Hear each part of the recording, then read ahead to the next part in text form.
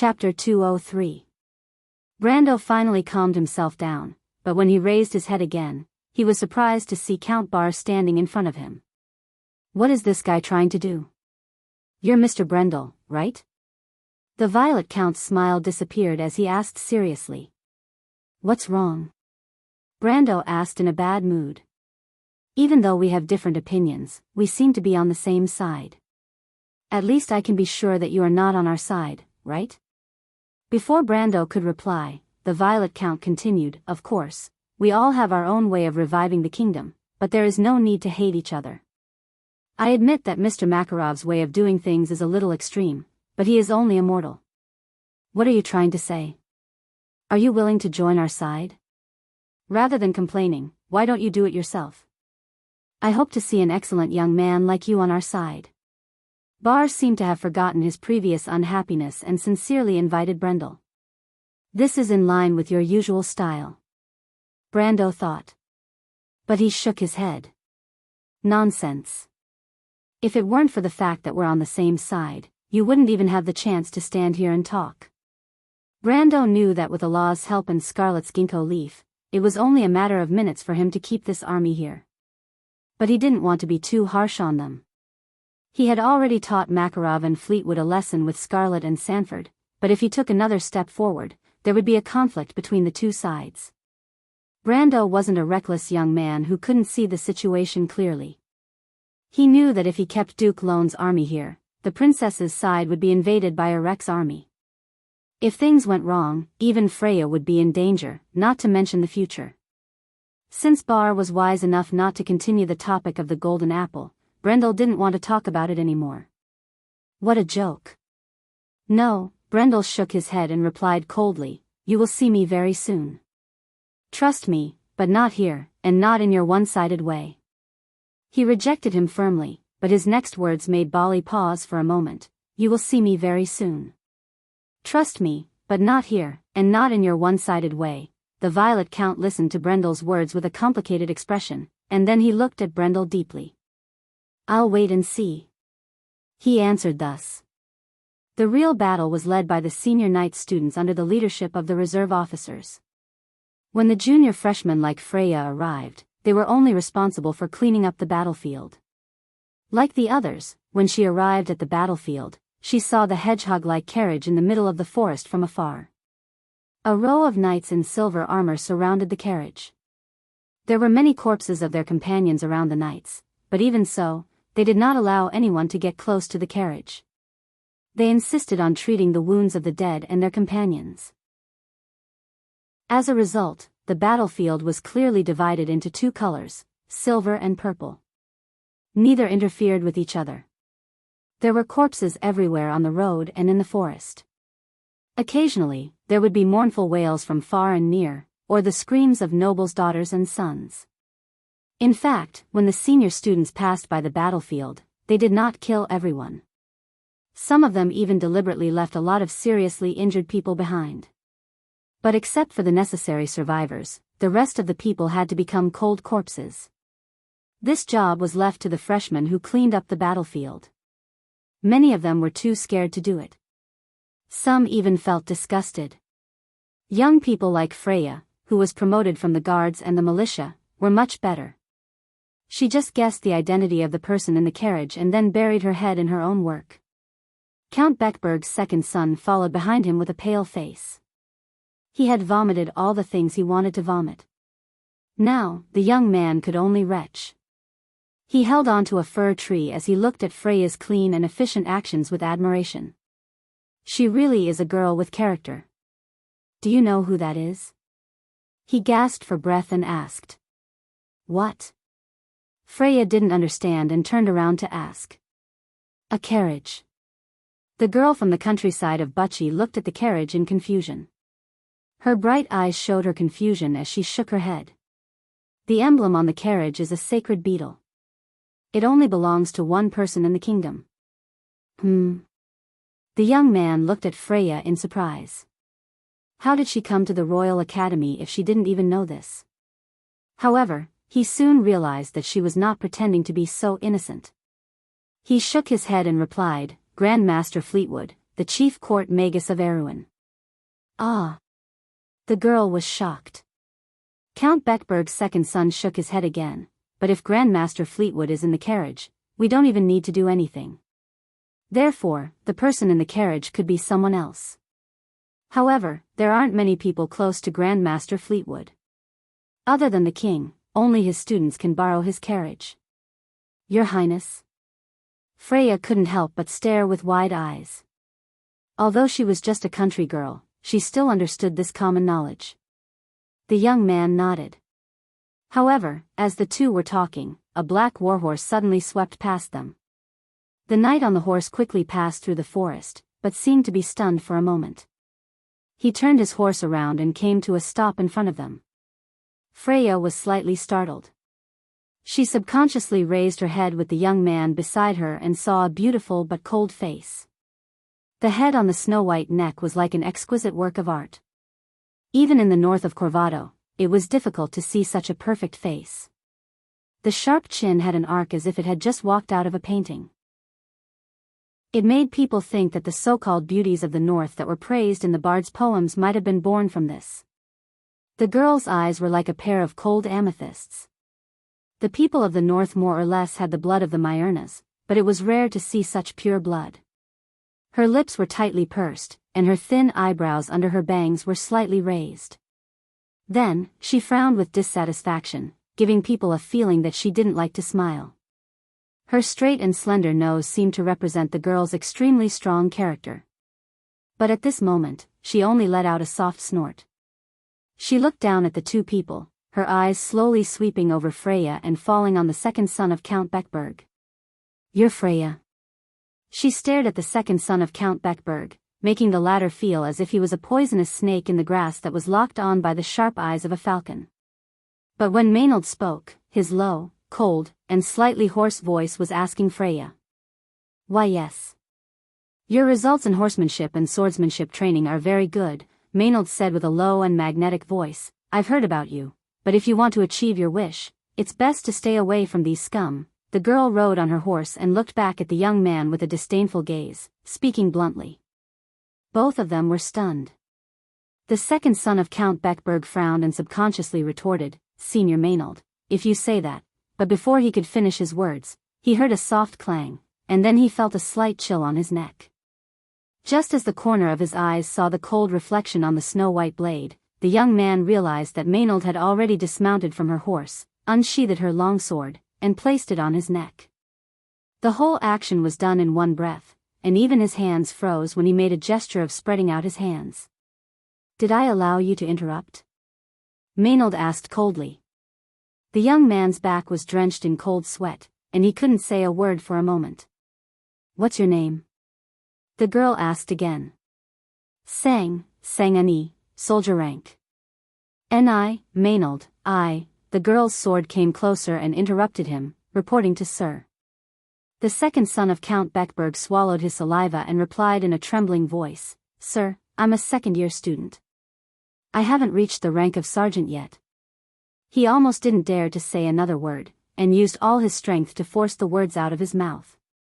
Maynard sheathed her sword with a clang, so fast that almost no one saw it clearly. She turned around and looked coldly at the young man who was touching his neck and cursing loudly in his heart. Her purple eyes were filled with undisguised disdain, but when she opened her mouth, it was an unquestionable order. Then, soldier, I order you to shut up. Then she turned around and adjusted Freya's collar, which was a little crooked from cleaning up the battlefield, and then she patted her shoulder and said softly, Remember what I said, it won't hurt you. Freya didn't move, and for a moment she didn't know what to say. Should I say thank you? But if she's really so powerful, will I become someone like her? One day. She couldn't help but think so. Who is that? When the half-fairy princess turned around, she whispered to the young man beside her. Her gaze passed through the window of the carriage and fell on the side of the forest. The whole process of the conflict between the second son of Count Beckberg and Maynard fell into this girl's eyes. She pulled open the curtain with one hand and looked at the two girls in the forest in a daze, feeling a trace of familiarity in her heart. Madame Miller's daughter, or rather, she's related to Duke Lone. Her talent is not bad, and she's also a diehard supporter of the royal family, so she should be trustworthy. Sir Benninger only took a glance and replied. Hearing the young man's silly look, the girl couldn't help but smile. Of course I know Maynard, she's my close friend. Benninger, are you too tired? I'm sorry. Benninger replied awkwardly. I'm talking about the other one, do you know her? The half-fairy princess asked again. I think she's a little familiar. That's Everton's daughter. A gentle voice came from outside the carriage. Griffin was slightly startled, and then a trace of surprise flashed in her pale silver eyes. She turned around and asked in a low voice, Lord Oberway? There was a moment of silence outside the carriage. Then there was a low laugh. That's me, Your Highness. It seems that I'm a little late. To be continued. If you want to know the future, please go to www.chidian.com, support the author, support the original reading. Chapter 204. Living in the vast highlands to the north of Aween, the Gurch tribe had a well-known legend. Legend had it that the lone soldier on the battlefield was the one favored by the god of death. Vain? Nostar had also heard of this legend before. He was a knight recruited from the Balta region in the north of the kingdom. He came from a noble family and had some skills in taming beasts before he joined the army. After joining the army, he naturally became a Wyvern Knight and was part of the 34th Regiment's Wyvern Cavalry Squadron. This army was originally part of the kingdom's southern army, but the latter had long been scattered by Madara's undead army in this war. Even their commander, Count Bynag, had died. Nasida's unit waited for a long time, but there were no signs of a ceasefire. Instead, the undead of Madara were getting stronger by the day, and the nobles behind them used the excuse that the negotiations had come to an end and the war had ended as an excuse to not provide them with any support. The messengers sent to contact the White Mane army and Erech were nowhere to be found, and the situation was getting worse by the day. Baron Kellen, the supreme commander of the 34th Regiment at the southern border of Ranner, wrote in his diary, "The situation in the south is getting worse by the day.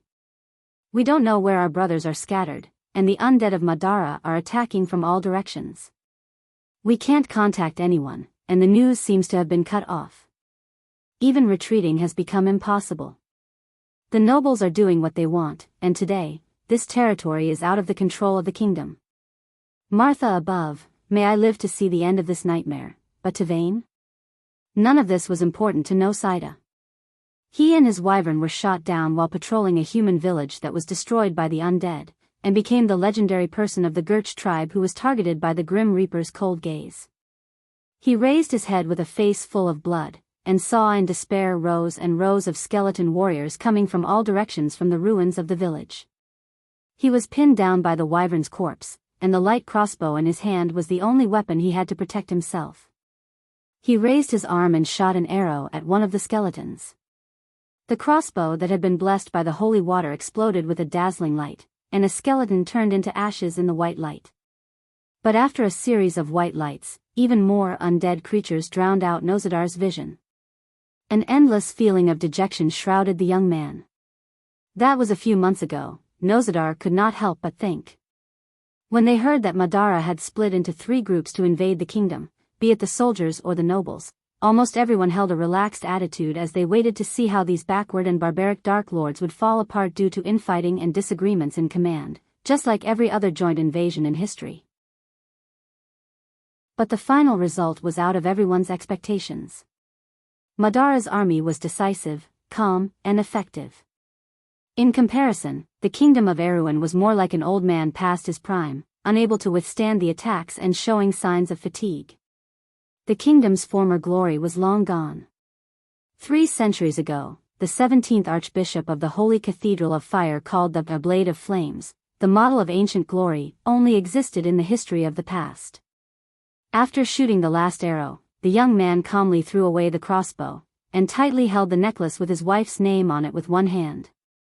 He looked up, and a tall skeleton had blocked the sun above his head. The fiery red soul fire in his eyes danced.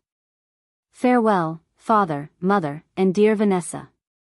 I only hope that you can remember your son and husband and many others who fought in this place to protect Erewhon, but there is no hope for this kingdom, After October, the smell of autumn gradually became stronger, and the plains along the coast of Tonajul were dyed with a layer of pale yellow.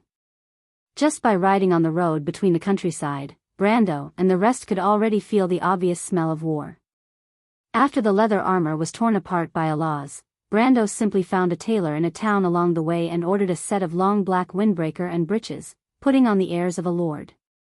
He sat up straight on the horse and looked around, wearing a pair of eye-catching white gloves and a silver-plated longsword at his waist, looking somewhat like a young noble. But this was not because he wanted to indulge in the feeling of being a noble, but because it was easier to avoid trouble. After leaving the hills of Chablis, the month of travel became more and more boring. Although the law and order had collapsed, the bandits around the town were mostly farmers who could not make a living. On the other hand, Brando's group of 20 people was well equipped, like the children of a noble. These people who were forced into desperation due to poverty would not easily provoke them. But Brando could not help but sigh when he saw the empty farms along the way.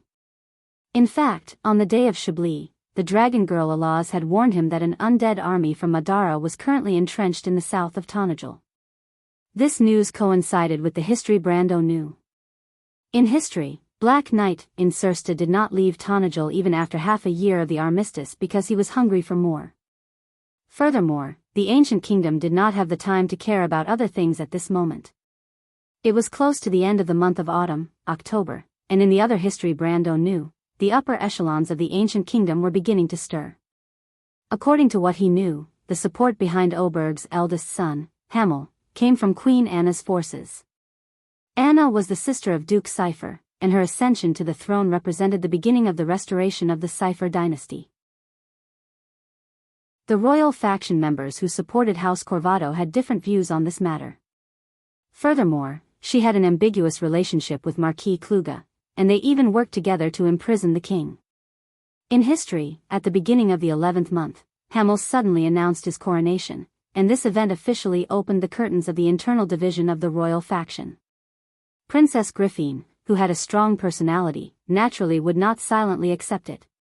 She immediately announced to all the nobles and knight in her own territory that Hamel's throne was not legitimate.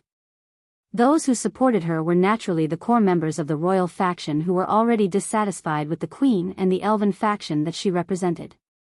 At the end of the 11th month, Duke Erek announced his support for Hamel. At the same time, the various regions started to become independent or sided with one another, and Erewhon's civil war began. From then on, until 2 years later, this civil war completely shook the foundation of the kingdom. Although the kingdom experienced a short period of prosperity after that, the kingdom had lost its new blood and was unable to be reborn from the fire. It could be said that Erewhon's destruction accelerated from this moment onwards. At this critical juncture, no one cared about what the Black Knight Insursta was doing in the south. However, that didn't mean that the impact didn't exist. The entire village in this area had migrated, leaving behind a desolate area. When they passed through the empty and silent villages, they could feel a clear sense of desolation. But as they headed south, this sense of desolation gradually changed. As they were nearing the heart of Tonajul, Abes, the road finally started to become more lively. The ruler of Tonajul was Count Randner's third son, Baron Grodin. Brando was not unfamiliar with this name, but he was not familiar with it either. In this era, most nobles were cold and opinionated, but the ruler was different. Apart from sharing a noble's face, he was also harsh, cruel, and exploited his subjects even more. Brando and the rest had already noticed this when they entered Abes. Or rather, they did not have much hope before this, but their expectations were lowered by a lot. The first thing that caught their eyes were the citizens living outside of Ferber. Only the truly poor and lowly would live outside the city without any protection. Generally speaking, they were either farmers working outside the city or refugees fleeing for their lives. On both sides of the street, there were only crumbling and dirty thatched huts. Men and women were scantily clad, and their faces were sallow and emaciated. Their eyes were dim, and there was no hope for the future. Dust was everywhere on the street, and the dry air was filled with the smell of animal dung. Compared to this place, even the dogmatic, slow, and self-righteous nobles and bureaucrats in Brugloss seemed cute. At least in those places, although the status of the citizens was low, at least they could still survive. However, just like the naturally mean people born from barren land, the more barren the land, the more they demanded. Brando knew that the reason for this difference was not because the nobles of Grenoires were more humane, but because the land in Tonagel was more barren, and the people naturally could not tolerate it. Amandina, who was once a noble's daughter, could not help but cover her mouth in disbelief. "My lord, the territory you want to inherit, is in this place?" She could not help but ask with a little disappointment. She originally thought that after leaving the Highlander Dominion, the eastern coast of Tonagel would be a prosperous place. Being close to the sea meant that trade was flourishing, and flourishing trade meant wealth. Even if it was not as good as Ampere Seal, it should be comparable to Bragg's, right? She did not expect that it would be such a bleak scene. Brando was also stunned. Because he did not tell Amandina that the mercenaries of Lopez were actually his summoned creatures, he caused her to be sad for nothing and blamed himself for it. Naturally, he would be punished for it. For at least a month after Chablis, Amandina spoke to him in a businesslike manner. She no longer treated him with a friendly expression, and most of the time, she would just roll her eyes at him. Even though she always considered herself as his aide, Brando felt that this was not the attitude that a retainer should have when talking to their lord. Of course, he would not bring it up. Using his status as a noble to pressure a weak girl was something that he would not do even if he was half a modern person.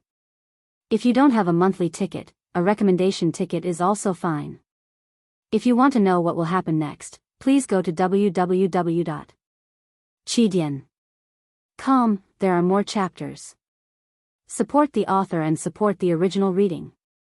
Translator, Endless Fantasy Translation Editor, Endless Fantasy Translation, Endless Fantasy Translation. Chapter 205. You're willing to talk to me now? He asked. Brando glanced at the refugees and did not find her question strange. In this place, even life itself was so fragile that it was worthless. Amandina would never have thought that you could get a boy for the price of a sheep. If it was a girl, the price would be even lower. With a little bit of power, you could trample on the existence of others. Bandits and lords were both killing people, the only difference was that one was outside the city, while the other was inside the city. Even if you killed someone on the streets, you would only need to compensate the local lord with a little money. In fact, he might even want you to kill a few more people. In the eyes of some lords, real gold coins were much more attractive than those who needed money to feed. Amandina was slightly surprised. She thought that Brando was dissatisfied with her previous performance, and although she felt wronged, she still lowered her head and replied. "I'm sorry. My lord, I was too stubborn." Brando spread out his hands. "You misunderstood, I never blamed you, Miss Amandina." Amandina raised her head and looked at him, as if to confirm the truth of his words. But then she lowered her head again and did not say a word.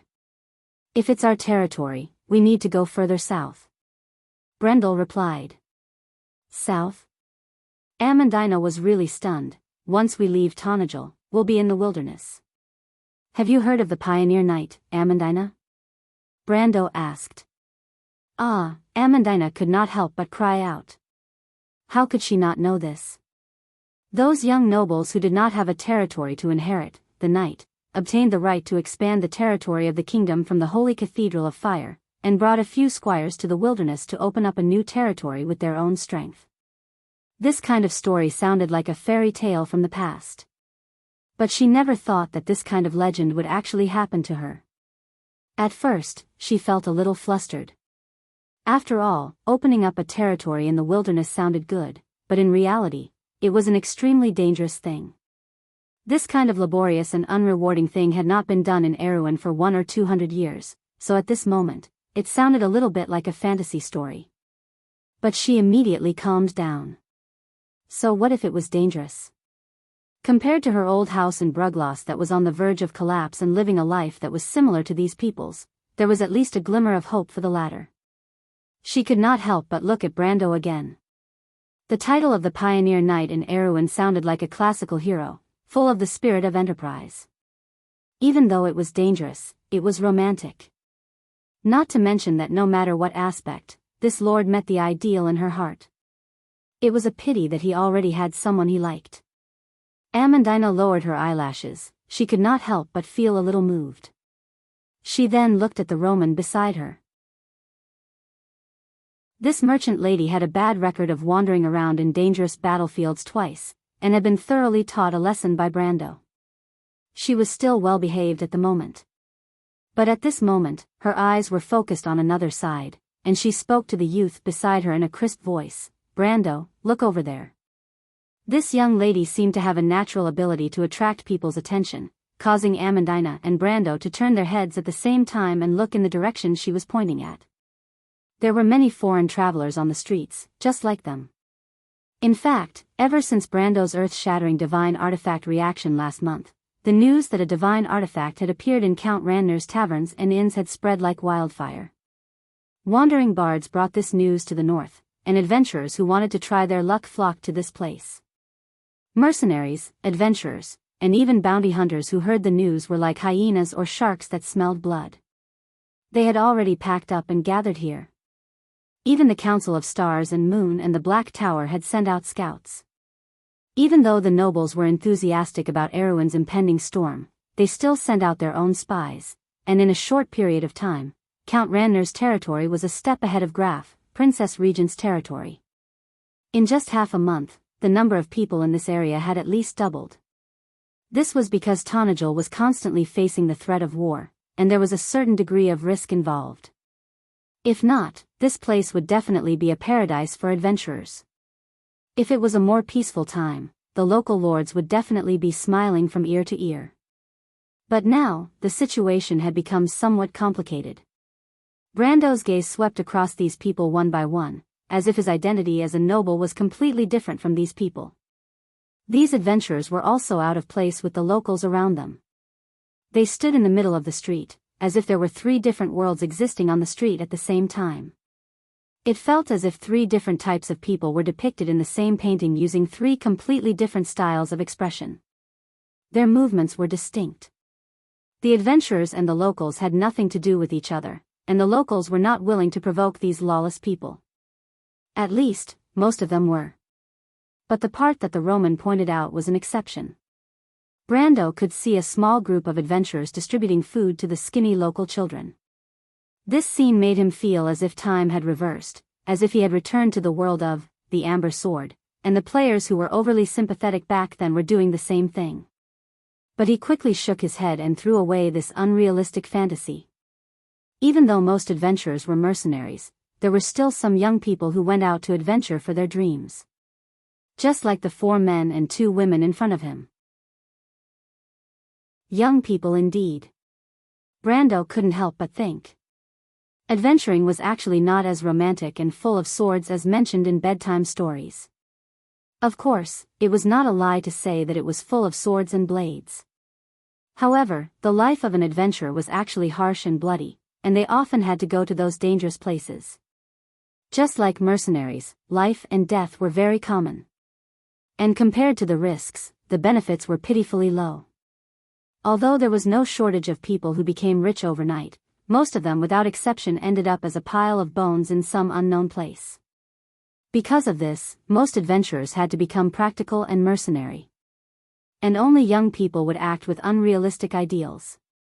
Brando could even speculate that these young people might not have really started their travels for long. Otherwise, they might as well be the descendants of wealthy merchants or nobles. But he first turned around and asked, "What are you looking at?" But then he saw the beautiful dark brown gem-like eyes of the merchant lady turn around, as if a creative idea had been born, and he felt that something was wrong. "What do you want to do?" Brando couldn't help but ask a little warily. The little Roman's extraordinary way of doing things made him involuntarily vigilant. "That's it." The Roman answered matter-of-factly. "Romaine, we don't have much food left." Amandina seemed to understand Romaine's thoughts in an instant and reminded her in a low voice, "We have so many people and horses, so our consumption is not a small amount. If we want to buy so much food from the local area, we have to deal with the local lord. Did you forget last time?" Amandina was talking about when they passed by a small noble's territory not too long ago. Brando went to buy food from the noble, but the noble took a fancy to Scarlet and sent his personal guards to kidnap her that night.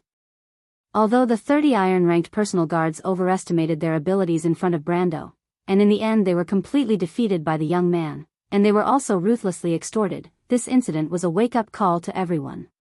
Even though the kingdom had yet to collapse, the local lords were already acting without restraint. Hearing Amandina's words, Brando couldn't help but look at the girl with a touched expression. The last time it was still fine because it was a nameless noble, but this time it was Baron Grodin. Even though this fellow was not worth mentioning in Erewhon's history, his father, Count Randner, was not an ordinary person. If he brought his men today, it would be a scene of the Count's army chasing after him tomorrow. He even suspected that Duke Lone's army could come and go as they pleased in Count Randner's territory. Perhaps the princess faction of the royal faction had some sort of agreement with Count Randner himself. At the very least, there was no lack of secret alliances. Of course, he would have to deal with these vampires one by one sooner or later, but that would have to wait until he was fully grown and had the right to speak.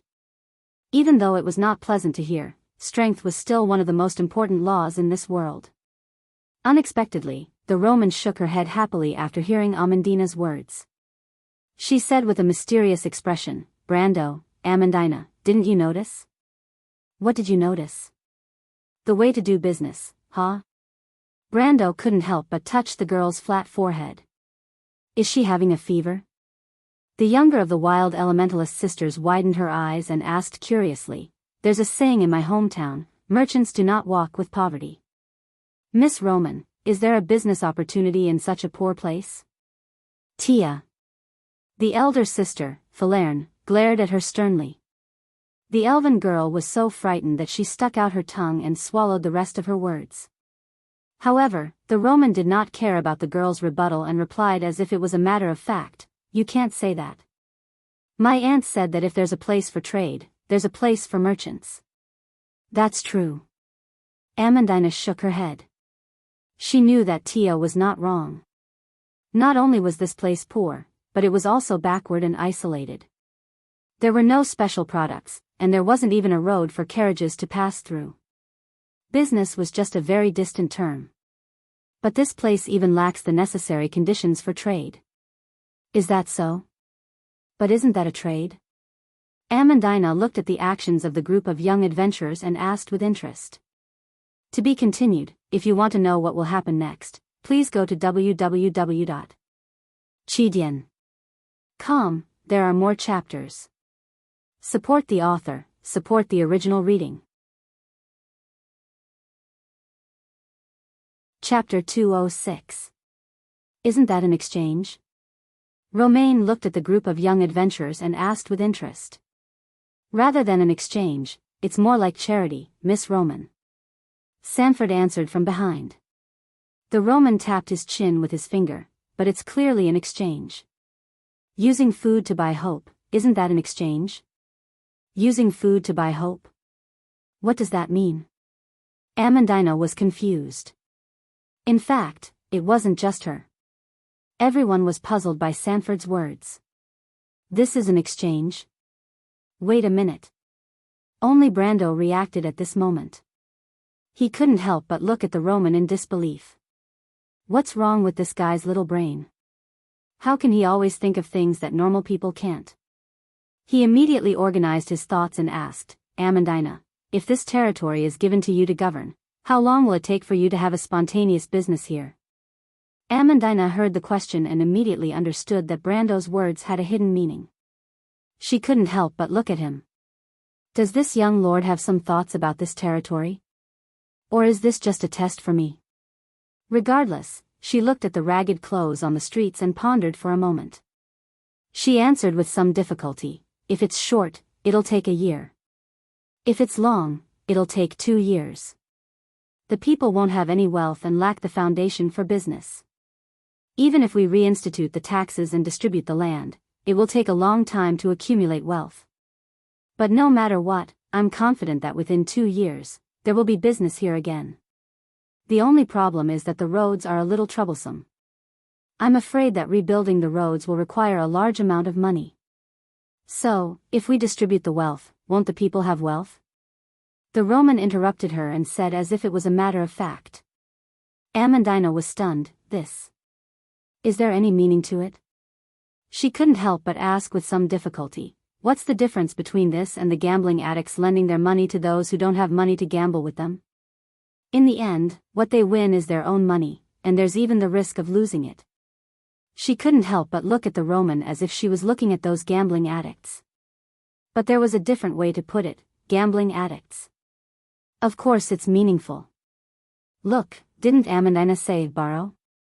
Therefore, that cute gambler can still win more money in the end. It's just that the money is written on the IOU. But those people are still poor. So what if they have an IOU? In reality, they still don't have a single cent, Amandina retorted. The Roman lifted her chin and wagged her finger. In Brando's eyes, her action made him think that she was a capitalist who did things neatly and efficiently. Indeed, but not everyone wants to be poor, right? When we distribute our wealth, it's actually a form of exchange. We're buying their hopes for the future. The Roman pointed at his eyes. See? Everyone wants to live a better life. What we give them is the ability to realize this hope. It should be called the ability to participate in production, right? And when they realize this wish, they'll naturally fulfill the meaning of the IOU, and I'll also have many more partners in this game. Romain continued to describe, unlike gambling, if you bury gold coins in the ground, you'll get 2 gold coins in the coming year. She even winked playfully as she said this. It's like that, but it's difficult to implement. Although the others were still confused, Amandina finally understood the Roman's idea. However, no matter what, she could not accept such unconstrained logic. It's indeed difficult. Brando nodded, and then he couldn't help but look at the little Roman with admiration. In fact, the Roman's idea wasn't so much an exchange, but a form of redistribution. The only thing that participated in the redistribution was not only the means of production, but also the capital itself. When the capital participated in the reproduction of production, it would quickly increase in value. The Roman's idea was based on the premise that all the wealth in the territory belonged to the Lord himself. Although it was simple, to be able to think of such a problem under such conditions, it had to be said that his vision was quite advanced. But it did require an extremely large plan and consideration at every step.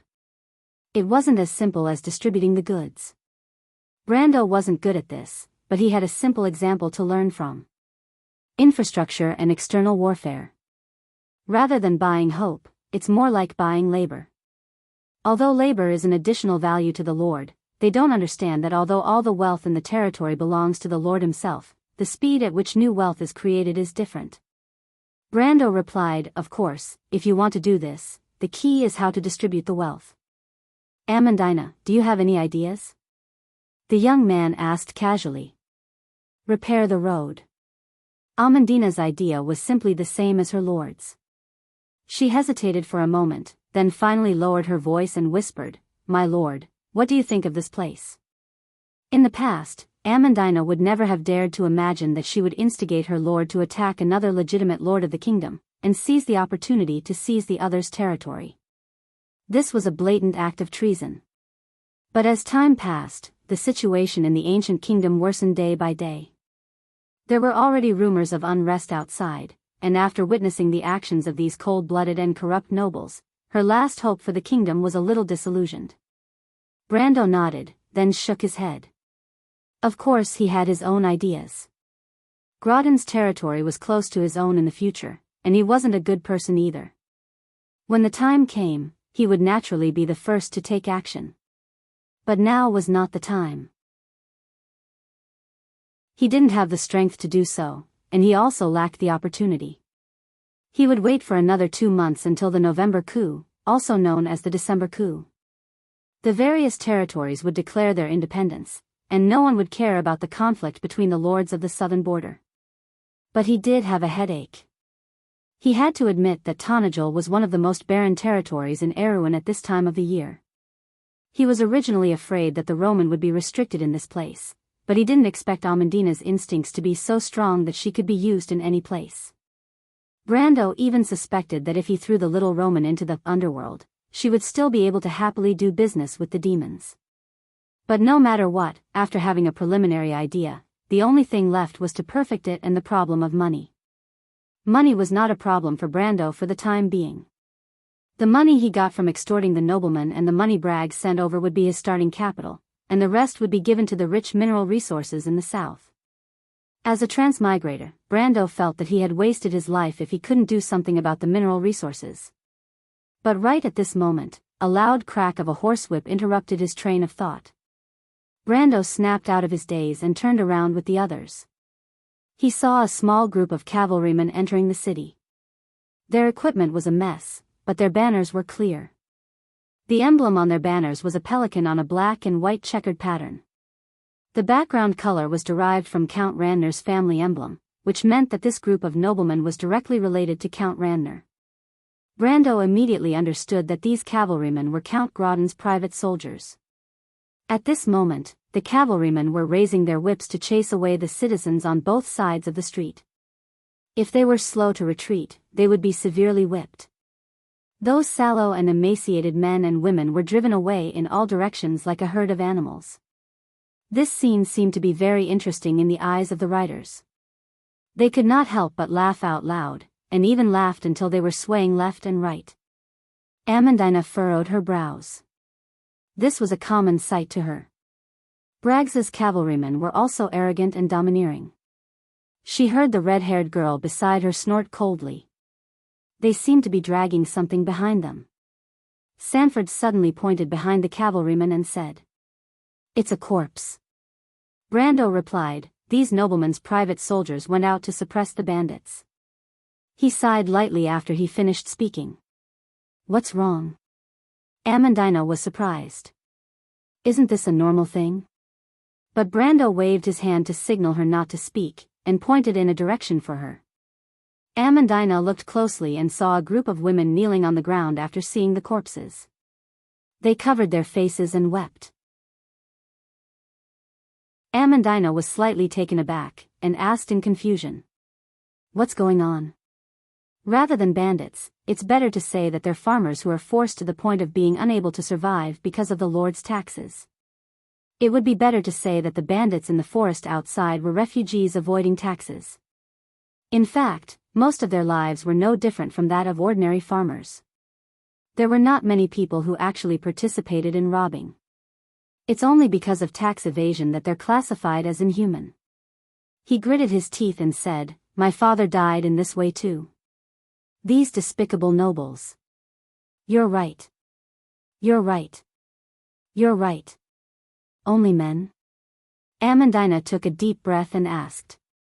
"Of course, life outside is not paradise." Brando nodded. After he finished speaking, the surroundings seemed to have fallen into a strange silence. Other than the scolding of the nobles' private soldiers and the sobbing of the women, no one else spoke. Of course, subscriptions are essential too. If you want to know what will happen next, please go to www.chidian.com and read more chapters. Support the author and support the original reading. Chapter 207. Isn't that an exchange? Romaine looked at the group of young adventurers and asked with interest. Rather than an exchange, it's more like charity, Miss Roman. Sanford answered from behind. The Roman tapped his chin with his finger, but it's clearly an exchange. Using food to buy hope, isn't that an exchange? Using food to buy hope? What does that mean? Amandina was confused. In fact, it wasn't just her. Everyone was puzzled by Sanford's words. This is an exchange? Wait a minute. Only Brando reacted at this moment. He couldn't help but look at the Roman in disbelief. What's wrong with this guy's little brain? How can he always think of things that normal people can't? He immediately organized his thoughts and asked, "Amandina, if this territory is given to you to govern, how long will it take for you to have a spontaneous business here?" Amandina heard the question and immediately understood that Brando's words had a hidden meaning. She couldn't help but look at him. Does this young lord have some thoughts about this territory? Or is this just a test for me? Regardless, she looked at the ragged clothes on the streets and pondered for a moment. She answered with some difficulty, if it's short, it'll take a year. If it's long, it'll take 2 years. The people won't have any wealth and lack the foundation for business. Even if we reinstitute the taxes and distribute the land, it will take a long time to accumulate wealth. But no matter what, I'm confident that within 2 years, there will be business here again. The only problem is that the roads are a little troublesome. I'm afraid that rebuilding the roads will require a large amount of money. So, if we distribute the wealth, won't the people have wealth? The Roman interrupted her and said as if it was a matter of fact. Amandina was stunned. This. Is there any meaning to it? She couldn't help but ask with some difficulty, what's the difference between this and the gambling addicts lending their money to those who don't have money to gamble with them? In the end, what they win is their own money, and there's even the risk of losing it. She couldn't help but look at the Roman as if she was looking at those gambling addicts. But there was a different way to put it, gambling addicts. Of course it's meaningful. Look, didn't Amandina say borrow? Therefore, that cute gambler can still win more money in the end. It's just that the money is written on the IOU. But those people are still poor. So what if they have an IOU? In reality, they still don't have a single cent, Amandina retorted. The Roman lifted her chin and wagged her finger. In Brando's eyes, her action made him think that she was a capitalist who did things neatly and efficiently. Indeed, but not everyone wants to be poor, right? When we distribute our wealth, it's actually a form of exchange. We are buying their hopes for the future. The Roman pointed at his eyes. See? Everyone wants to live a better life. What we give them is the ability to realize this hope. It should be called the ability to participate in production, right? And when they realize this wish, they will naturally fulfill the meaning of the IOU, and I will also have many more partners in this game. Romain continued to describe, unlike gambling, if you bury the gold coins in the ground, you will get 2 gold coins in the next year. She even winked playfully as she said this. It's like that, but it's difficult to implement. Although the others were still confused, Amandina finally understood the Roman's idea. But she couldn't accept this kind of unconstrained logic no matter what. It is indeed difficult. Brando nodded, and then he couldn't help but look at the little Roman with admiration. In fact, the Roman's idea wasn't so much an exchange, but a form of redistribution. The only thing that participated in the redistribution was not only the means of production, but also the capital itself. When the capital participated in the reproduction of production, it would quickly increase in value. The Romans' idea was based on the premise that all the wealth in the territory belonged to the Lord himself. Although it was simple, to be able to think of such a problem under such conditions, it had to be said that the Romans' vision was quite advanced. But it did require an extremely large plan and consideration at every step. It wasn't as simple as distributing the goods. Brando wasn't good at this, but he had a simple example to learn from. Infrastructure and external warfare. Rather than buying hope, it's more like buying labor. Although labor is an additional value to the Lord, they don't understand that although all the wealth in the territory belongs to the Lord himself, there is a difference in the speed of creating new wealth. Brando replied, of course, if you want to do this, the key is how to distribute the wealth. Amandina, do you have any ideas? The young man asked casually. Repair the road. Amandina's idea was simply the same as her lord's. She hesitated for a moment, then finally lowered her voice and whispered, My lord, what do you think of this place? In the past, Amandina would never have dared to imagine that she would incite her lord to attack another legitimate lord of the kingdom, and seize the opportunity to seize the other's territory. This was a blatant act of treason. But as time passed, the situation in the ancient kingdom worsened day by day. There were already rumors of unrest outside, and after witnessing the actions of these cold-blooded and corrupt nobles, her last hope for the kingdom was a little disillusioned. Brando nodded, then shook his head. Of course he had his own ideas. Baron Grodden's territory was close to his own in the future, and he wasn't a good person either. When the time came, it was needless to say that Grodin would be the first to act. But now was not the time. He lacked the strength and the opportunity to do so. He would wait for another 2 months until the November coup, also known as the December coup. The various territories would declare their independence, and no one would care about the conflict between the lords of the southern border. But he did have a headache. He had to admit that Tanajul was one of the most barren territories in Erewhon at this time of the year. He was originally afraid that the Roman would be restricted in this place, but he didn't expect Amandina's instincts to be so strong that she could be used anywhere. Brando even suspected that if he threw the little Roman into the underworld, she would still be able to do business with the demons happily. But no matter what, now that he had a preliminary idea, the only thing left was to perfect it, and the problem of money. Money was not a problem for Brando at the moment. The money he got from extorting the noblemen and the money Bragg sent over would be his starting capital, and the rest would be given to the rich mineral resources in the south. As a transmigrator, Brando felt that he had lived in vain if he couldn't do something about the mineral resources. But right at this moment, a loud crack of a horsewhip interrupted his train of thought. Brando snapped out of his daze and turned around with the others. He saw a small group of cavalrymen entering the city.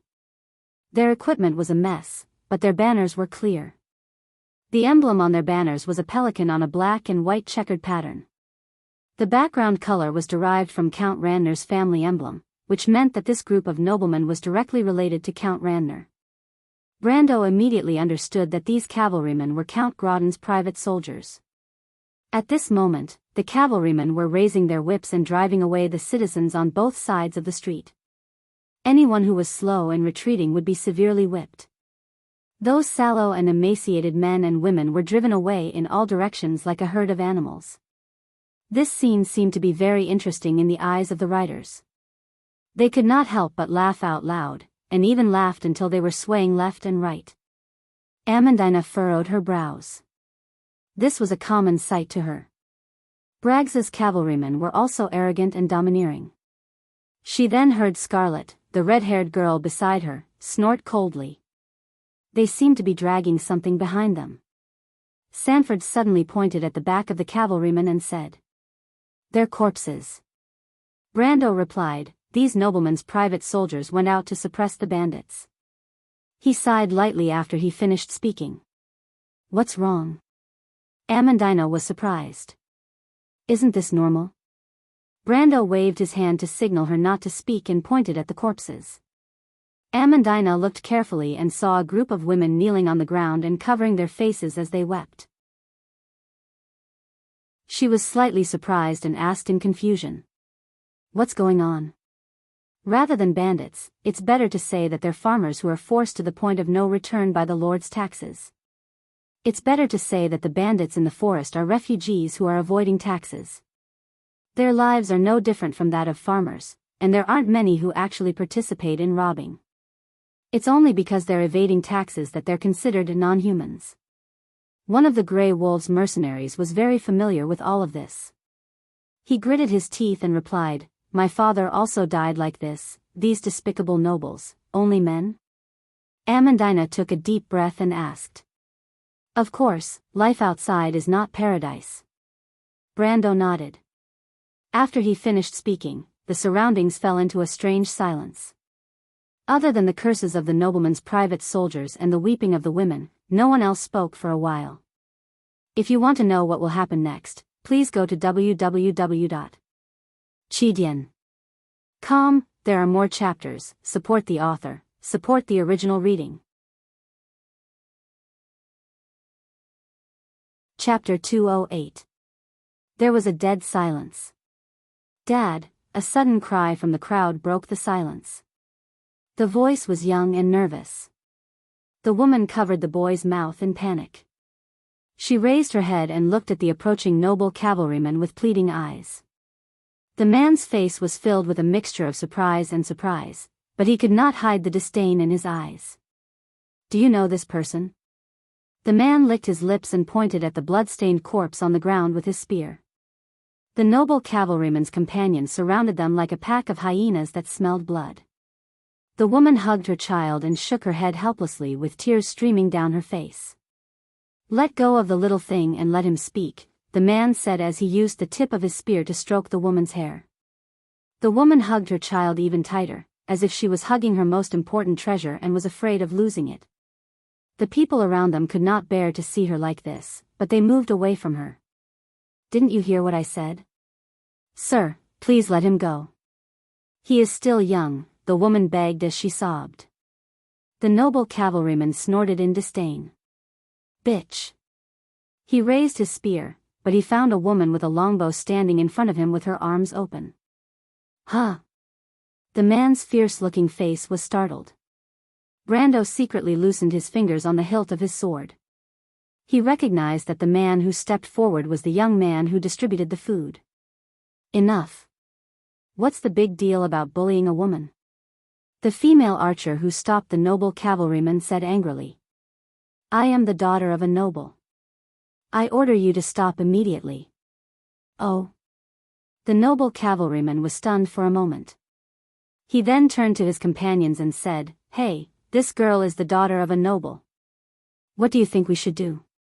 The cavalryman laughed in a low voice. "Where is your father from?" The man raised his chin and asked disdainfully. When he asked this question, the female archer's companions realized that something was wrong. "Faya, be careful." A swordsman with a great sword and heavy armor stepped out from the crowd. But it was a little too late.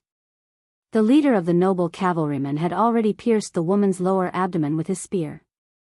The female archer did not expect that Roland would dare to attack her. She groaned in disbelief and looked at the wound on her lower abdomen. Blood gushed out like a fountain. The pain that followed soon drowned her. The woman staggered and lost her strength. She knelt down in a pool of blood. It seemed that she would not survive. The man withdrew his spear indifferently, as if what he did was not a big deal. At the same time, the noble cavalrymen behind him took down their longbows and shot at the adventurers in the crowd. For a moment, arrows rained down, and more than a dozen adventurers and civilians in the crowd fell. The noble cavalrymen did not care if they hurt the innocent. They drove the crowd away from them as quickly as possible to avoid any sudden attacks. "Faya." The swordsman with the big sword was furious. He swept away the arrow that was flying towards him, but before he could finish his words, one of his companions behind him was also hit by an arrow and fell down. "You bastards!" The swordsman roared and separated the crowd. He slashed his sword at the man in the lead. The horseman raised his spear and blocked the swordsman's sword with a clang. In between parries, he shouted coldly, "Whoever dares to attack will be the enemy of the Lord." The restless crowd fell silent. The swordsman did not say a word. He swept his sword at the horse's leg. But the horseman simply thrust his spear down and swept it outwards, knocking the sword away from the swordsman's hand. He then used his spear to make the swordsman do a somersault and stab the man's neck. The strength of an iron-ranked warrior was almost one-sided. However, the fierce-looking noble cavalryman suddenly felt his hand go numb. It was as if a huge force came from the spear, and he almost lost his grip. Clang! The sound of metal colliding was heard. The spear that was aimed at the swordsman had been deflected to one side and missed the latter's neck. "Who?" The man was furious. He turned around and saw a young man wearing a black trench coat, a white shirt and a pair of white gloves. He was putting away the longbow in his hand. Then, the young man raised his head and looked at him coldly. The crowd fell silent. Amandina, Sanford, the Nightsong Tiger, and Scarlet turned around and looked at their lord in shock. In their hearts, Brando was not a person who liked to cause trouble. But Brando knew that it was not that he did not care about these things. It was just that he did not cross the bottom line in his heart. The Roman looked at the man who brought her out of Butchie with interest. She felt that this was the real Brando. Perhaps in a way, she could understand some of Brando's thoughts and characteristics. It was as if the two of them were detached from this world. Just like the moment Fortress Reden brought the refugees to escape, Romaine understood it. Her Brando was a true knight. The Brando who charged, the Brando who led, the murderous Brando who was filled with killing intent, and the Brando who was fierce to her. She liked every single one of them. Everyone turned around. It was as if their line of sight had been stretched and expanded. The young man wearing a black windbreaker became the center of attention on the street. The man with the fierce-looking face narrowed his eyes. He saw the well-equipped guards beside Brando and was secretly shocked. As the private soldiers of the nobles, they were not truly insignificant. Compared to the noble lady who might not have suffered any setbacks, of course, in his opinion, she was insignificant. What could a mere daughter of a knight represent here? Countless people died in Tanajul every day. Would a small noble like her dare to seek justice in front of the Baron? But the young man in front of him was different. Normal people would not bring so many followers with them. Moreover, the guards beside him were not weak. They were at the level of the elites in Erwin's army. He was probably not an ordinary noble's son. The man did not dare to delay and hurriedly put away his spear. He asked cautiously, "You are?" When he said this, the noble's cavalry stood in a circle. They drew their bows and aimed at the people around them. The cold light from the arrows calmed the hot-headed people down. "Let them go," Brando said coldly without even looking at the archers. What a joke. With Scarlet and the Nightsong Tiger by his side, it would be ridiculous if he or the people around him got shot. Moreover, he was not weak himself.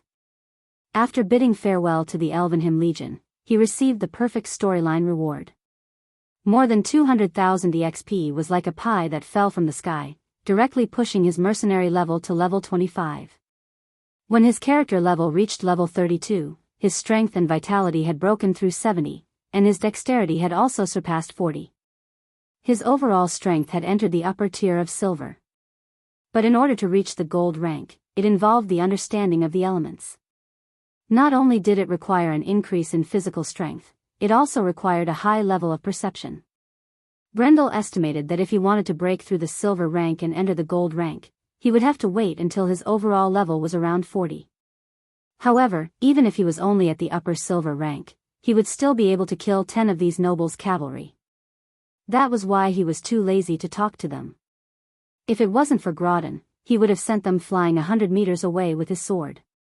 "My lord, you're making things difficult for us," Brando's indifference confirmed the noble's suspicions. The noble's ferocious expression became respectful. These people might be the accomplices of the bandits outside the city. If we let them go, we won't be able to explain ourselves to the Baron. However, he still chose to fight rather than cooperate. After all, they had killed a noble's daughter. If the noble's companions spread the news, it would be troublesome. Brando sneered, "Put away your tricks. Who do you think you're talking to?" The young man held his sword with one hand and stared at the noble. "I'll kill you like I'm killing a dog. I'll just apologize to Grodin afterwards. I'm giving him face by not killing you, but there's a limit to my tolerance." When he finished speaking, he unsheathed half of his sword. The blade of the sword shone with a snowy light. The noble's cavalry was stunned. Brendel was right. This world was just so realistic. There was no difference in the value of a person's life. The only thing left was the difference in power. The only difference was that the girl they killed could not resist. Naivety was precious, but the price to pay was also heavy. The cold-blooded people looked at each other and could only choose to show weakness. They nodded, and the people behind them finally let go of the swordsman's neck. The swordsman wanted to resist, but someone rushed out from the crowd and hugged him. It was one of his companions. Brando saw that person whispered something into his ears, and the swordsman finally calmed down. He read the words clearly, "Don't cause trouble for others." Brando sighed in his heart. What a bunch of naive people. But in this world, it's rare and precious. He saw the people silently put away their companion's corpse, then separated the crowd and came to his side. "Thank you, sir." The one who thanked him was a thin young man. His face was pale, and he had light gray hair. He wore a monocle with a silver chain behind his ear. The young man wore a gray gown, and from the patterns on his cuffs, he was an acolyte. Flux wizard? Brando thought to himself. There aren't many wizards who practice this. This young man appeared polite and cold, but he caught a hint of anger in his eyes. Brando looked at his companions, including a light swordsman and a female elementalist. Grief and indignation were written all over their faces. This is a character. He lowered his head to look at the polite young man and could not help but think. Want to take revenge? He asked. The young man was slightly surprised and raised his head to look at him suspiciously. Then, the young acolyte shook his head and left the crowd with his companions. Brando looked at the others back and knew that the other party was not willing to give up. He just didn't trust him. However, he was somewhat surprised that there was such a character in this group of naive youngsters. He turned his head to look at the noble's cavalry. My lord, we've done what we should do. Now you have to give us an explanation, right? The leader of the cavalry spread out his hands and asked carefully. Brando snorted in disdain. My lord? Amandina asked in a low voice. He nodded.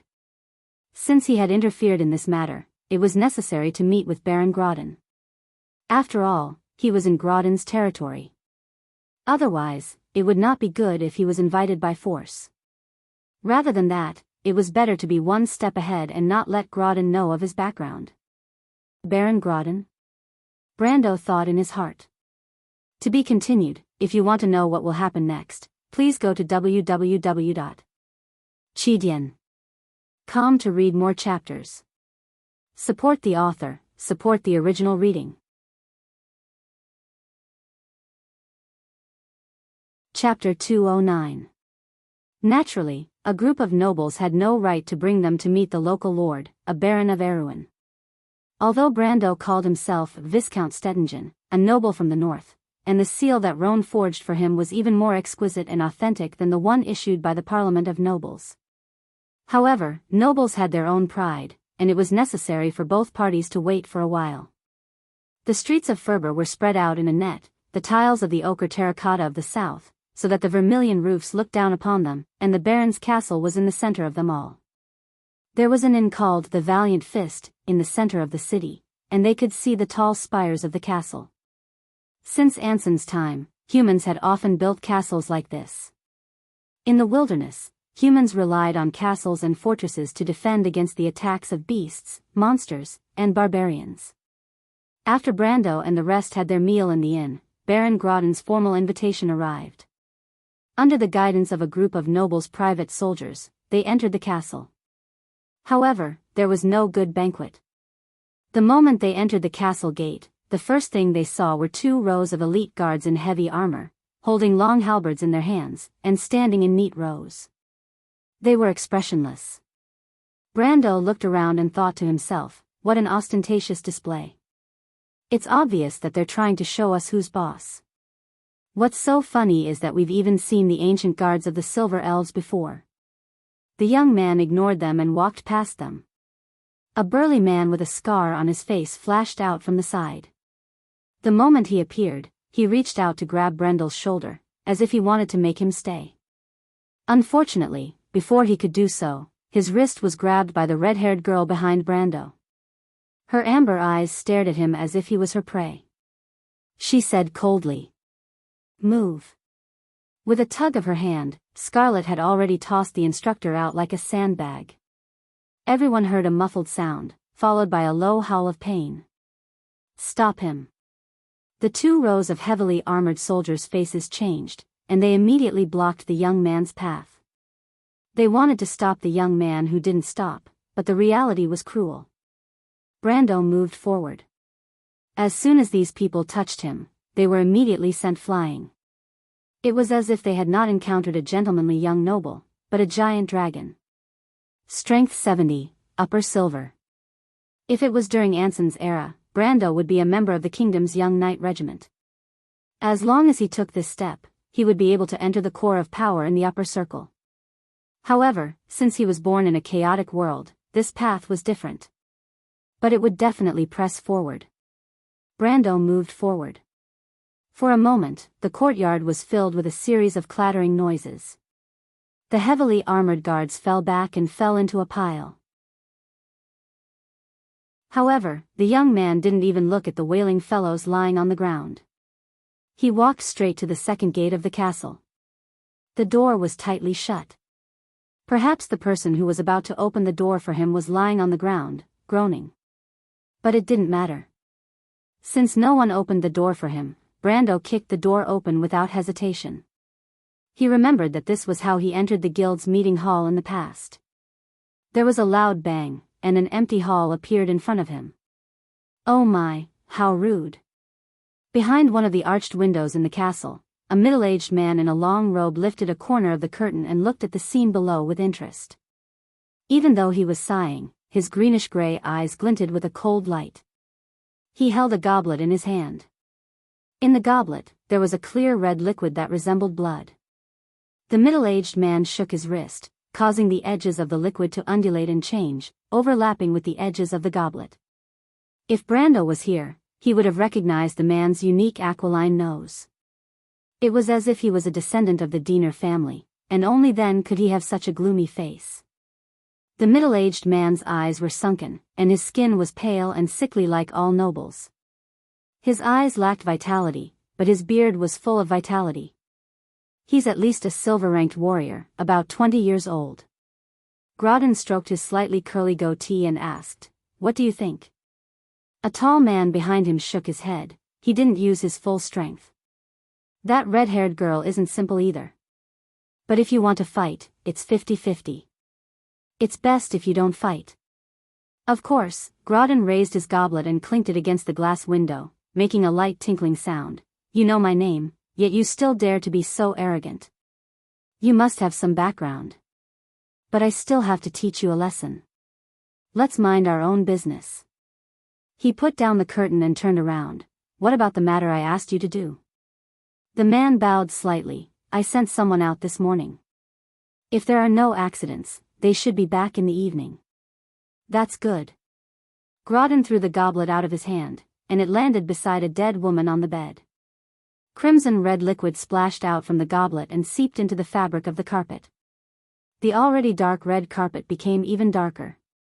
This is my father's request. Make sure it's done perfectly.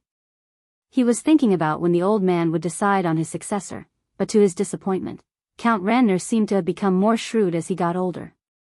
Otherwise, he would have poisoned all his brothers to death a long time ago. Those fools. He thought to himself. In the middle of the hall, there was a chandelier made of dark red crystal. It was so exquisite that it was almost luxurious. There were runes in the crystal, so it was obviously a magical item. The decoration style of the dome was derived from the religious trend of the Anson era. From top to bottom, there were celestial bodies, legends, and scriptures of saints. At the bottom, there were 180 pillars that symbolized the 180 constellations.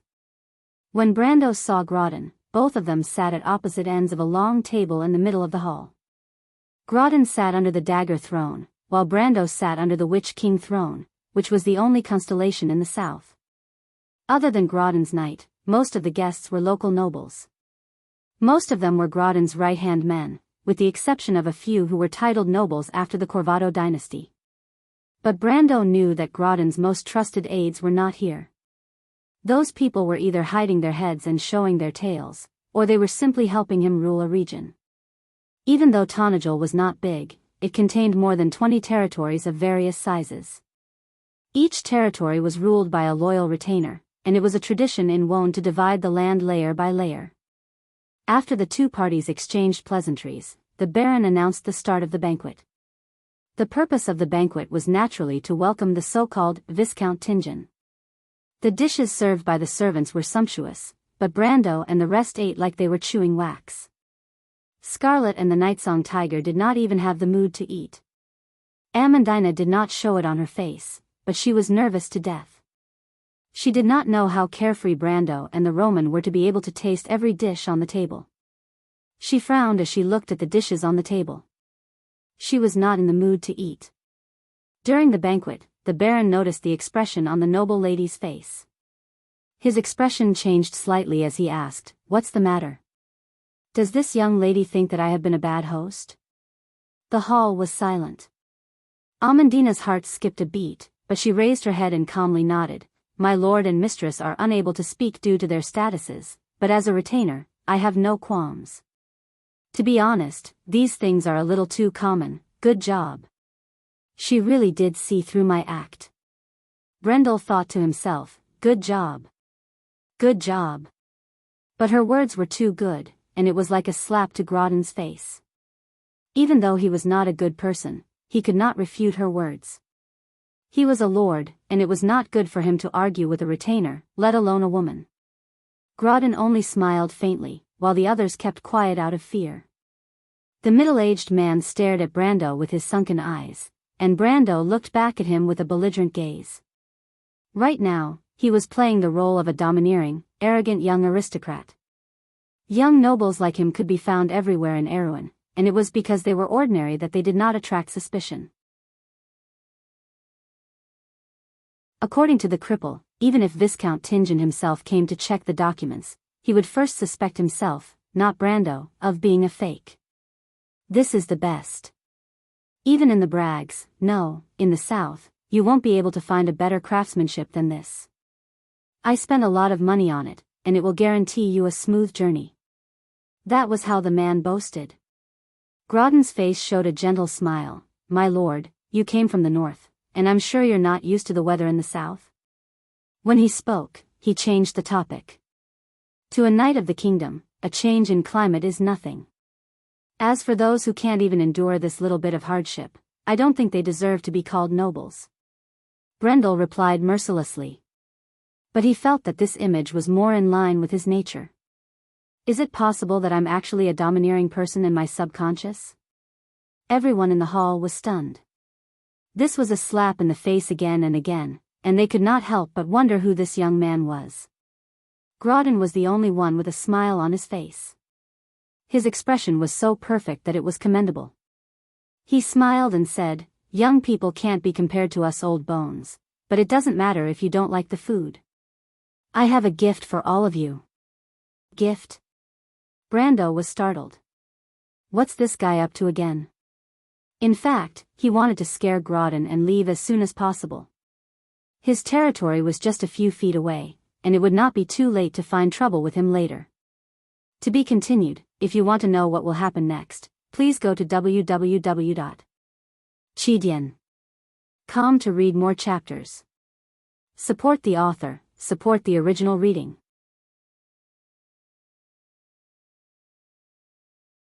Chapter 210. Grodden snapped his fingers while Brando was deep in thought. Two servants immediately brought out a wooden box.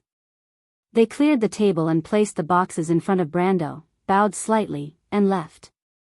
The Baron stood up and gestured for Brando to open the box. What is this? Brando knew that the Baron would not give him anything good. Even though he was a viscount, Grodden did not need to fawn over him. Moreover, he had slapped Grodden's face so hard just now, and the Baron was still trying to get back at him. He hesitated for a moment, then nodded to Amandina and signaled her to open the box. Amandina immediately stood up and opened the box. She was currently acting as a viscount's attendant, so she had to act appropriately. She could not act like she usually did and ask for advice. But when Amandina opened the first box, her movements froze. From Brando's perspective, he could see that she was clenching her teeth to stop herself from screaming. What's going on? Amandina stood in front of the box for a long time, as if she was under some kind of spell. Brando could see her throat trembling slightly, as if she was making a soft cracking sound. Amandina took a deep breath and moved to the side in the end. The fork in the small Roman's hand fell on the plate with a clatter. Brando's expression changed in an instant. There was a human head in the box. To be exact, it was the head of the swordsman he had seen before. The swordsman's eyes were tightly shut, and his skin was as pale as a sheet of rubber. Brando remained silent. Amandina carefully glanced at him. She suppressed her emotions and finally opened the other box. Even though she was on the verge of breaking down, she still played her role as the main character. Her fingers were trembling so much that she could not hold the lid of the box. She calmed herself down and slowly opened the lid. There was another female elementalist's head inside. Amandina's face was pale. "That woman tastes good," Grodin replied with a smile, "but a gentleman doesn't take what others like. I heard that the wine cup made from a young girl's skull is exceptionally delicious. I don't think the Viscount has ever tried it. As for the other one, consider it a gift." Just as he finished speaking, everyone in the hall heard a soft buzzing sound. They immediately saw Brando's sword vibrating on its own as it unsheathed itself. It let out a sharp buzzing sound, as if it was screaming for slaughter, but also as if it was about to shoot out in the next moment. The young man pressed both of his hands on the table and pursed his lips tightly. He didn't say a word, but everyone could feel a cold aura emanating from him. It was a killing intent that seemed to have materialized. The nobles sitting next to Brando were the first to bear the brunt. The knives and forks in their hands clattered to the ground. They were so shocked that they could not move at all. The knights drew their swords in an attempt to protect Grodin. Grodin, on the other hand, had a smile on his face as if he was enjoying the pleasure of toying with his opponents. However, the smile froze on his face as soon as it appeared. Almost everyone in the hall saw a layer of white frost climbing up the table. It started from Brando's front. The silver plates and porcelain plates cracked, and the pieces of porcelain shattered into powder. The white frost moved forward, and for a moment, the tableware on the long table exploded into a white mist. It was as if an invisible monster was crossing the table and heading straight for Grodin. The two knights in front of the Baron groaned as their swords broke into pieces. They screamed in pain and covered their eyes with their hands. Blood flowed out from the gaps between their fingers. However, the screams in the hall were not as sudden as the shock in everyone's hearts. There was only one word that came to everyone's mind when they saw this scene. Elemental sensing. Even Brendel did not expect that he would be able to comprehend the meaning of elemental power while he was in the realm of Berserk. At that moment, he felt as if his mind was in a boundless darkness. Grodin's despicable and cowardly actions had crossed the bottom line in his heart. Brando felt disgusted. Indeed, it was a feeling of disgust that came from the depths of his heart. He looked at the man who was wearing the skin of a baron. His bones were filthy, and the hypocritical smile on his face seemed to be distorted into an absurd abstract picture. An impulse arose in his heart to make this filth completely disappear from this world. But from the boundless anger, Brendel came to another realization. It was not a cold killing intent, but a stillness. Space was still. Even though he was filled with anger, he had another thought to examine himself. This thought cleared his mind. It was as if he could see his anger from a transcendent perspective and calmly control it. In other words, it was as if there were two Brandos at this moment. One Brando was completely shrouded in a boundless killing intent, while the other Brando was calmly examining his anger from a transcendent perspective. Thus, Brando found that he could completely control the anger in his heart. He felt that his strength was increasing exponentially, and this realization merged with the one he gained from the battle with his grandfather. Brando finally touched a solid barrier. He knew. That was the elemental wall. The moment he touched the wall, he felt a few very fleeting words in his mind: stillness, stillness, stability. Then, the wall mercilessly bounced him back. Trying to break through to elemental awakening? You're not qualified. Then, all the illusions collapsed, and the world in his mind seemed to shatter into pieces. Time resumed its flow in an instant, pulling him back to reality. Then, Brando heard the sound of frying beans. The glass and porcelain shattered in front of him. The temperature in the hall seemed to have dropped by a few dozen degrees, and a thick layer of frost formed on the walls. The first thing Brando did when he raised his head was to place his hand on the silver-plated sword hilt. With just this action, Grodin and the 20 knights behind him were forced to take a big step back by an invisible force. The chairs behind them cracked and shattered into pieces of wood like butterflies. "Protect me!" Grodin screamed. Even though the knights around him felt uncomfortable, they had no choice but to pull out their swords to block Brendel's path once more. What awaited them was Brendel's ordinary sword strike, his thumb and index finger pressed against the crossguard, his little finger hooked around the hilt, and his middle finger, ring finger, and palm together stabilized the sword. He swung his wrists from left to right, and his elbows and shoulders drew a simple arc white raven sword style. Power burst. No matter how one looked at it, this was the most basic swordsmanship. It was like the first strike of a novice swordsman. The trajectory was clear, and the intent was obvious. Even an experienced swordsman would be able to predict where this strike was going to come from. However, none of the 20 iron-ranked knights had the ability to dodge it.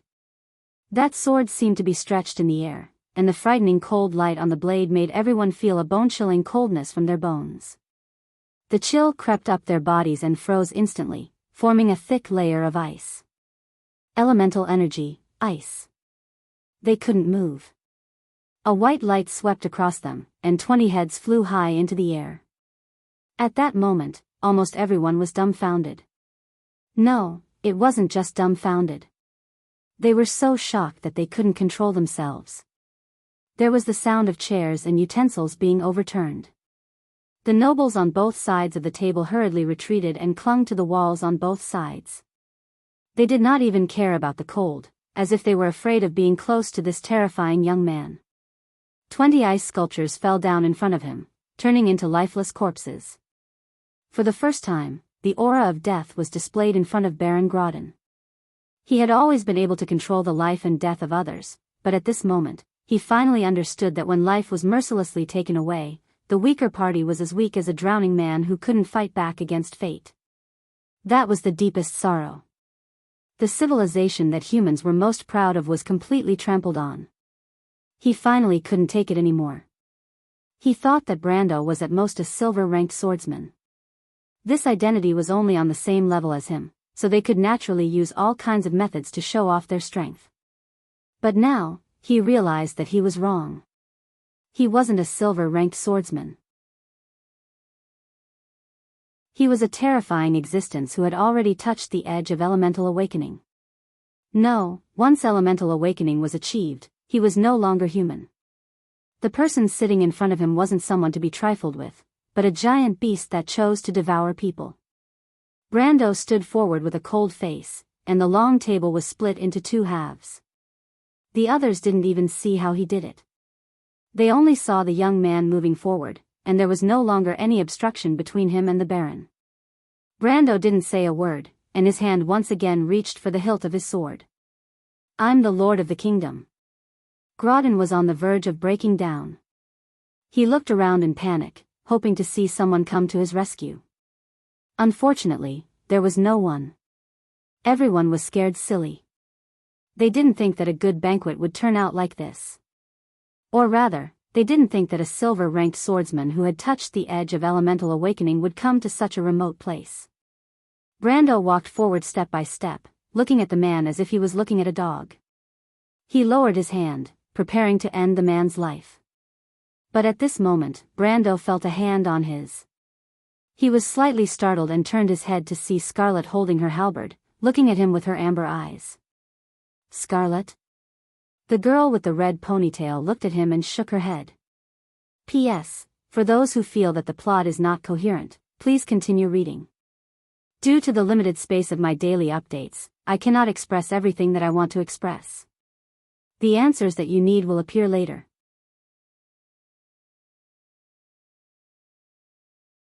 Chapter 211. Scarlet?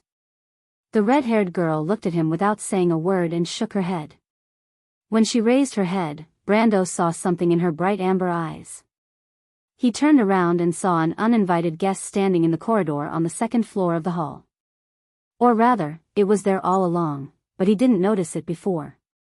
The tall skeleton held an axe in its hand, its body covered in old bronze armor. Its cracked jaws were slightly open, and the crack on its skull seemed to be mocking him. Cabias looked at him from above, the dark yellow flames in its eye sockets flickering. It recognized the young man that it saw from afar during the battle at Fortress Reden. "Viscount Tingen?" Cabias spoke with a hoarse voice. "How have you been since we parted at Fortress Reden?" Madara. Brendel ground out the words through gritted teeth. "Madara's undead, why are they here?" The young man looked at Grodin coldly, his mind spinning rapidly as he asked coldly, Since when did Madara and Erewhon's nobles become like family? As time passes, all life will turn to dust. In this world, only benefits remain unchanged, Viscount. Cabias replied in a low voice. Its answer confirmed Brando's suspicions that Groudon was in cahoots with Madara. But what do they want? Brendel raised his head and saw the tall skeleton's battle axe slanted between him and the despicable Baron. If he made a move, Cabias would not just stand by and watch. This one-eyed Tarkus's general, the Lord of the Dark Kingdom, was at least a gold-ranked warrior. On the other hand, he had only just touched the edge of the gold rank. Although the outcome of the battle was still unclear, it would not be difficult for the other party to stop him from killing someone right under his nose. Tarkus did things step by step and was known for his cautiousness. With Cabias here, there was no way he wouldn't provide support. Brando turned around and saw a pale young man in a gray robe walking out from the shadows. It was Rothko, another familiar face. Brando remembered the first time he met him in Butchie. He was just a lowly undead wizard apprentice, but now there were 2 purple flame emblems on his collar. A mid-ranked undead wizard. Brando fell silent and looked at Baron Groudon, who was not far away. The middle-aged man had also regained some of his composure from his earlier panic. The middle-aged man supported himself with one hand on the wood shavings and forced himself to remain calm. However, the bulging blood vessels under his greenish-gray skin exposed his inner nervousness. But Brendel's sword flickered, and a faint light shone from the silver blade into his eyes, causing him to shrink back slightly. Groudon realized that he was being toyed with. He was furious, but he did not show it on his face. "I didn't expect someone to sell their soul to the devil," Brando replied coldly. "You rotten skeletons are here to save this bastard's life, am I right?" Groudon seemed to have regained some of his confidence from his ally. He gritted his teeth like a wild beast and said in a low voice, "Young man, you can talk as much as you like. But you should know that even if you don't rely on me, Madara's allies, do you dare to go against the Randner family? Because of a momentary dispute, it will inevitably lead to a war between 2 families. In the end, Viscount Tingen, I believe your family won't allow you to neglect your duties to such an extent." Before he could finish, he was interrupted by Brando's cold snort. It was as if the temperature in the hall had dropped by a few degrees, and the air was so cold that it felt as if there were ice shards in the air. Other than the undead, almost everyone in the hall couldn't help but shiver. Groudon froze, and the rest of his words were stuck in his throat forever. It was as if he would never understand that he was wrong from the start. Brando was just an imposter. In fact, the young man's killing intent had already been ignited. He raised his sword and thrust it towards Groudon's throat like a silver thread. Groudon was stunned. He did not expect Brando to attack without warning. This was not normal. For a moment, Groudon was stunned and did not know how to dodge. If it wasn't for a heavy axe that fell from the sky and blocked Brando's sword, he would have been a corpse on the spot. I think I've said before, Cabias's bony hands gripped the handle of his axe as he looked down at the young man. Baron Groudon is an important ally of ours. We can't just hand him over to you so easily. I'm sorry, but you didn't say that. Brando retorted, and both of them took a step back at the same time. Brando activated, strength burst, and both of them took 3 steps back. Neither of them had the upper hand. Young man, it's time for you to retreat. Cabias used his axe to support himself on the ground, then raised his head and said, Madara and Erewhon have already stopped fighting. Why do you have to start a war between you and the Baron? With such a large commotion in the hall, there's no way the guards outside didn't notice. Aren't you worried about the servants you left in the courtyard? Brando's expression darkened, and he was about to attack again. Mr. Brando.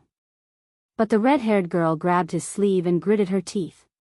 Sanford and the rest of the Grey Wolves mercenaries were still outside. Miss Amandina, do you also think that I shouldn't kill this scum? Brando asked coldly. The noble lady was slightly startled, and only then did she recover from her momentary absent-mindedness. She looked at Groudon, who was sitting on the ground with an ugly expression. She wanted to stomp on his face to show that she was different from Groudon, but she managed to suppress the discomfort in her heart and replied, Yes, Grodin. Grodin's face is a human. My lord, this bastard is still the lord of the kingdom. Amandina's words had a hidden meaning. She was pointing out Grodin's identity to Brando. This was not the first time the nobles attacked each other, and as long as it did not harm the kingdom's foundation, the kingdom would not have the time to deal with it. However, she wanted to tell Brando that the trouble lay with the person behind Grodin.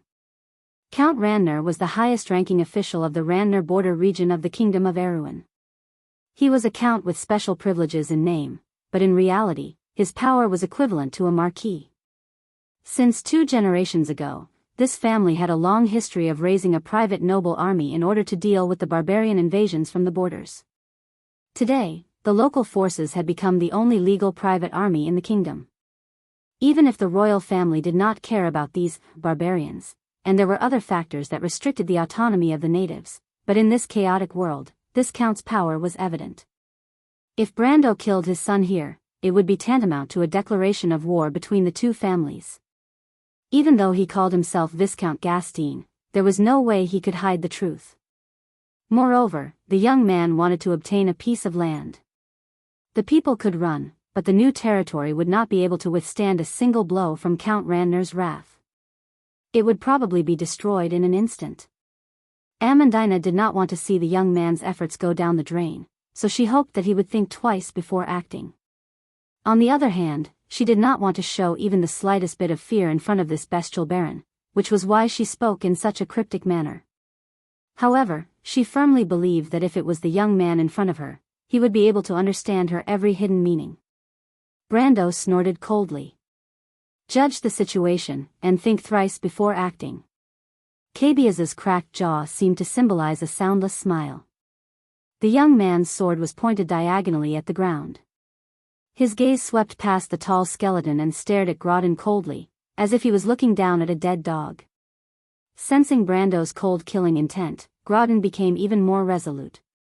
Perhaps it was because he was hiding behind Cabiaz, but he sneered, "If you don't kill me today, Lord Viscount, I'll make sure to repay you double in the future." The Baron of Tonagel gritted his teeth as he spat out those words.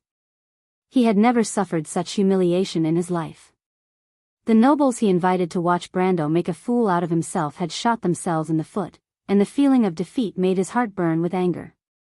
But just as he was about to say something to further enrage Brendel, he wanted to make the youth lose his rationality and fight with Cabiaz until both sides were injured. But just as he was about to speak, he saw Brando raise his hand. A streak of silver light brushed past his cheek. Grodin was stunned. Half of the hair on his cheek fell to the ground, and he felt a stinging pain on his cheek. To the onlookers, there was a glaring wound on his cheek. He touched his cheek in a daze, and when he looked down, his palm was stained with blood. The Baron of Erewhon screamed like a pig being slaughtered. Cabiaz was unmoved. The tall skeleton did not need to turn around to know what Brando's attack would do. It was not Grodin's guard, and it was not worth it to attack him for a small wound. Moreover, it was good to teach him a lesson, so that the arrogant noble would not understand the relationship between them. It looked at Brando again. The young man lowered his hand and said coldly, "Keep your head, I'll come back for it next time." After saying that, he glanced around the hall. His cold aura forced everyone to take a step back. The young man looked back at Amandina and Scarlet, and walked out of the hall without saying a word. As soon as he turned around, the guards and heavily armored soldiers outside the hall who had heard the news immediately separated to 2 sides. What a joke! Most of them just happened to witness the scene of Brendel killing more than 20 knights with a single blow. Even if they did not see it with their own eyes, they still did not understand what kind of killing god this young man was from others. As long as he did not make things difficult for their lord, they would be thankful to the heavens, and would not dare to stop him. Grodin was angry and anxious. He wanted to order his subordinates to stop Brando, but when he thought of Brando's cold sword, he could not help but think of it. The Baron opened his mouth, but the words were stuck in his throat. If you want to know what will happen next, please go to www.chidian.com. There are more chapters. Support the author and support the original reading.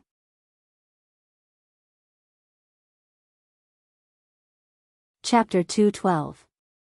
Brando did not say a word after he left Grodden's castle. Even though he walked out of the castle like a king, no one dared to stop him. Even the most loyal knight of Grodden only dared to hold their swords and move aside in fear. However, the youth was not happy at all. He gripped his scabbard tightly as if it was still there. The scabbard creaked from the excessive force. Yes, but he still chose to compromise. It was not that he was afraid of Madara and Grodden's combined forces, but Scarlet's pleading gaze moved him. Just like how he could never become Makarov, he could never ignore Sanford and the other Grey Wolves mercenaries in the courtyard because of his anger. He understood that they were the only family and sustenance the girl had in this world. She had the right to do so. Even though he understood, he still felt suppressed and angry in his heart. Especially when even Amandina had tactfully objected to it.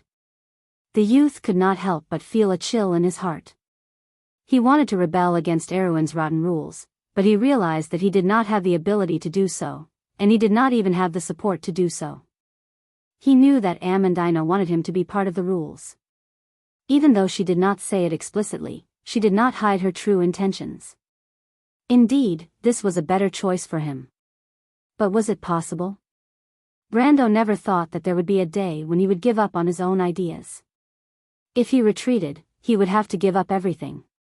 Even if there was a mountain of swords and a sea of fire in front of him, he had to be at odds with Grodden. Even though he knew that Madara's undead were on Count Randner's side, he had to make this choice. He had already expressed his stance, and the rest could only be left to time to prove. Brando pursed his lips and did not say a word as he crossed the castle's drawbridge. But with the breeze of the afternoon, the pungent smell of blood wafted into his nostrils. Amandina's voice rang out behind him, and he heard a cry of surprise. Brando subconsciously raised his head, but at that moment, he was stunned. The familiar street in front of him seemed to stretch endlessly in his vision. The long street stretched to the end of the horizon. There was not a single person on the street, but there were rows of brand new crosses erected on the side of the street. Rows of crosses with bloody corpses hung on them. Most of the corpses were dressed in adventurers' and mercenaries' clothes. There were also some who were poor people from the outer city. There were both men and women, but all that was left were lifeless corpses. Brando remembered that during the ancient times of Wonde, the local lords would hang the corpses of bandits on the crosses to warn those who continued their business. But at this moment, who was Grodden trying to warn? It wasn't just a warning to Grodden, but also to the adventurers and mercenaries in the city. Grodden wanted to use this incident to show them who was the true master of this land. A warning. Good. Brando took a deep breath and almost immediately turned around. But he clenched his teeth and endured it. But from the corner of his eyes, he saw a figure flashing by the side of the street. It's him. Brando's heart skipped a beat and immediately chased after him. He turned the corner of the street and followed him into a small alley. The familiar greenish-gray robe entered Brendel's eyes. The young lord hesitated for a moment, but the other party had already opened his mouth. Brando. Sir, am I right? The young man wearing the greenish-gray robe looked at him and asked coldly. Brando recognized him as the acolyte he had met in the morning. He had a deep impression of him and naturally wouldn't forget him. He nodded his head. The young man didn't immediately open his mouth. Both of them sank into silence. Although the young man's face was cold, his eyes were filled with silent anger.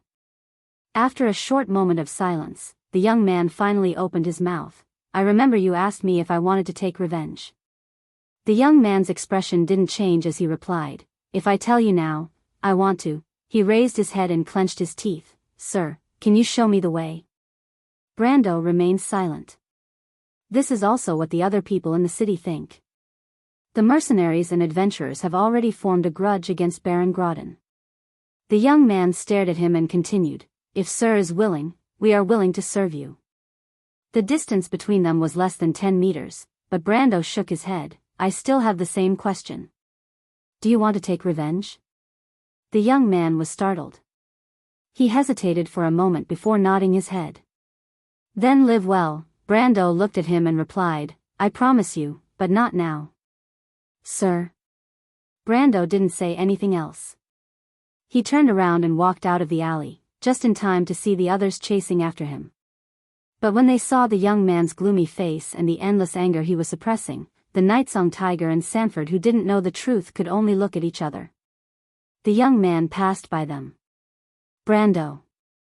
Romaine was the only one who called out to him. Roman stood behind him with her small bag in her hands. She looked at him with her dark brown eyes and raised her eyebrows. Are you angry? Brando was slightly startled. He didn't want to say anything, but he couldn't bring himself to be angry when he looked at Romaine's face. He could only sigh and gently pat the girl's cheek. Thank you. Roman frowned and pushed his hand away. She asked curiously, but I haven't said anything yet. Didn't Amandina ask you to come here? How did you know? Brando sighed again and shook his head. He turned his head to the other side, and sure enough, he saw the noble girl lifting her skirt to catch up with him. Are you angry with me? Amandina raised her head to look at him and whispered, My lord? You didn't do anything wrong, Amandina. Brando replied in a low voice. But you're still angry, my lord. Yes. Why? Amandina, you know that things in this world aren't as simple as black and white. You're right. Let Count Ranner be the highest-ranking officer in Aween's southern borders. His influence is so great that it can be said that he's a vassal. His private army can make anyone who dares to oppose him tremble in fear. Even those who are truly powerful can only curse him in secret. Not to mention the ants in our line of work. Brando shook his head and looked at Amandina. It can even be said that if he sneezes, our path ahead will be filled with dangers and thorns. If we're not careful, we'll be reduced to ashes. But? Amandina asked seriously. But, Brando nodded, these are not reasons for me to bow down to him. If accepting Grodin's gift with a fake smile is considered shrewd, then I'd rather choose the path of iron and blood, fire and sword. Do you understand? You've asked me why before, Amandina, but I don't know what you're talking about, he said with a flick of his finger. The answer is simple. There's no reason, it's because I'm Brando. He turned to look at the young Roman. You're Brando from Bucci. Amandina immediately winked at him playfully. It was as if their minds were connected. Amandina was slightly speechless. She was stunned for a moment before she reacted, but perhaps we can choose a more sensible way.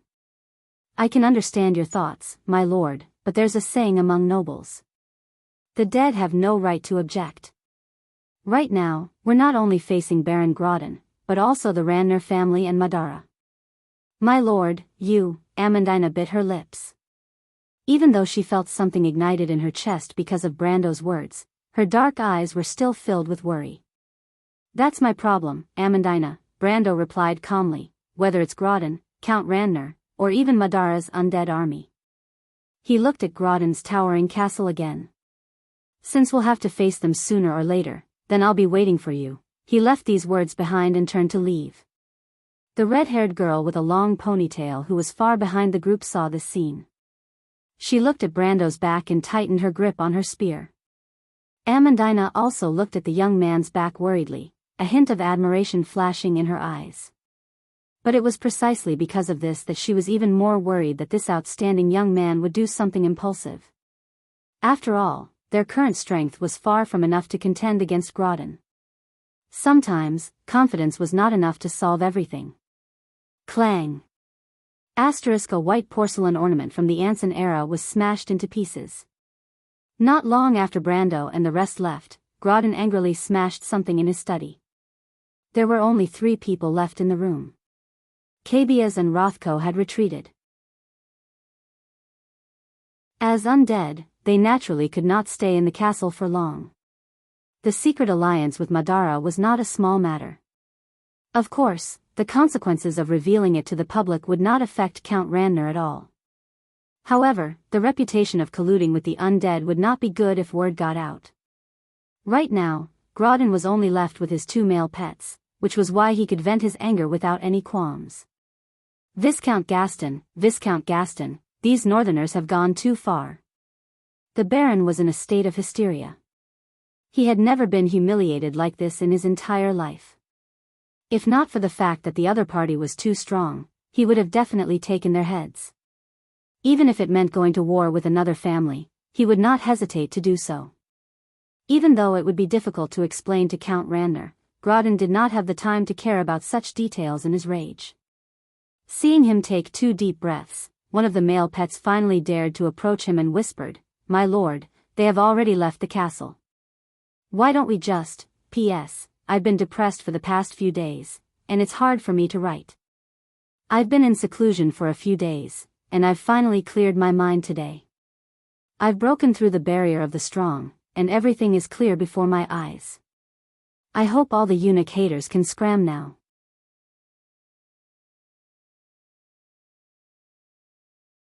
Chapter 213. My lord, they've already left the castle. Why don't we, even though he's a viscount, his family shouldn't be able to reach so far south. If I remember correctly, he's from Balta, the northernmost border of the kingdom. Idiot. Grodin was furious, but his mind was still clear. He couldn't help but curse. He snorted coldly and said, "Who should we send? That guy is at least a gold-ranked fighter. Didn't you hear what that skeleton said? The red-haired woman beside him is probably at the same level as well. Do you think I don't have enough trouble? My lord, it's my fault for not thinking things through. Then why don't we just seal the city gates and leave them here?" Another male pet cautiously approached him and asked. Grodin took a deep breath and kicked the bastard away. "Do you have a pig's brain? Who's going to seal them off?" He scolded. "Why don't I send you instead?" The male pet cried out in pain, but quickly got up and shook his head with a pale face. Even though he did not know the strength of a gold-ranked fighter, he knew that he would only be courting death if he went. "Then let's ask those skeletons to do it. Didn't they sign an alliance with us?" Grodin's male pet glanced at his companion with a gloating expression, and replied in an even more submissive manner. But Grodin shook his head coldly and said with disdain, "They won't do it. They would not do anything. Madara had just signed a peace treaty with Awin, and they would not offend another noble family at this time. Even though I don't know why their commander is here, I don't think he'll be willing to leave anytime soon." There was something he did not say out loud. In reality, both sides were just using each other. Signing this secret alliance meant that there would not be any communication on the surface, but Count Randner could use the Madara army to suppress the kingdom's southern army and further consolidate his power. This was the true meaning of this alliance. Of course, there was no need to say these words to a male pet. He turned his neck and touched the wound on his cheek. He replied with some hatred, "But this matter won't be settled so easily. I'll definitely teach that guy a lesson. Father might not agree to go to war with another family, but I'll see if he can protect the people around Viscount Gaston." He sneered and immediately said, "Bring me a pen and paper. I will write a letter to the Count immediately." "Yes, my lord." The male pet beside him immediately lowered his head and was about to do as he was told. But it was at this moment that the door of the study silently opened. A figure slid in like a shadow, then said in a low voice, "I'm sorry, but I'm sorry. My lord, the matter with Kyrie has been settled. I just received a messenger pigeon." Grodin paused for a moment before he recalled the matter. He immediately nodded and gritted his teeth as he said, "That's good. Give that thing and the letter to my father. I'm sure he won't refuse my small request."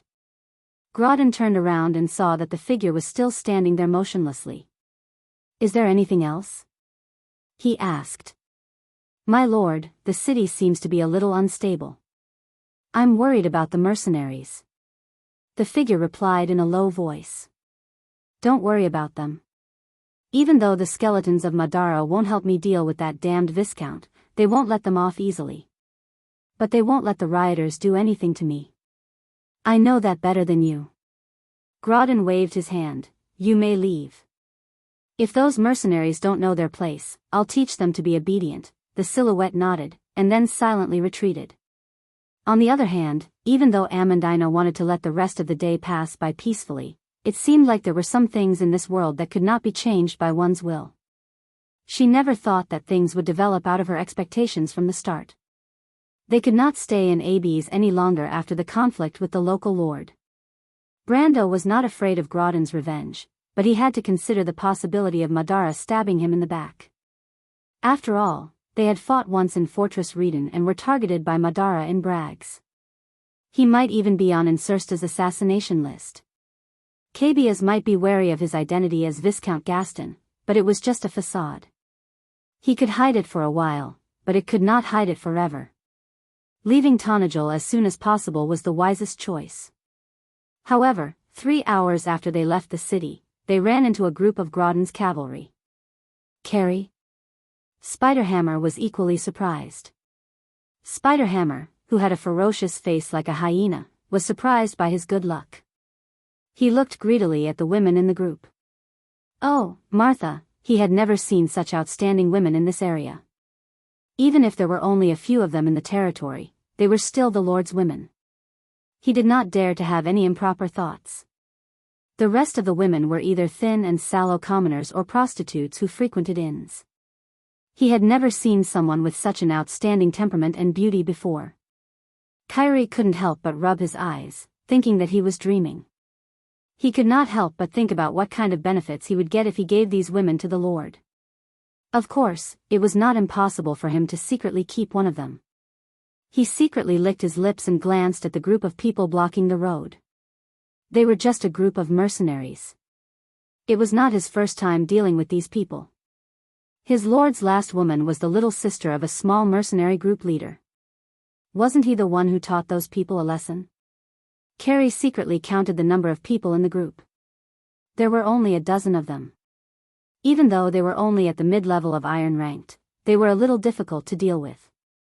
However, they were not even worth mentioning in front of 100 of his men. Carrie could not help but think that this was a gift from the heavens. His hand was already on the handle of his mace, and his gaze finally stopped at the young man leading the group. A young man? He looks like a noble. A noble's son on a trip. Carrie secretly confirmed his identity. This kind of person was not uncommon in Wonde, but to be so determined to travel to a barren place like Tonajol, one must be naive. Did he really think that he could run around as he pleased just because he was a noble? The cavalry captain could not help but smirk as he licked his lips and asked, "Who are you people?" His hand was still on his weapon, and his voice was like a broken bellows, leaving a deep impression. "Don't you know where this place is? So many people are carrying weapons in violation of the ban, could it be?" He wanted to say, "bandits roaming the wilderness," but he could not finish his sentence because he saw the young man looking at him strangely, as if he was looking at an idiot. "Did you come from the Green Village?" Brando asked as if he did not hear the question. Carrie was startled, but he immediately reacted. "Bastard, who do you think you are talking to? Do you know who we are? We are Lord Grawdon's cavalry. I suspect that you are a group of bandits roaming the wilderness. Throw away your weapons and surrender." He shouted fiercely, "Otherwise, when I give the order, you won't have time to regret it." "So?" Brando asked. "So what?" Carrie did not hear the suppressed killing intent in Brando's voice, or rather, he did not think that a group of iron-ranked mercenaries would dare to resist him. There were more than 100 cavalrymen behind him, and they were not just for show. They were bloodthirsty men who were selected from the mercenaries for a large sum of money. "But I'll give you a chance to turn over a new leaf." The cavalry captain waved his left hand at the mercenaries. "The women stay, and the rest of you get lost." Amandina, who was standing behind him, did not feel the slightest bit of anger when she heard his words. On the contrary, she was used to the arrogance of the noble's private soldiers. She sighed. "Can't he see that he's walking into a trap?" Amandina could not help but look at Brando. The anger that the youth had been suppressing since he left the Baron's castle finally erupted. His right hand loosened from the scabbard and drooped down. He tilted his head and said word by word, "I remember you asked me who I am, right?" Carrie was startled again. Is there something wrong with his head? However, this noble knight captain who had been through hundreds of battles still subconsciously tightened his grip on the hammer in his hand. For some reason, he felt that something was not quite right. Mr. Cavalryman, I wonder if you have heard of a story? A story? A story about being brainless and unhappy. This time, it was not just Carrie, even Amandina and the Nightsong Tiger were startled. There were only a few famous bedtime stories in Wonde, but they had never heard of a story about being brainless and unhappy. What kind of name is that? While they were surprised, Carrie felt like his lungs were about to explode from anger. He subconsciously thought that he was being played, and could not help but reply fiercely, "I'm sorry, I've never heard of this story, and I'm not interested in these children's stories." He gritted his teeth and said, "Don't try to stall for time, I'll count to 3, and this is your last chance." He turned his horse around and shouted, "1." But Brando shook his head, "There's no need to count." He raised his head and said, "What I want to say is, my name is Unhappy." He raised his hand, and everyone only saw a flash of a figure, followed by the crisp sound of bones breaking. The cavalry captain who had his neck broken maintained his shocked expression for the last moment, and fell off his horse with a bang. P.S. I'm also very unhappy in the face of a brainless person. If I'm unhappy, my thoughts won't be clear. If I'm some kind of troll, not only will I not read the original version, I won't even read the pirated posts. I'll be trolling while reading, and I'll be proud to accept it.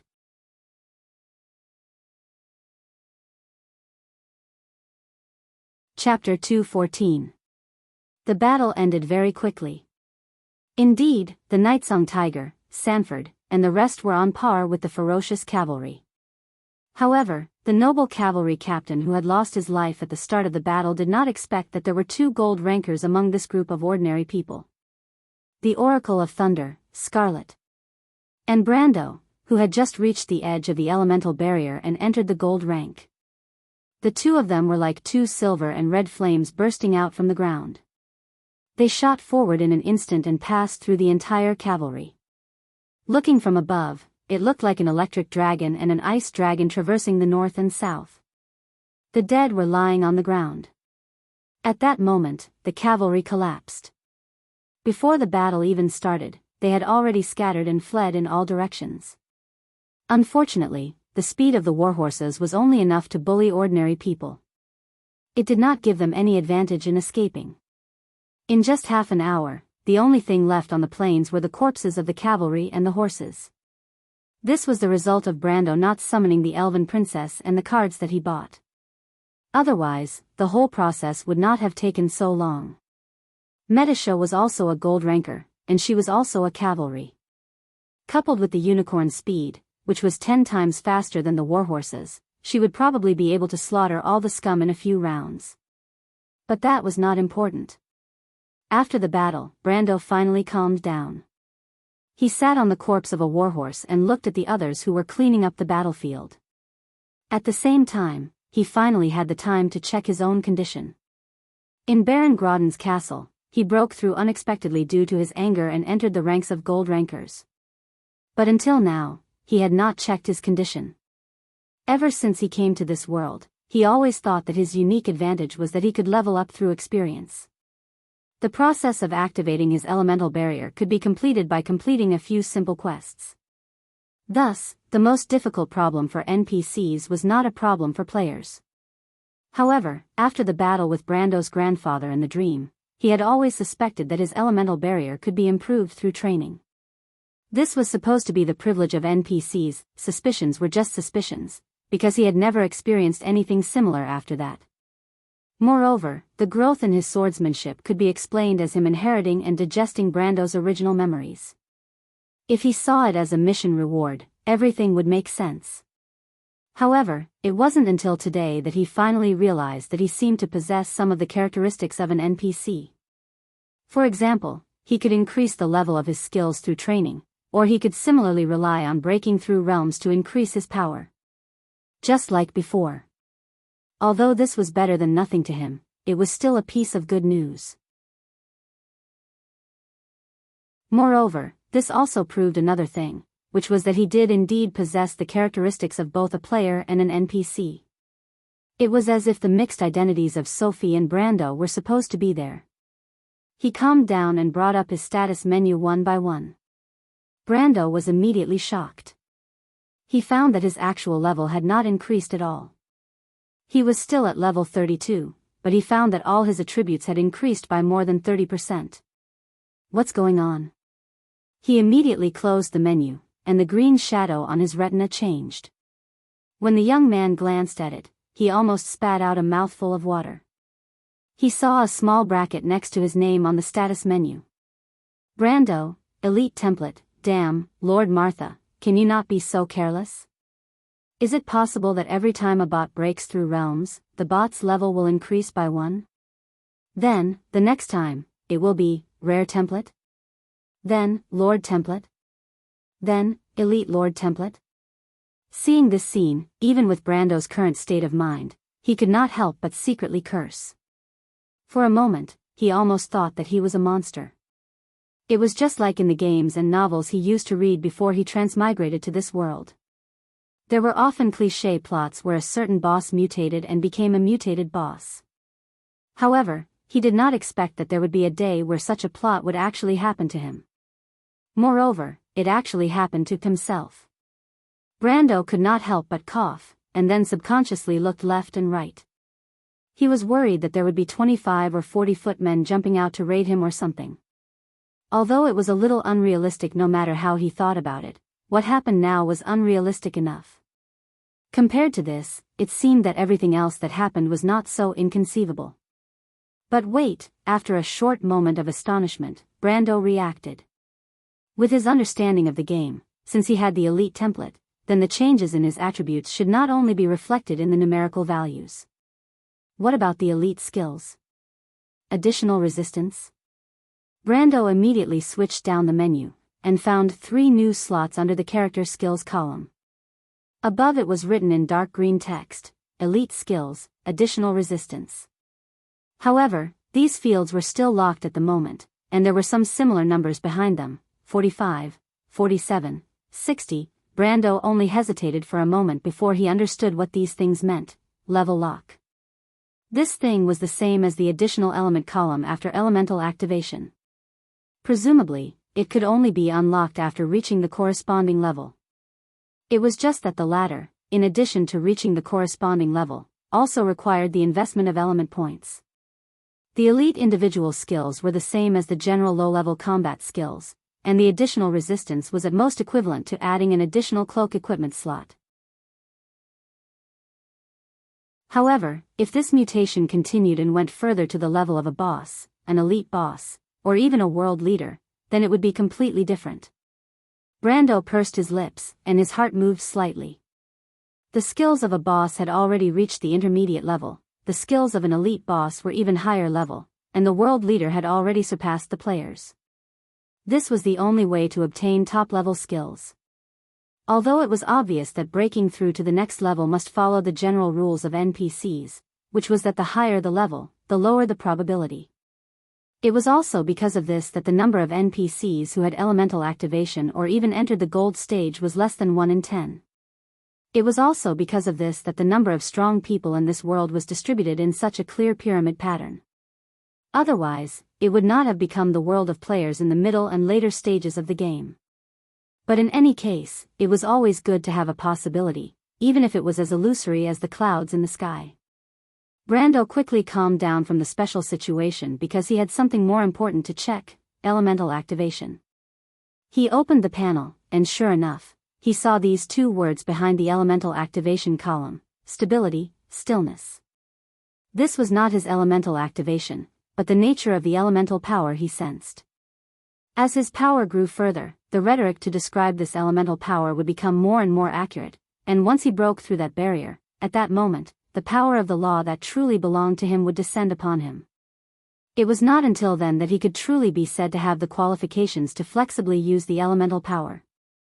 In terms of element points, law skills, and domains, a warrior who had elemental activation could indeed be said to be an inhuman existence. But this was also the reason why it was so difficult to elemental activation in the Amber Sword. Not only elemental activation, even the qualifications to enter the gold stage were enough to make most people flinch. In fact, this was a well-known rule in the Amber Sword, because there were two conditions for ordinary people to enter the gold stage: absolute power to break through the 100 power level, and the second was to be able to sense the elemental power. The first of these two conditions was not difficult for most people with a certain level of talent, but these people would eventually stop at the peak of silver. The reason was simple: they could not sense the elemental power. The elemental power was the law of the world, and if one could not see the line that manipulated the law on the other side of the world, then no matter how strong a person was, he would never have the opportunity to touch the wall of elemental power. In comparison, wizards, priests, and even knights were far more likely to touch the law of the line than warriors, so the latter's ratio of NPCs in the game was even less than 1 in 10,000. Brando knew a few warriors who had elemental activation, and only a few people like Bugha were strange. The rest, most of them were knights. And people like him who had the opportunity to have an epiphany was even rarer. Based on this point alone, his luck was truly unparalleled. But what really confused him was the description of the nature of the elemental power. If his elemental power was ice, or cold, or even north wind, or water, or even a higher level of heat, he probably would not be so confused. Because the external form of his elemental power was clearly the secondary elemental power of cold and ice, but the description of the elemental power was static and stable. No matter how he looked at it, it was the description of space or time. Brando could not help but look at his hand, and for a moment, he was a little confused. Was it ice or space? The difference between the two was not small. Although ice was one of the 4 greater elemental powers. But space and time were the legendary existences. The young man shook his head, and then he looked up, but saw Amandina and the Roman walking over together. He was slightly startled, because he saw the 2 girls holding hands, and a somewhat timid little girl looking at him. A little girl with long green hair, at most 8 or 9 years old. The Senia. Brando frowned slightly. The only village in the south was the green village at the border of Tonajal. If he remembered correctly, there was a group of Senia living there. According to legends, the Senia were the descendants of the children of the forest. These short humans were close relatives to the druids of the forest. They had a certain degree of wildness, but because of this, they were always regarded as barbarians. The Senia were extremely isolated. They hid at the edge of the forest, and were unwilling to assimilate with Erewhon. The local nobles usually took a passive attitude towards these so-called inferior races, but there were a few who used bloody methods to suppress them. It seemed that Grodin was one of them. But why did he capture a Senia girl? The nobles disdained to come into contact with these barbarians. Even if they were touched, it would be considered a great humiliation. Even the commoners did not think highly of these barbarians. The young man subconsciously touched his chin. But the green village was his destination. P.S. Today's final chapter, thank you. Thank you for your suggestions and help. My thoughts were all closely related to you. Thank you for your suggestions and encouragement. To be continued. If you want to know the future, please go to www.chidian.com. There are more chapters. Support the author, support the original reading.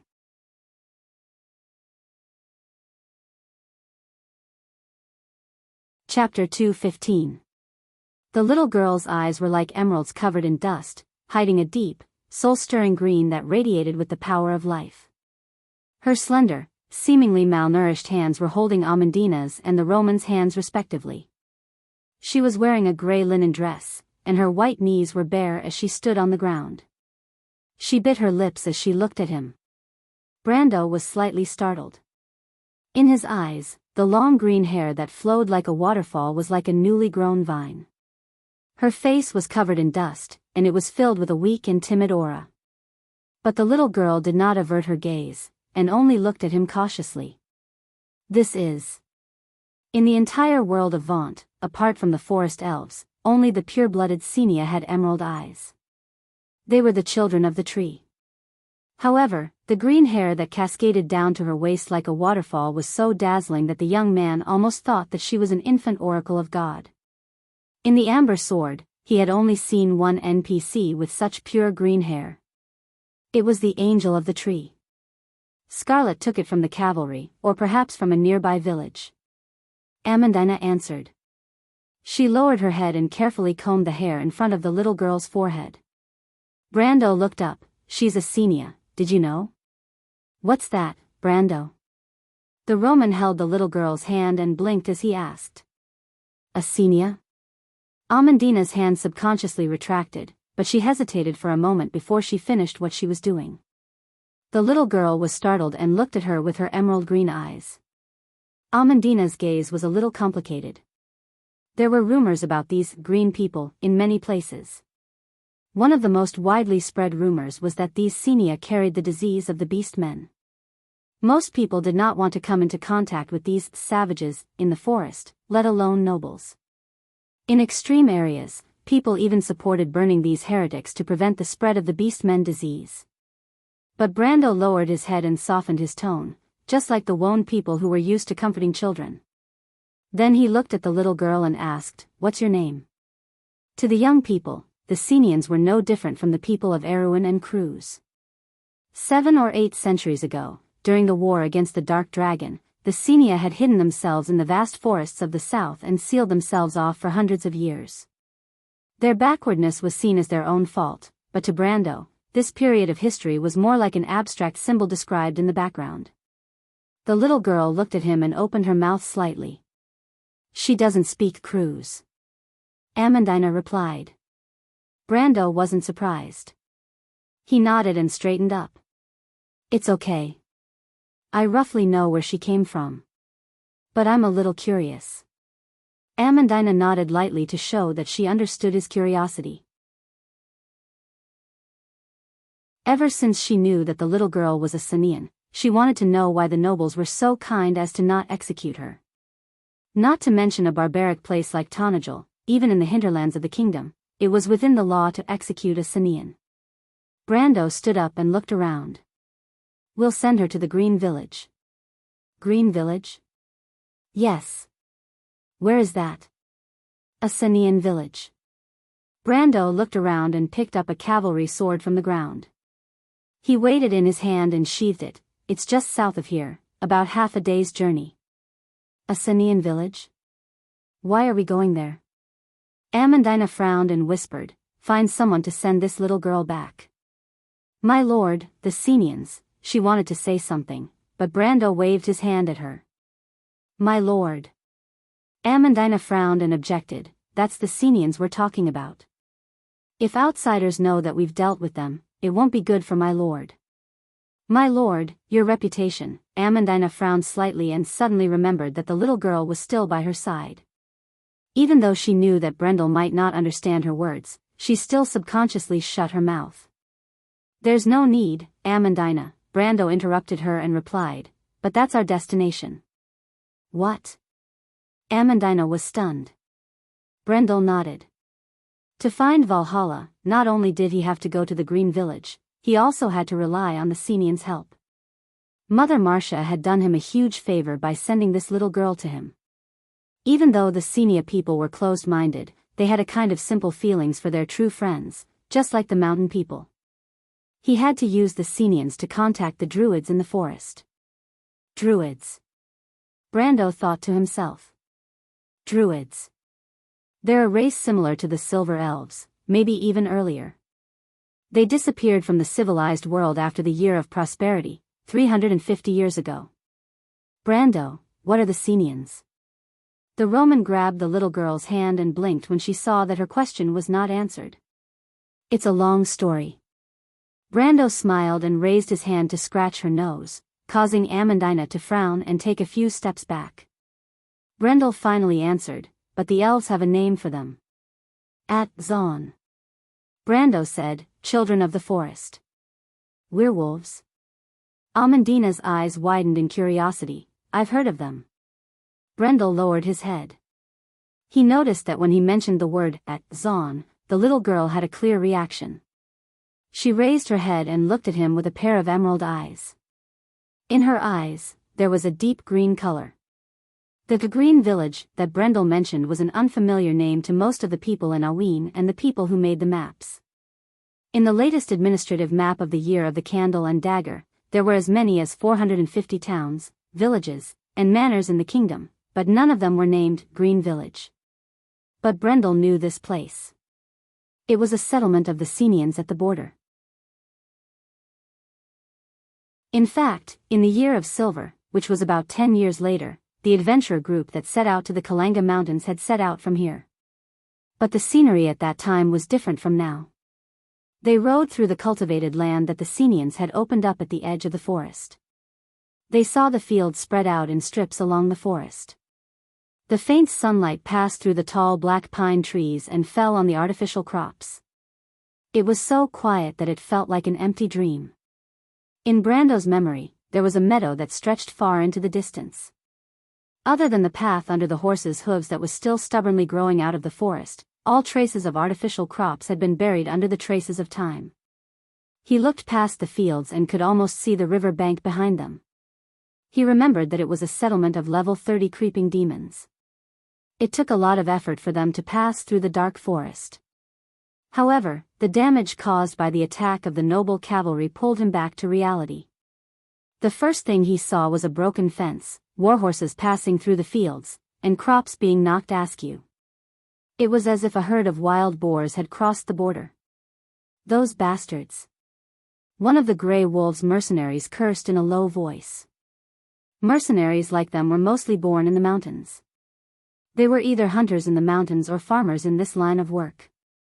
Of course, the noble did not understand that these crops were everything to the people who relied on them for a living. As if to answer his words, they went around the fence and saw a woman in a tattered linen shirt kneeling on the ground. She covered her face and sobbed softly in front of a destroyed field. A man, who seemed to be her husband, was holding a rake and looking at the scene with a frown.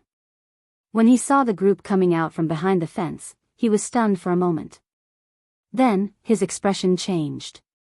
He held the rake in front of his chest and shouted, "Asha, run. They're back." After that, he let out a low growl and lunged forward.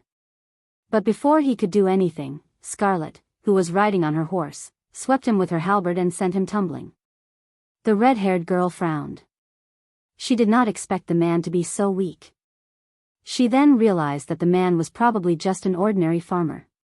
She dismounted from her horse and tried to help him up.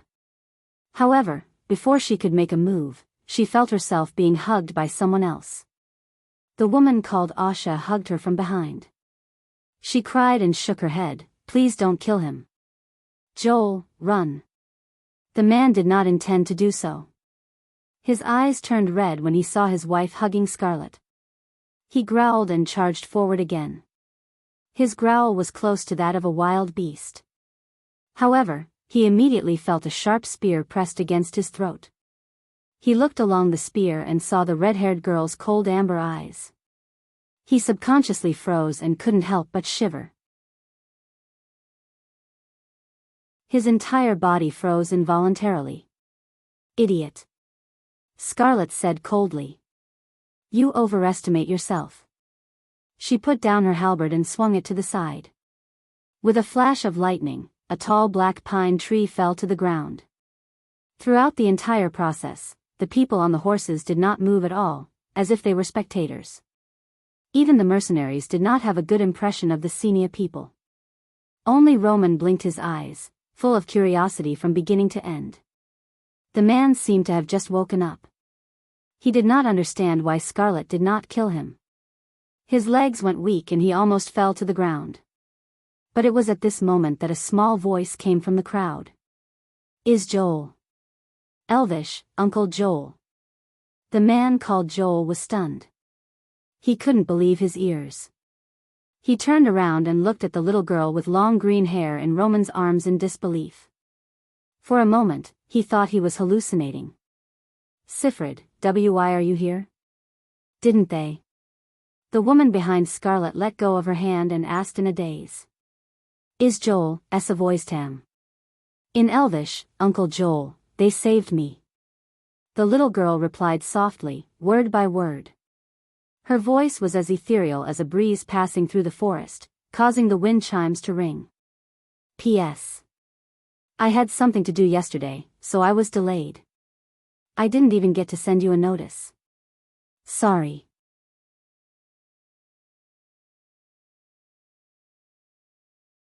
Chapter 2:16. The corpses of the deceased were laid out in the middle of the village square in front of the statue of the goddess of the forest, Naya. The square was silent as the elderly shaman prayed for the souls of the deceased. The men and women watched the scene in silence. Ever since centuries ago, suffering had become a part of life for the Senia people. Because they were powerless to resist, they could only choose to hide further into the forest. But life in the dark forest was not necessarily sweet.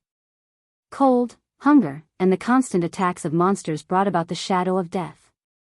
Everyone looked at the oldest among them, their elder.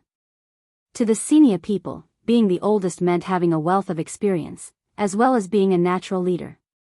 In times of hardship, the elder was always able to lead the people out of their predicament. But this time, even the wise elder's eyebrows drooped as if he was powerless. The old man gripped his walking stick tightly. Every wrinkle on his face seemed to be written with a heavy shadow. He sighed, and a dark-skinned middle-aged man with a short beard gritted his teeth and turned around to leave. "Uncle Bolton, where are you going?" A tall youth beside the old man called out to him. The middle-aged man stopped and answered without turning his head, "I'm going to snatch Siffred back." "Calm down." The youth persuaded, "Uncle Bolton, what can you do by yourself? Are you going to throw your life away?" "I promised Sally. Even if I'm going to throw my life away, I'm going," the middle-aged man stubbornly replied. But he also understood that it was only said out of anger. He could not help but turn around and clench his fists. Every muscle in his body was stretched taut. "Bolton, calm down." The old man with the walking stick finally spoke. He sighed, "Sally is my daughter. Siffred is also my granddaughter. Once winter is over, we'll return to the forest." The middle-aged man turned around and looked at everyone with bloodshot eyes. "Then what about Siffred and the others? Are we not going to avenge them?" Everyone fell silent and lowered their heads. The middle-aged man snorted coldly and turned around to leave. The old man sighed again as he looked at the middle-aged man's back. He knew that the middle-aged man would not really go out and cause trouble for the noble knight. Every man in the tribe would not easily abandon the tribe. This was their responsibility. However, no matter what, Bolton's departure still made the crowd go silent. But what could they do? The strongest person in the village was the silver-ranked martial arts master. It was impossible for him to be a match for the terrifying Baron. However, the silence did not last for long. The ceremony had to continue. But at this moment, everyone saw a figure stumbling into the village. It was Joel, who was on guard duty outside the village. Everyone recognized the familiar figure. They couldn't help but feel nervous. Could it be that the vicious aristocratic knight had returned? But didn't they already take Siffred away? "What's wrong, Joel?" The old man was slightly taken aback, but he immediately asked. As the leader of this group of people, although he maintained a deliberate calm on the surface, his hands were actually tightly gripping the wooden staff in his hand. "Siffred. Siffred." Joel gasped for breath as he finally reached them. It was as if he had seen a ghost. "Siffred?" The old man froze for a moment before his expression changed. "What's wrong with her?" "Siffred was rescued." "What?" The news that the little girl had been rescued quickly spread throughout the village in the remote forest. But Brando was a little embarrassed by his current situation. He did not expect that his group would receive such a cold reception. "Even though I've never expected gratitude from anyone for anything, I'm still the one who brought Siffred back to the village." However, none of them had expected that the gratitude they received was far less than the suspicion and fear they received in their eyes. As they rode through the village on horseback, they could feel the similar gazes everywhere. The middle-aged man called Joel was the first to receive them. He led them to the largest house in the village and told them that the elder would be arriving soon. In the end, he gave them a fearful and complicated look before he closed the door and left. The Grey Wolves mercenaries were the first to lose their patience. TSK, what kind of attitude is that? That's right, we shouldn't have come here. Another person said. However, they also knew that it was just empty talk because the young overlord had made it very clear that this was their destination. But they did not know why they had to come to such a remote place. They could not help but look at Brando in confusion. Brando could only smile bitterly. Amandina was also looking at him with a gloomy gaze. Less prejudice will make you feel more at ease. The young man had no choice but to answer. But they did escape during the war, my lord. The younger wild elf sister could not help but ask in a clear voice. She had been following Brando for a while now because she found that the young lord seemed to have the ability to deal with her endless questions. Even her sister could not do it. She could not help but ask questions even though she had been scolded by her sister many times in private. But just like now, she could not help but ask. Tia. The older wild elf sister gritted her teeth. She could not wait to strangle her beloved sister to death. She was always causing trouble for her. Then she raised her head and looked at Brando carefully. Fortunately, the young man did not have the intention to make a fuss. Amandina shook her head. I don't care about this, my lord, but, yes, I know. Reputation. Brando nodded. My lord, since you know, but Brando shook his head again, but you also know that I don't care about this. My lord. Brando shook his head. But at this time, there was a sudden knock on the door. Everyone was startled. Immediately, a mercenary with one hand on his weapon carefully walked over to open the door. The door opened, but there was no one outside. My lord? The mercenary who opened the door was slightly startled. What's wrong?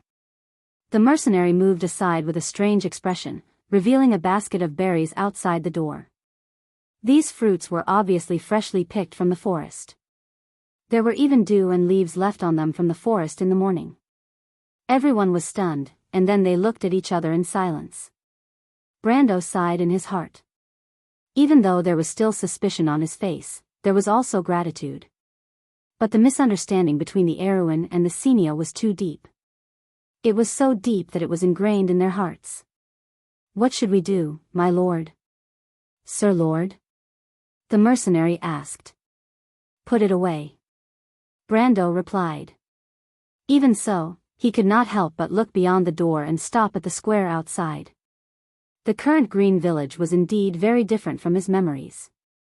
The village that existed in his memories was overgrown with weeds and broken walls. Even though it had just experienced a terrible attack, there were traces of fighting and bloodstains everywhere. But at least it still had the scent of a human. He looked at the tall wooden statue of Nia in the middle of the village. The Senia's deity was carved in a lifelike manner.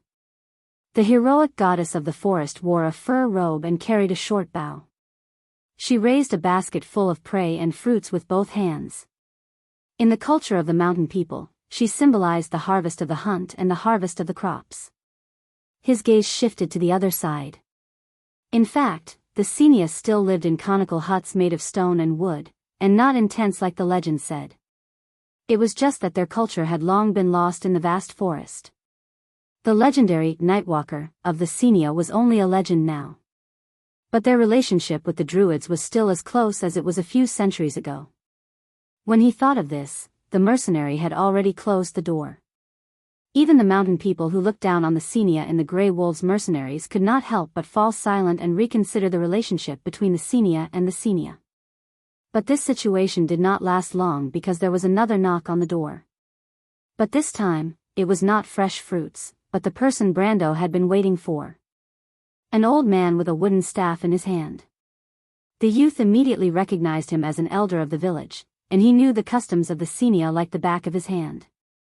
On the other side was a dark-skinned middle-aged man with Sifrid leaning against him. He must be the little girl's father. Guests from the outside, thank you very much. Brendel did not have time to react, but the old man had already bowed deeply to them. The youth frowned slightly and replied, "There's no need for that, it's just a matter of convenience." He paused for a moment and went straight to the point. Besides, I also have a matter that I need your help with." The old man and the middle-aged man beside him looked at each other and nodded. "Joel has already informed us of your request. It's not a problem for us." When Brendel heard this, he raised his head and looked at him. He knew that the old man was lying. It was dangerous to enter the dark forest at any time. Even a group of mercenaries like them had to be fully prepared. For ordinary people like them to enter the forest, especially in the depths of the forest, it was no different from sending them to their deaths. However, this senior elder was lying. "Who are you going to send?" Brendel raised an eyebrow and asked. "I'll go." The middle-aged man glanced at his daughter, then looked at them and answered resolutely. "Pizos? Elvin, Daddy?" The little girl immediately raised her head and asked in surprise. To be continued. If you want to know what will happen next, please go to www.chidian.com to read more chapters. Support the author, support the original reading.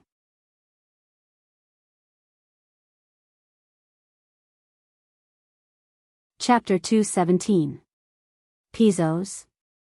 Elvin, Daddy? The little girl immediately raised her head and asked in surprise. "What about your daughter?" Brando frowned. "I will take care of her. Sifford's mother is my adopted daughter." The elder paused for a moment before he answered, "Don't worry, my lord. Besides, Bolton came willingly. He is very grateful that you brought Sifford back." He paused for a moment and stroked Sifford's hair. "Of course, if I didn't have to stay behind to lead everyone, I would rather be your guide, my lord. Compared to Bolton, I am more familiar with this forest. I hope my lord can understand." Everyone fell silent. As mercenaries, their knowledge of the dark forest was no less than Brando's. There were even more terrifying legends about this place than the most terrifying bedtime stories in Aween that were used to scare children. What about her mother? Amandina was the only one who asked with a frown. Brando's heart skipped a beat when he saw the little girl's grip on her father's clothes. The elder sighed and replied with a hint of reminiscence, "Sifford's mother is half elven. She used to be the most beautiful girl in our village. She was also the happiest girl when she married Bolton. Unfortunately, in the last hunt, she had to protect the others." Brando gritted his teeth. Of course, he knew what a hunt was. In most areas of Wonde, the nobles regarded the conquest of the barbarians as a hunt. This was a custom that had been agreed upon for centuries.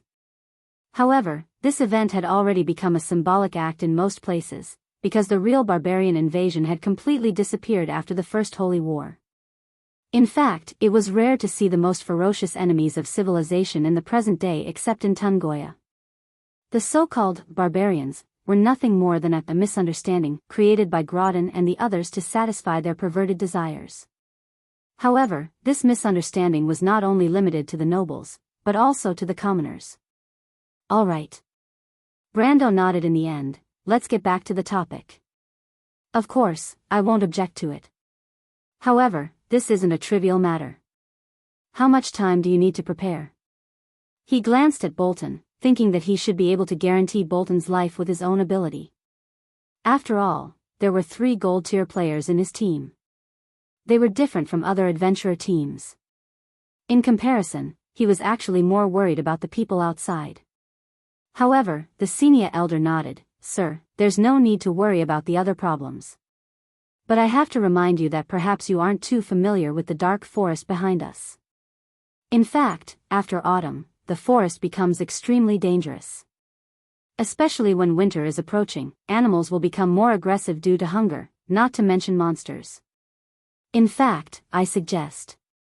"It's okay," Brando interrupted him. "As long as you get us through the forest, we'll be fine.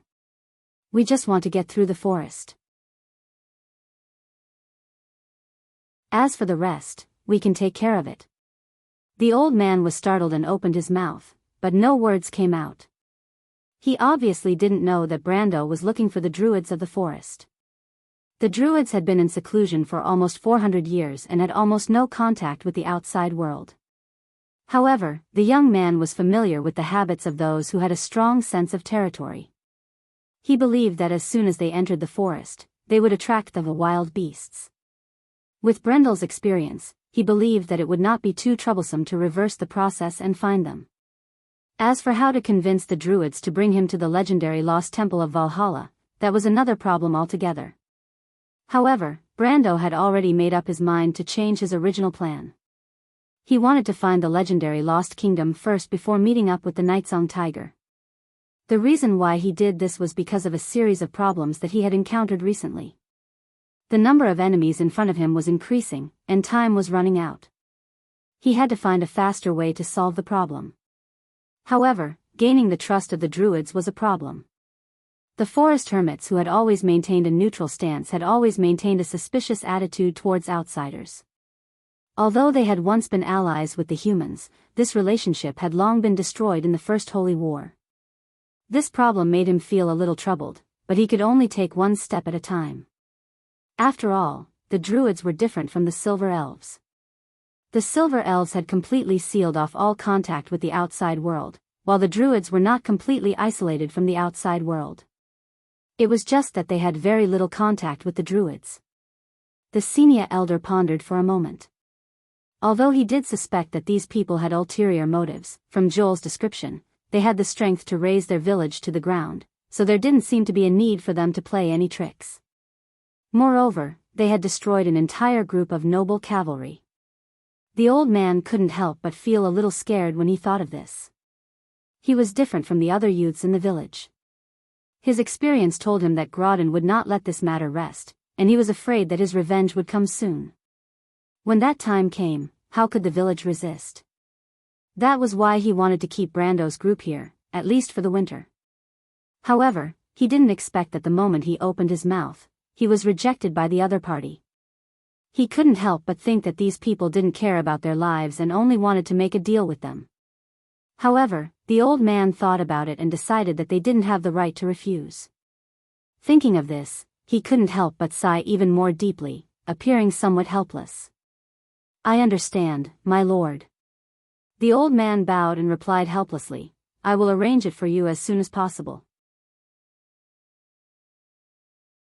Please rest assured, my lord." Brando listened to the old man's words without batting an eyelid and only nodded. Looking at the senior elder's back as he left, Brando finally felt relieved. He couldn't help but sigh. He understood the elder's worries, but he didn't have the time to stay here for the winter. Moreover, there was no use in staying here. He didn't mind telling Grodin that he was the one who did it, but he couldn't guarantee that the temperamental bastard wouldn't be angry at him. It was almost certain that Grodin would be angry. "Brando, can we help them?" The Roman tugged at his sleeve. "Only if they are willing to enter the forest with us. But even then, we can't provide them with enough food for the winter.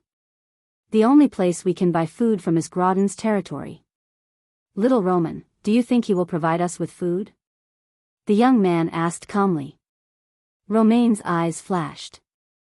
"I'll stay." The red-haired girl sat at the side and rested her halberd on her shoulder. She turned her head and looked at Brando with her amber eyes. Brando touched her forehead. The same spot on her forehead had a black pattern that was spreading like a shadow. Everyone knew that she had nightmares every night and was almost out of breath, but when the girl was awake, she didn't say a word about her situation. "You can't stay, Scarlet." He sighed, "I don't even dare to let you stay too far away from me. You have to stay here for a few months. It's too dangerous for you and these people." The red-haired girl gritted her teeth and snorted lightly as if she didn't care about her condition. But Brando's words moved her. She couldn't stay here. If she became an oracle, these people wouldn't be able to escape death. Amandina looked at everyone without saying a word. Even though she didn't like the Senia people, she couldn't help but clench her fists when she saw this scene. At this time, Brando stood up. He tidied his black coat and let out a sigh of relief. He looked around and said, "I'm going out for a walk." Everyone was stunned. In their impression, this young lord was not someone who liked to wander around. But Brando saw that the Nightsong Tiger and Scarlet were about to follow him and waved his hand. "Nightsong Tiger, Scarlet, stay here. Let me be alone for a while."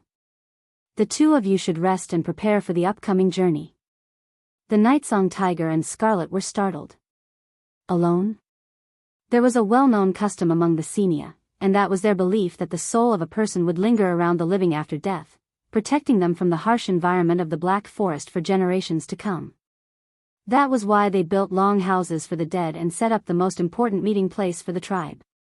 That was why the souls of the dead were able to experience every moment of life and death with the living. However, at this moment, this sacred longhouse ushered in a dispute. I don't agree.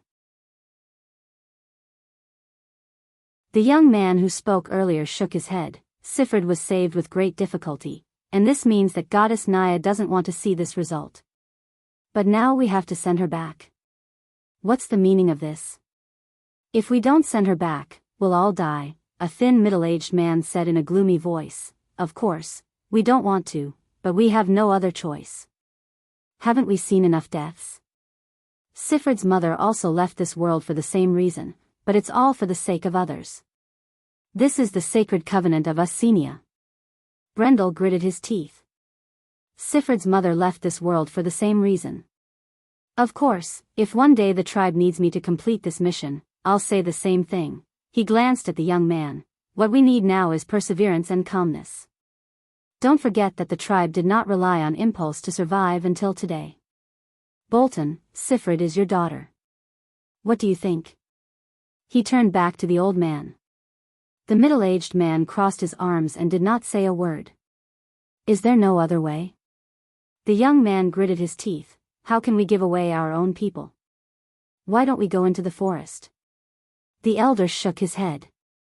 The crops in the fields had not been harvested yet, and if they hid in the forest now, they would only face the fate of freezing or starving to death. Then are we just going to watch Sifred throw her life away? You can't say that. The Baron said that he wants to take Sifred as his adopted daughter. Didn't he say that as long as we send Sifred over, not only will we not have to hide in the forest, we can even become real citizens? Someone in the crowd spoke in a low voice. Everyone fell silent. Take Sifred as his adopted daughter? Everyone knew that the Baron was lying. How could a lord take in a Senia? Even if she was half-elven, there was no way he would do that.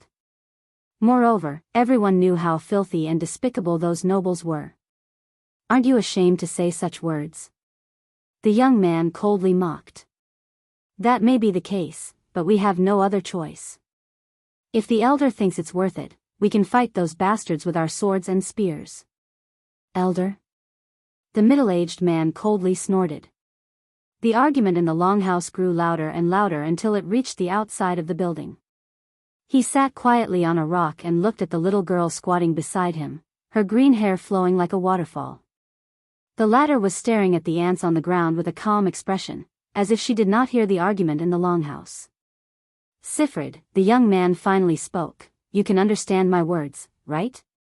The little girl was slightly startled. She raised her head and looked at him with her emerald green eyes. I'm sorry, elder brother. She struggled to speak, but this time she spoke in Cruz's language. It's all right, Brando shook his head. I know you were trying to protect yourself at that time. Sifred seems to be a very smart child. The little girl smiled. Her smile was very sweet. She thought for a moment and said, Elder brother. Elder brother. I will bring you into the forest. I also know the forest. Mother, teach me. Brando felt his heart soften, but he sighed and shook his head. Sifred, even if you bring us into the forest, even if you're not here, the Baron will still find us. Do you understand? The young man spoke in Elvish. Sifred was startled for a moment, and her face quickly turned gloomy. I'm sorry. Brando whispered. The little girl bit her lips. But it was at this moment that the argument in the longhouse became more intense.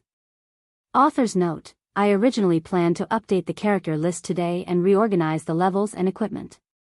But my mood has been unstable for the past few days, and my shoulders and neck are sore. I can't bring myself to do it.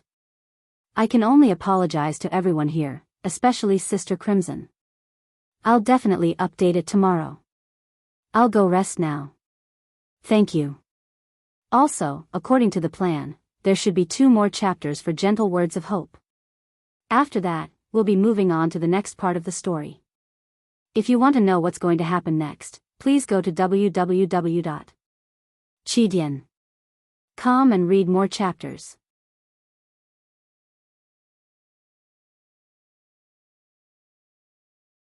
Chapter 218. Just as Brando finished his apology, the quarrel in the longhouse escalated to another level. Bang. The young man slammed his hands on the wooden table, his veins bulging. I don't agree.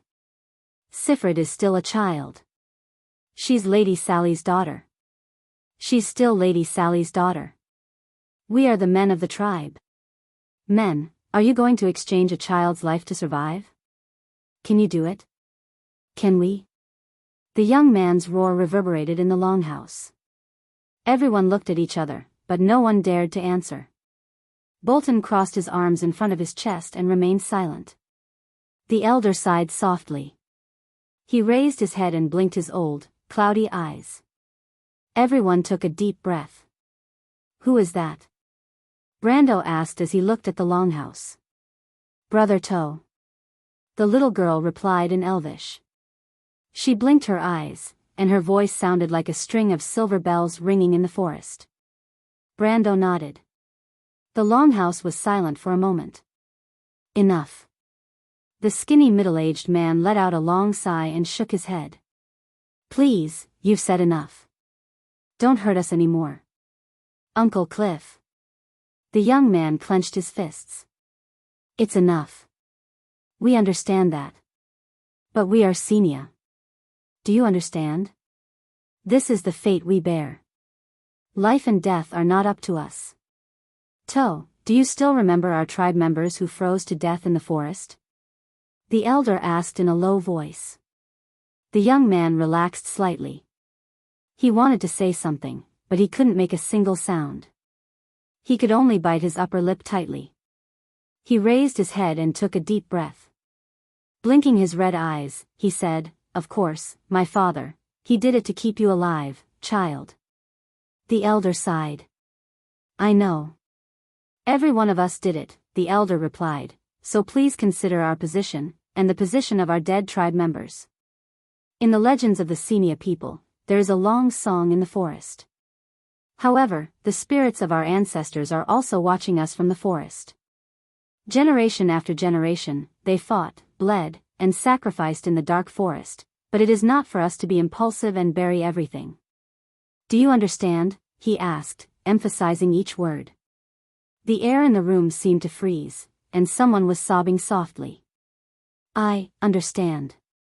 But, are we going to live like cowards forever? What's the point? Lord Naya also said that it's not enough to just live. The young man turned his head away and wiped his eyes. He choked with sobs and said, Can we give up everything in order to live? At least as long as you're alive, there's hope. The middle-aged man shook his head. If I can't see any hope, please, at least I hope to leave this hope for you. The young man lowered his head. Elder, please make your decision. The middle-aged man turned his head. A trace of sorrow flashed in the elder's eyes. He pondered for a moment before he spoke. All right, but none of us have the right to make our clansmen die for us. I hope you can ask for Sifrid's opinion. But there's no precedent for this. Someone in the crowd spoke up. That's because those who made the decision before were either men or elders. I believe that they have the ability to judge and understand what they are doing. The elder lowered his head and replied. The crowd was stunned for a moment before they fell silent. But Sifrid is just a child. What does she know? Are we going to let a child decide the fate of our entire clan? That's too rash. Someone in the crowd objected. The middle-aged man's face turned cold. But now, you have to rely on a child to save yourselves. Isn't that right? Even if you have no choice, shouldn't you feel ashamed? The middle-aged man turned around and looked at the dense crowd in the longhouse. He asked angrily. That's what you say, but there's no precedent for this. Besides, Sifrid is the elder's granddaughter. Someone replied in a low voice. This sentence was like a stone thrown into the water. The crowd could not help but fall silent. Thor, who had lowered his head earlier, was startled for a moment before he reacted.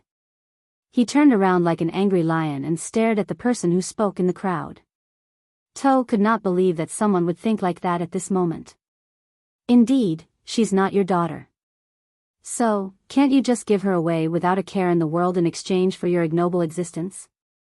You bastard, you don't deserve to be called a senior. Now, get the hell out of here. The young man was practically roaring at the top of his lungs.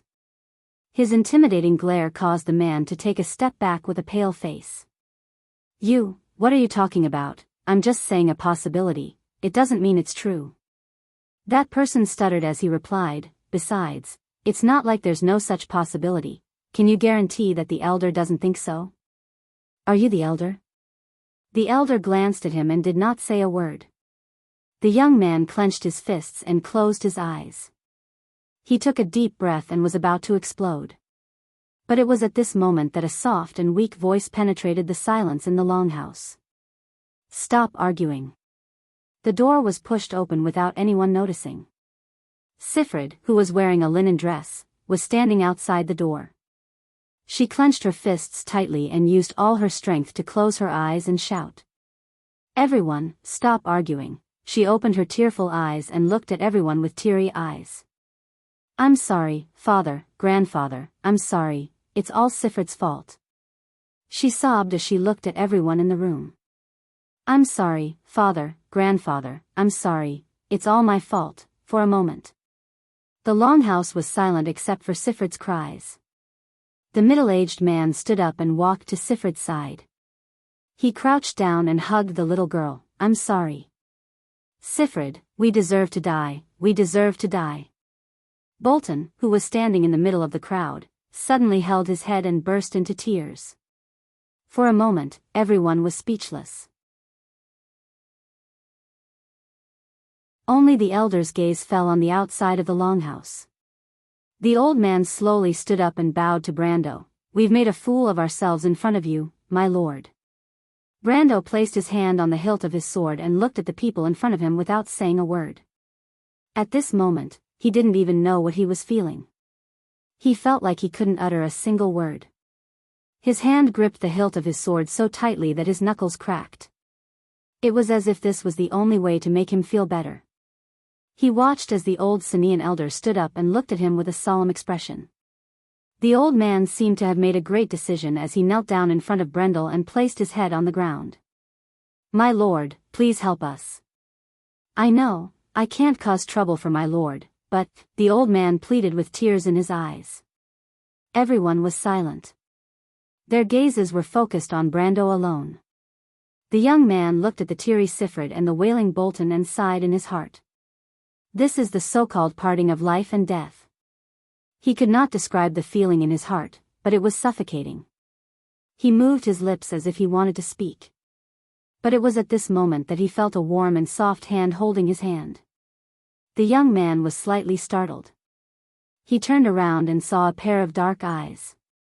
Her beautiful eyes were filled with reluctance and determination at the same time.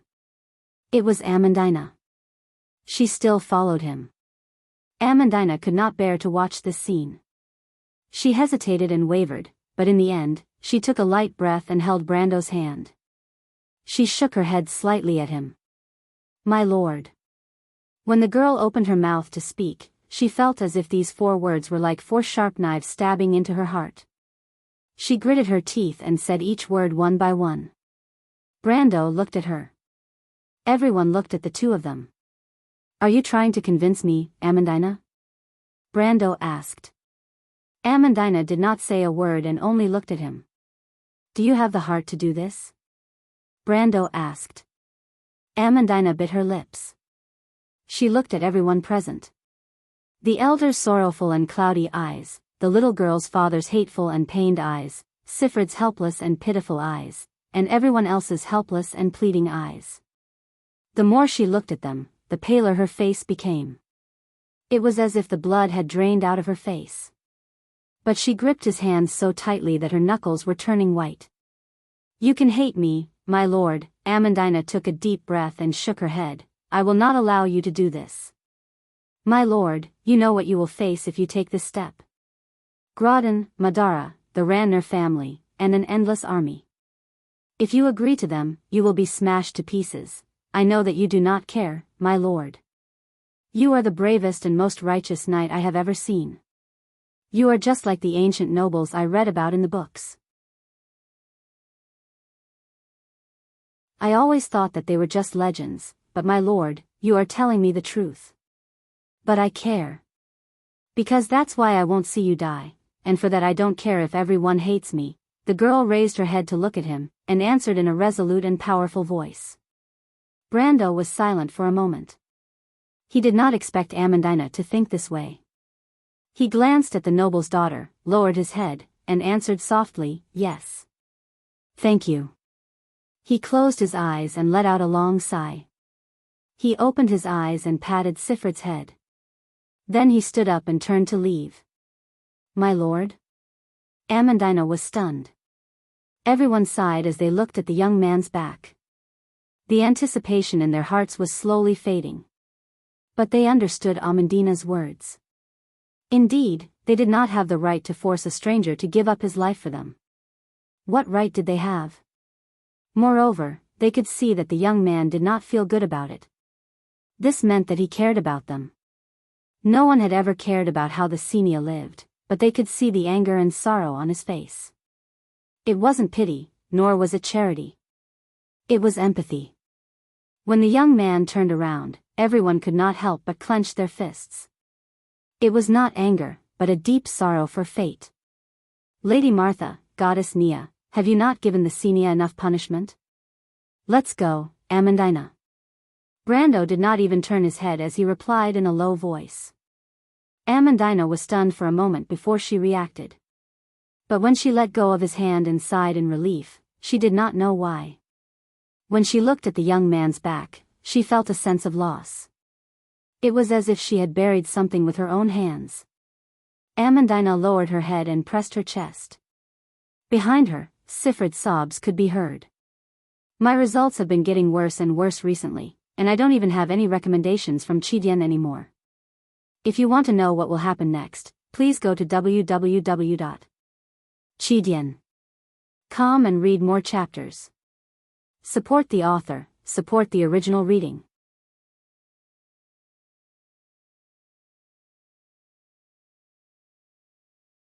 Chapter 219.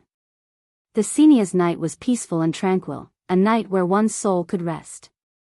The forest was so quiet that it was like a harbor, a place where one's soul could fall into a deep slumber. The dispute during the day came to an end as dusk fell, and the Senia village regained its tranquility once more. But from the shadows of the bonfire, a small shadow crept into the Senia village's warehouse. Sifrid took small breaths as she cautiously looked around. Her emerald green eyes were filled with nervousness. She slowly pushed open the door with her small hands and sneaked in before carefully closing the door from the inside. The warehouse was pitch black, with only a beam of cold moonlight coming in from the skylight above. When the moonlight fell on the ground, it was silvery. But to a true Senia, this darkness was nothing. The werewolf blood in a Senia's body would awaken in the darkness, and the pupils would dilate and sweep away the darkness. Every detail of the storehouse could be seen in detail. Sifrid walked over to the vat filled with water and carefully filled her water pouch with it. She closed the lid and looked around. Sifrid had already made up her mind. She would go to the Baron's place alone. That way, she would be able to save everyone, and her father and grandfather would no longer have to quarrel with each other. That's what everyone says. As long as I can save everyone, my father and grandfather won't have to quarrel anymore. She hoped that everyone would be able to live on well, and that they would not have to leave her forever like her mother. "Mother," Sifrid sniffled and stopped her tears from falling. She did not know if she would be able to see her father, grandfather, and everyone else again after she left. But it's fine. I'm strong enough. She rubbed her eyes and wiped them. It was just like what her mother said. Sifrid should be strong and not cry all the time. Even if she had to leave her mother, she should be strong and live on with her father. Sifrid was also a citizen of the forest, a Senia. Sifrid remembered her mother telling her those words. She was covered in blood, but her mother was still smiling. Her smile was so warm. She rubbed her eyes and felt the tears still fall uncontrollably. Sifrid, you fool, she bit her lips and whispered through her tears. She checked carefully all that she was supposed to bring, and then paused, her little heart thumping, to put on the clothes and boots which she usually wore only for rites of sacrifice. Even if she did not know what she was about to face, she was still willing to satisfy her little selfishness. She thought that at this time, no one would punish her. But anyway, she did not care. Sifrid thought with a little stubbornness. She smiled mischievously as tears rolled down her cheeks. What else is there? Mother's flute. The little girl hesitated for a moment before she reluctantly took the wooden flute from her neck. She carefully caressed the flute, but in the end, she still placed it to the side. This flute. Sifrid, Sifrid, Sifrid, she blinked her dry eyes and let go reluctantly. Then she put her hands on her knees and hesitated for a moment. Sifrid, Sifrid's flute's flute, and she was ready to stand up. But at this moment, the little girl felt something cold touch her hand. Sifrid, Sifrid shuddered. She turned around like a startled animal, her emerald eyes widening as she saw a silver dagger in its sheath. Sifrid raised her head subconsciously and saw a pair of gentle eyes in the darkness. The dagger was being passed to her hand. Sifrid's sword is in its sheath. Big, brother. The little girl let out an ah. She carefully took a step away in a daze. It was Brando. He stood motionless in the darkness and looked at Sifrid with an encouraging gaze. Remember to bring something to protect yourself when you go out, he said gently. Sifrid was stunned. A smile appeared on his face as he slowly walked out from the darkness. He sat down beside Sifrid and placed the dagger in her hand, then closed it for her. Big, brother? Sifrid asked in confusion. Call me Brother Brendel. Brendel looked at her carefully. Her bravery and helplessness softened his heart infinitely, but it all turned into a smile in the end. So you're planning to go alone, Sifrid? He turned around and looked at her. The little girl lowered her head and did not answer. I know, Brando nodded and let out a long sigh. Come. Sifrid was startled. She raised her head in surprise and saw Brando extending his hand to her. He tilted his head and smiled at her. Brave lady, are you willing to let a knight accompany you on this journey? Sifrid opened her mouth, but she did not know how to answer. In the end, she blushed and nodded vigorously. She shyly placed her hand in Brando's palm. Brando chuckled and nodded. He held her hand and stood up with Sifrid. He looked back at the silver moonlight on the ground and smiled faintly. Very well. Let us go and see who the Baron is. Big, brother? Sifrid turned to look at him. Don't worry, Sifrid, Brando calmly replied, just like how the Senia people want to leave hope for their people, I also want to leave hope for myself. That's why, Sifrid, even if it's this world, I'll show you that I've defeated it. Even though it was late at night, the Baron's castle was still brightly lit. People were walking in and out of the hall, but Grodin's expression was gloomy. His cold gaze pierced through the arched stone windows of the castle and into the darkness. There was a line of planes under the night sky that was similarly lit up by flames. The 7 clerks stood next to the ruthless Baron. They hesitated, but no one dared to speak. In the end, it was Grodin's confidant who bowed and spoke in a low voice, My lord, the mercenaries are gathering outside the castle. I'm afraid our men won't be able to hold them back for long. Before he could finish his words, Grodin retracted his gaze and glared at him coldly. He choked on the second half of his words and swallowed them back into his stomach. Clang! Clang! Clang! Clang! The Baron swept the sumptuous dinner on the table in front of him to the ground with a wave of his hand. His sudden rage scared everyone present, and the servants immediately retreated in silence, fearing that they would be dragged out and hanged on the cross outside by this temperamental lord. The blood on the corpses of the mercenaries and adventurers was still wet. Fool! Grodin coldly said, "Let me ask you, why haven't Kyrie's cavalry returned yet?"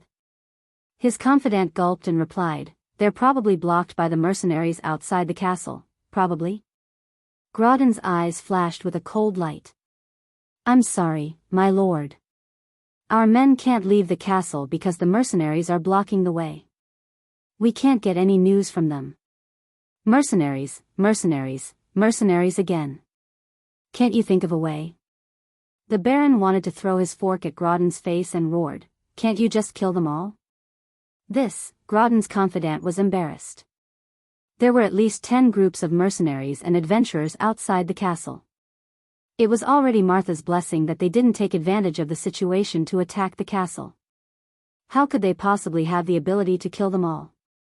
Moreover, I told you not to kill so many mercenaries during the day and to teach them a lesson. But you didn't listen and relied on Madara's undead army to support you. You didn't consider the consequences of your actions and caused so much trouble. In the end, it was his subordinates who were stupid. Of course, he could only think about it in his heart. If he really said it out loud, he would be courting death. He could only lower his head and wait for Grodin to change his mind. Grodin remained silent for a while. He also realized the problem. However, he wasn't too worried and coldly threw his fork to the ground. "Where are the mercenaries from Madara? Should I call them?" Grodin's confidant immediately raised his head. "Of course. They are also involved in this matter. Just tell them the truth. I only want results. I don't want to see those filthy mercenaries in my territory tomorrow morning." Grodin waved his hand and coldly replied. Did he really kill them all? Everyone's expression changed. This was no small matter. But just like what Grodin's confidant had said, the mercenaries did not have the intention to seek justice from the local authority, the lord of the kingdom. The bonfire burned fiercely, illuminating the faces of everyone present. The young sorcerer apprentice looked at everyone present with a cold face. His eyes swept over the faces of these people one by one. Among them, there were mercenary leaders, adventurer representatives, and some wandering mercenaries. But aside from the indignation on their faces, most of them had their own little schemes hidden in their hearts. The young apprentice sighed. He knew that it was impossible for him to take revenge today, but he couldn't accept the death of so many of his companions. He clenched his fists, but his expression was cold as he questioned, "Do you really not want to fight? So many of you have died, but you chose to remain silent. Have you ever thought that our lives are worthless in their eyes? That they can trample on us as they wish? Companions, friends, and comrades. Their bodies haven't even turned cold, and you've already accepted your fate?" His question was like throwing himself into a bottomless pit. There would never be an echo. Everyone looked at each other, but no one answered. "Are we just going to let it go?" Someone in the crowd asked in a low voice. "What else can we do? They are nobles." Another person replied dejectedly. "Not only nobles, but lords as well," someone added. "You think you can kill people as you wish just because you're a feudal lord?" The young man said angrily. "I don't think there's such a rule in the kingdom's laws, right? The bodies that are still hanging on the crosses were your living companions just a few hours ago. Don't you feel a little bit of anger? P.S. If you find this book to your liking, please support it.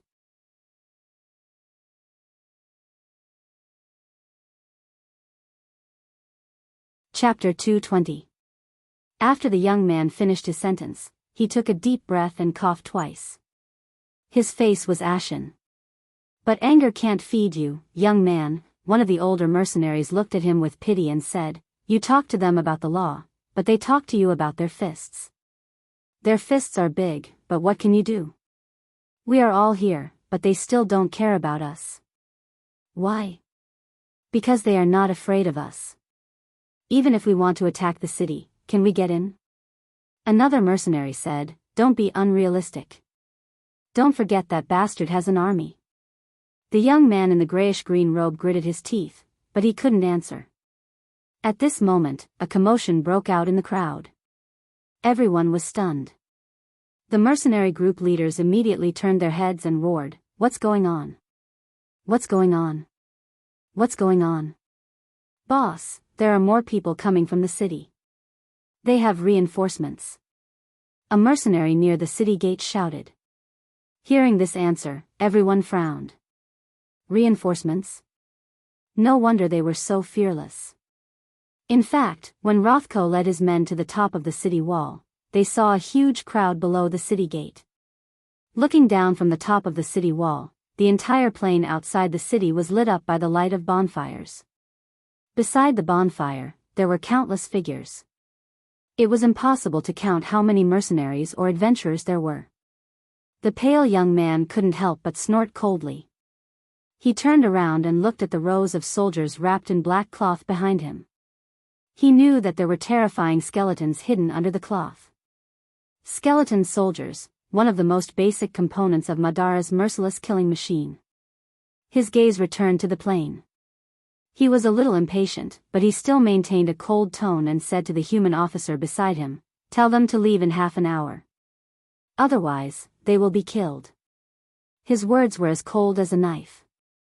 After all, compared to commanding the battle here, this necromancer preferred to go back to his room in the basement to study the information he plundered from the human library. The noble officer looked at him carefully and quickly bowed his head. Although he was a little curious about where these unfamiliar allies came from, he knew that they were reinforcements sent by the Lord. As for whether they were the Baron's retainers, he didn't dare to ask. However, he didn't doubt that these mysterious soldiers were the undead army from Madara. After all, no matter how he looked at it, this possibility was too unbelievable. The noble officer went back to the city wall and cleared his throat, but he was secretly proud of himself. He was already dissatisfied with being surrounded by these lowly mercenaries. Usually, these noble private soldiers were used to being arrogant, and did not expect that they would be besieged one day. Even if they were just surrounded and not attacking, they would still be humiliated. He immediately waved his hand and called over the apprentice adepts who were not far away. He commanded in an imposing manner. "Crystal." The sorcerer apprentice did not dare to delay and immediately activated the sound amplification spell on the crystal. The noble officer nodded with satisfaction, as if he was the commander of Erwin's army. He cleared his throat and shouted to the people below the city wall. "Listen to me, lowly commoners. Listen to me, lowly commoners." Groton's subordinate's shout caused a huge commotion among the mercenaries. Everyone stopped in their tracks and looked towards the direction of Abes, holding their breaths as they waited for the noble officer to continue. But there was no response. The officer had just opened his mouth when he suddenly froze. The crystal that he had snatched from the apprentice's hand fell to the ground with a clatter. He was so stunned that he couldn't make a single sound. He raised his head and looked at the mercenaries below. Suddenly, from the back of the crowd, it was as if a giant beast had passed by. The crowd automatically parted into two sides, and the giant beast in the shadows was silently moving forward, approaching the city gate bit by bit. "What's that?" Not only him, Rothko also narrowed his eyes and looked in that direction as if he was petrified. Everyone. Beside the bonfire, a young man dressed in a gray-green robe looked at the mercenaries with disappointment. "Can't we fight with our blood boiling? Even if it's just once?" "Yes, we are mercenaries and adventurers, but we also have our honor. This honor is the honor of protecting our comrades on the battlefield." He looked at the others and asked, "Are we going to throw away this honor? But if we don't rely on our comrades, how can we still be called mercenaries?" His words brought a silence, which seemed to echo the silence brought about by the distant shouts from above the gate. The mercenary commanders looked at each other, but they were still hesitant. They wanted to give their subordinates an explanation, but it wasn't as simple as saying it out loud. No one was willing to show weakness, but this was a direct challenge to the Lord of the Kingdom, a baron, and even the son of Count Randner. If they chose to fight, there would be no place for them in the kingdom in the future. This choice put them in a dilemma. The young man heaved a long sigh. "I'm sorry, it seems that I've been too hard on you." He stood up and said, "All right, but regardless, the souls on the cross need an answer. I know your difficulties. So, if you can't answer, I'll help you. If someone has to die, then let me die with my companions this time. I only hope that you will never forget this day. That cold-blooded baron not only trampled on the lives of your comrades, but also your dignity." He turned around and left after he finished speaking. But before he could take 2 steps, someone called out to him, "Young man." The young wizard apprentice stopped. "Where there's life, there's hope. Did you forget the words that the Lord asked you to pass on? I think what he meant was that he might bring us justice one day. Do you believe that?" The young man interrupted him with a cold snort. He turned around. "Do you believe in such a perfunctory answer? Those so-called high and mighty figures, none of them are good." His words were suddenly cut off. The young man's pupils dilated. He watched in disbelief as the crowd behind him became restless. Then, layer by layer, they parted. It was like a receding tide, or an invisible giant beast that separated the crowd, forcing them to move to the sides. The bonfire dimmed slightly, and the temperature dropped rapidly. A layer of frost formed on the ground at a speed visible to the naked eye. Then, the young wizard apprentice took a deep breath. He had already seen the figure behind the crowd. A young man and a young girl, 1 man and 1 sword. 1 man, 1 horse, and 1 spear. Brando held Sifrid's hand and walked forward step by step. As he moved forward, the aura of a gold-ranked knight was like an invisible sword that separated the crowd. Those who were a step slower were almost suffocated by the cold aura. No one dared to stop him, and a wide path opened up between him and the south gate of Abes. No one dared to make a sound. All the mercenaries and adventurers present were silent as they watched the scene unfold. They watched as Brando passed through the crowd, and the mercenaries behind him maintained a certain distance from him as they silently followed him. It was like the relationship between a knight and a king. They also saw the young man holding the little girl beside him without saying a word. They slowly walked to the city gate and stopped. Everyone watched the scene unfold before their eyes. Sifrid also looked up at Brando, her emerald green eyes full of dependence. She placed her small hand in Brando's warm palm. The two of them walked through the dark forest and the wilderness under the night sky. Sifrid's heart was filled with this feeling. It was like the feeling between a mother and a father. It was warmth and stability. Brother Brando's hand was like a harbor. Brando also raised his head, his cold eyes reflecting the pale face of the noble officer. "What do you want me to hear?" The young man's voice was not loud, but it could be heard clearly in the silent camp. "Soldier?" The noble officer on top of the city wall was stunned. He opened his mouth, but even though the young man only glanced at him, he felt as if a sword had pierced through his chest. He subconsciously turned around to ask Rothko for help, but he discovered that Rothko had already disappeared from the city wall. He groaned in his heart, but he was forced to answer Brando's imposing manner. I mean, you, all of you, disperse, or else, we will kill without mercy." A commotion broke out among the mercenaries below the city wall. They knew that the cold-blooded baron would not joke around with them, and many of them began to waver when the order was given. Brando only nodded. "Is it over?" he asked. It's over." The noble officer's hands were drenched in cold sweat. He did not know why he was so scared. Even though the boy was still far away from him, he had the illusion that a sharp sword was hanging over his head. Brando nodded again. "Now, it's my turn to say." After he finished speaking, he took a step forward.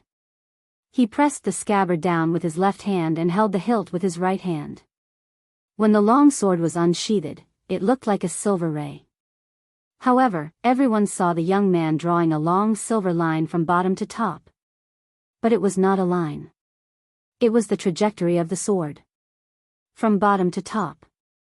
A ripple moved forward along with Brando's sword. Before the wind pressure could reach the city gate, it had already caved in with a crack, and then it crumbled into powder in an instant. The ripples continued to move forward, and half of the fortress crumbled along with Brando's sword momentum with a loud rumble.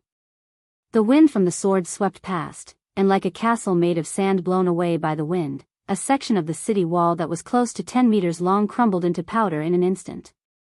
Brando swung his sword in a semicircle in the air and took a step back. He sheathed his sword. He returned it to its scabbard. With a soft crack, the long sword broke into 4 pieces. P.S. Asking for support, thank you. To be continued. If you want to know what happened next, please go to www.chidian.com. There are more chapters. Support the author, support the legal reading.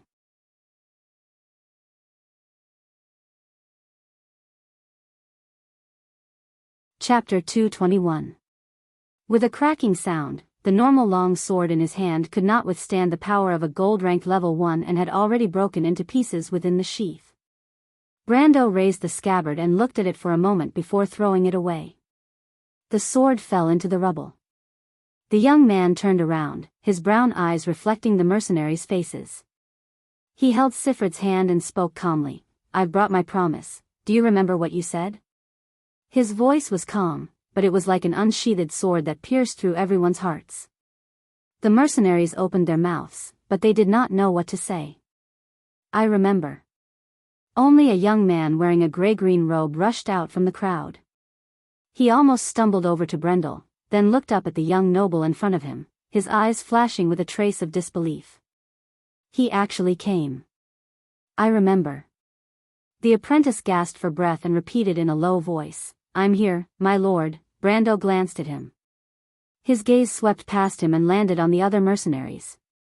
Where are the others? Silence filled the air. You.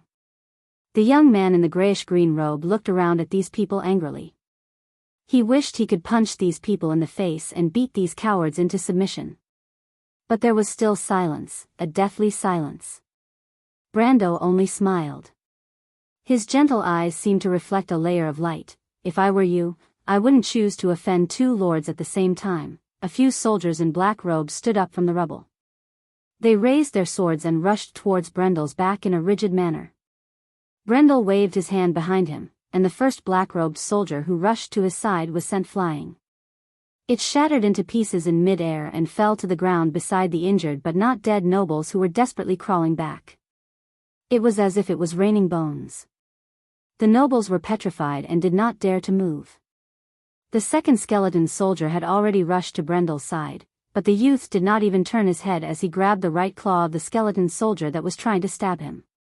His left hand had already removed the skeleton's black steel longsword, and his right hand grabbed the skeleton's wrist and threw it over his shoulder, smashing it heavily to the ground and breaking it into pieces of broken bones. He held the black steel sword in his left hand and swung it backwards.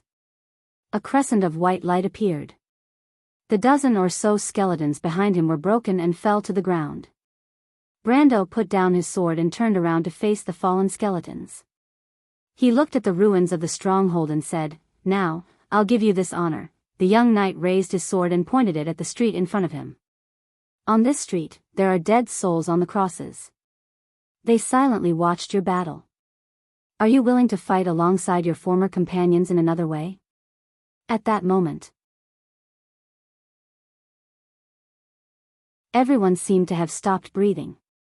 No one spoke, but some turned their heads away, some blinked their teary eyes, and some silently pressed down on their swords.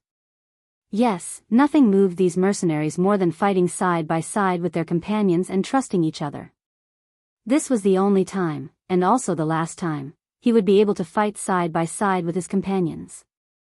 I'm sorry, but can I still show you my back? Companions. There were no extra words, only the sound of swords being unsheathed. The young wizard apprentice's hands drooped down weakly. He could not believe what he was seeing. He looked at the mercenaries who were silent just a moment ago. Now, they were all biting their lips coldly.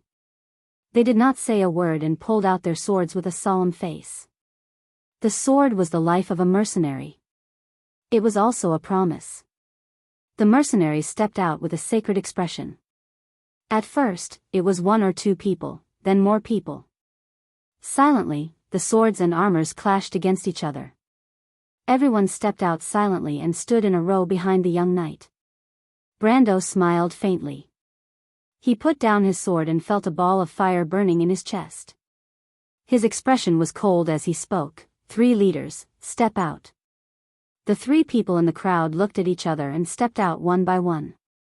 Tell me your name. Cornelius, at your service, my lord. I am the leader of the Rose and Wine mercenary group. The handsome middle-aged man with long silver hair looked at Brando and bowed slightly. Vern, the leader of the Firebrand mercenary group. The dark-skinned man crossed his arms and looked at Brando from head to toe. Yida, I am the person in charge of the Mountain Swallow mercenary group. My lord, forgive me for being blunt. Although I agreed to join with my men, it does not mean that I will follow all orders. I will choose my own method of action. The one who answered was a woman with a voluptuous figure and maroon hair. After she finished speaking, she looked at the young knight provocatively with her green eyes. Brando smiled casually. He replied, I don't know your composition. He looked back at the beautiful woman and said, but the mission I give you is very simple. You and Mr. Fern will each organize a team and stay here. You will also attack and control the West Gate. I only have one request for you. 3 hours. Before dawn breaks, I want to see the flags of your respective mercenary groups flying above the West Gate. His gaze then fell on the handsome middle-aged man with long silver hair, Cornelius. As for Mr. Cornelius, your mission is to lead your mercenary group and the remaining lone mercenaries to attack AB's castle with me. I would like to hear the details. Cornelius bowed and replied calmly. Wait a minute, the very upset blonde Jana interrupted with a frown. West Gate? Why do we have to go to the West Gate? Isn't our goal to take down AB's castle and kill that bastard? Brendel's face was calm as he replied, because that is only one of the targets. But I don't mind telling you directly, the enemies you will be facing are a group of undead, Madara's undead. What? Undead? The 3 of them were stunned. Groudon is in cahoots with Madara, but the undead army cannot be hidden in the city. Perhaps there is a small portion of them, but the main force is definitely outside the city. I think they can only hide in the forest in the southwest. Your mission is to stop them from entering the city until we complete our mission. Brando said calmly. Yida and Cornelius looked at each other and saw the hesitation in each other's eyes. Since my lord knows that Groudon is in cahoots with Madara, then you must have many experts by your side. Attacking AB's castle should be the most difficult task. Why didn't my lord choose the Firebrand Legion? Are you looking down on our strength? Cornelius frowned when he heard Fiden's words. Brando shook his head. As I said, I don't know your composition. But since I've chosen this formation, then, he turned around and said, do as I say. He raised his head and looked at the street in the distance. All right, we don't have much time. Remember my words. One side is glory, and the other is hell. I gave you a chance to choose, and I hope that when you look back on this moment in the future, you will have a clear conscience. But you won't even have the chance to look back. Now, those who are willing to accept this honor, follow me. Brendel held Sifrid's hand and walked forward, stepping on the gravel with a loud crunch. The 3 commanders could hear the cold threat in Brando's words, and their hearts trembled. She raised her head and looked at him in a daze. She blinked and said word by word, brother. Brendel. You don't have to fight for Sifrid, I heard. Grandpa and the others say that as long as Sifrid is there, everything will be safe. Brando only smiled when he heard her words. Sifrid, you don't understand. This isn't just about you. He looked at the 2 rows of crosses that stretched into the darkness in a daze. It's about me. I've chosen the path of iron and blood, the path of sword and fire. That's all, that's right.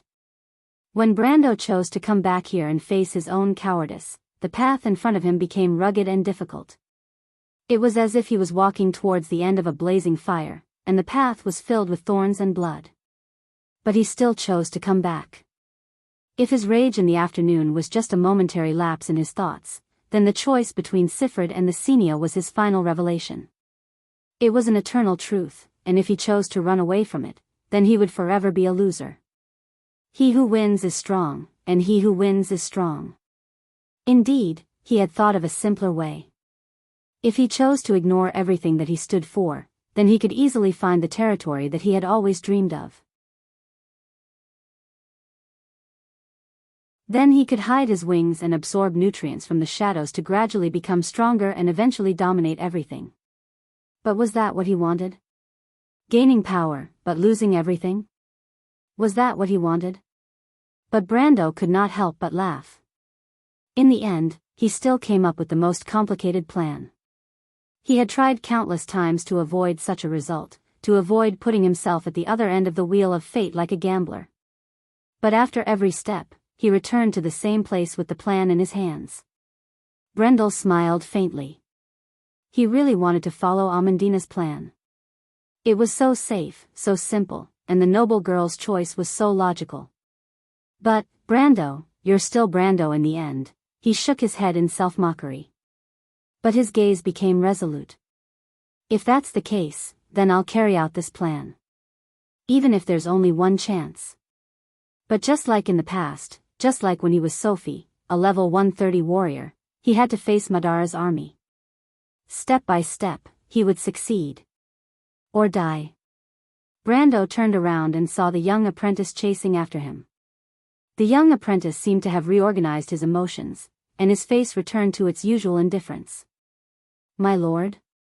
Do you hear that sound? Brando did not answer and only asked.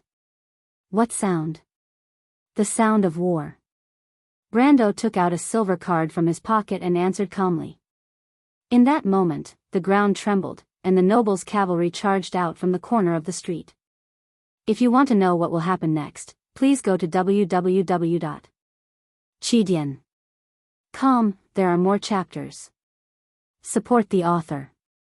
Support the original reading.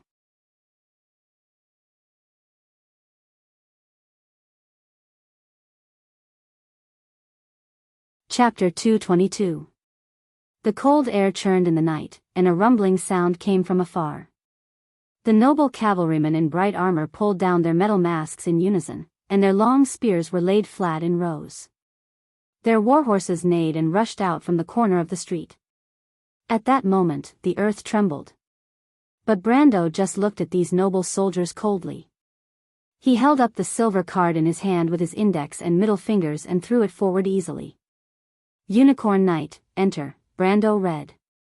The card drew an arc and fell to the ground. Everyone saw that at that moment, white light intertwined and gradually fell from the night sky. However, behind the curtain of light, the girl knight slowly passed through the door made of light with a silver shuttle in her hand. She and the horned warhorse held their heads high and appeared in the middle of the street with their spears in front of them. Summoner? The battlefield was stagnant. My lord, the silver fairy princess voice was ethereal and she replied softly, thank you. Brando knew she was talking about the necklace. He shook his head and replied, I said, you should thank your own people for this matter. Medisha smiled softly and pressed one hand on her chest. The process is not important, my lord. I didn't do it either. And this time, what is your order to Medisha? Attack forward. Brando looked forward and replied. The noble cavalrymen were close at hand. The young sorcerer apprentice beside him was slightly startled. Summoning was based on magic circles, but it had something in common with the ancient string magic. The Silver Knight was one of the high-level summoning spells, but the Silver Knight was suitable for defense and not attack. But just as the young man was about to open his mouth to remind Brendel, his hand froze. He was stunned and couldn't say a word. Because he saw Brando calmly raise his sword forward. The silver-haired knight turned around, her pale silver-gray eyes reflecting the approaching figures of the noble cavalry. But when she raised her spear, the distance between the two parties on the street seemed to have widened in an instant. It was an illusion of time and space, and the power of the soul seemed to solidify in the air. Elemental power. 1,000 soldiers, one strike. The silver fairy princess pulled down her cold metal mask, and her voice became low and muffled. Medusa charged forward, and the two of them turned into a silver light. This light pierced through the cavalry, and the attack of the noble cavalry immediately stopped. Medusa's aura completely exploded, and the strength of a gold-ranked rank 1 was like a sharp blade that swept out in all directions. In an instant, everyone was thrown off their horses. Gold rank. Another one.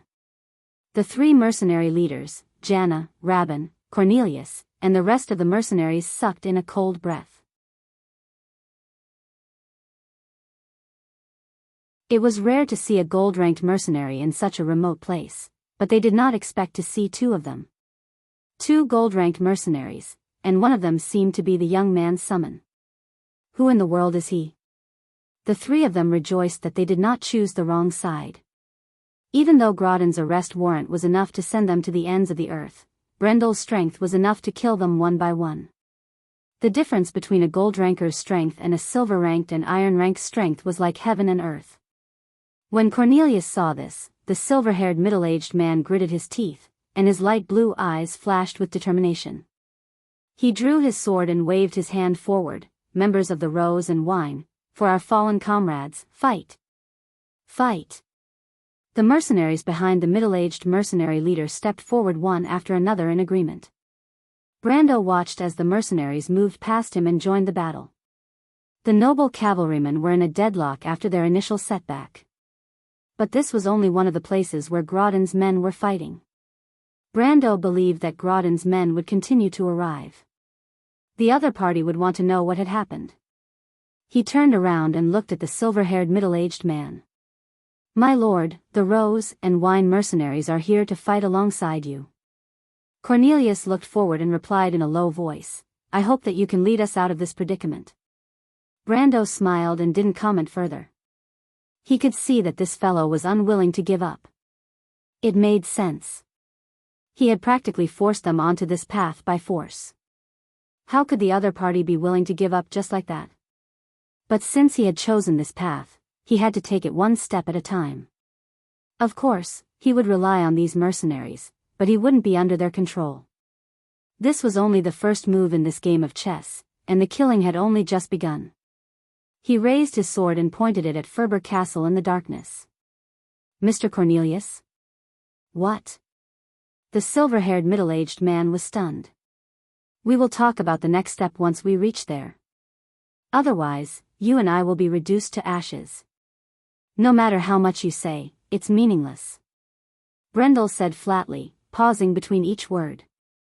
Cornelius was stunned. "Do you really want to kill him, my lord?" He felt that his mouth was a little dry, and could not help but moisten his throat. "Grodin is a noble of the kingdom, and he is also the son of Count Randner. I think that we should teach him a lesson." "That should be enough." Brando glanced at him and shook his head. He shook his head and thought to himself, Aween's hierarchy is so strict that even an experienced and cunning mercenary like Cornelius can't help but be naive when it comes to such matters. "It's not that I want to kill him, Mr. Cornelius," Cornelius smiled. "It's that he has committed so much injustice that he deserves to die."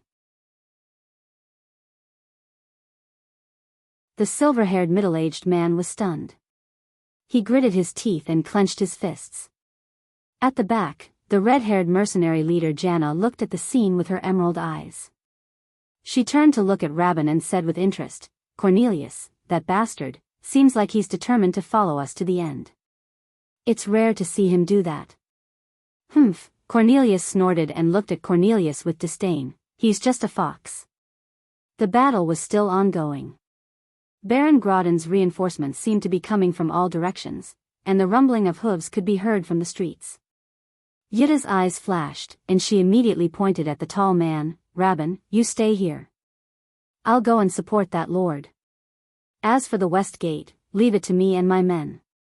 "Why should I stay here?" Rabban was surprised and frowned. "The firebrand mercenaries are not any weaker than any of you.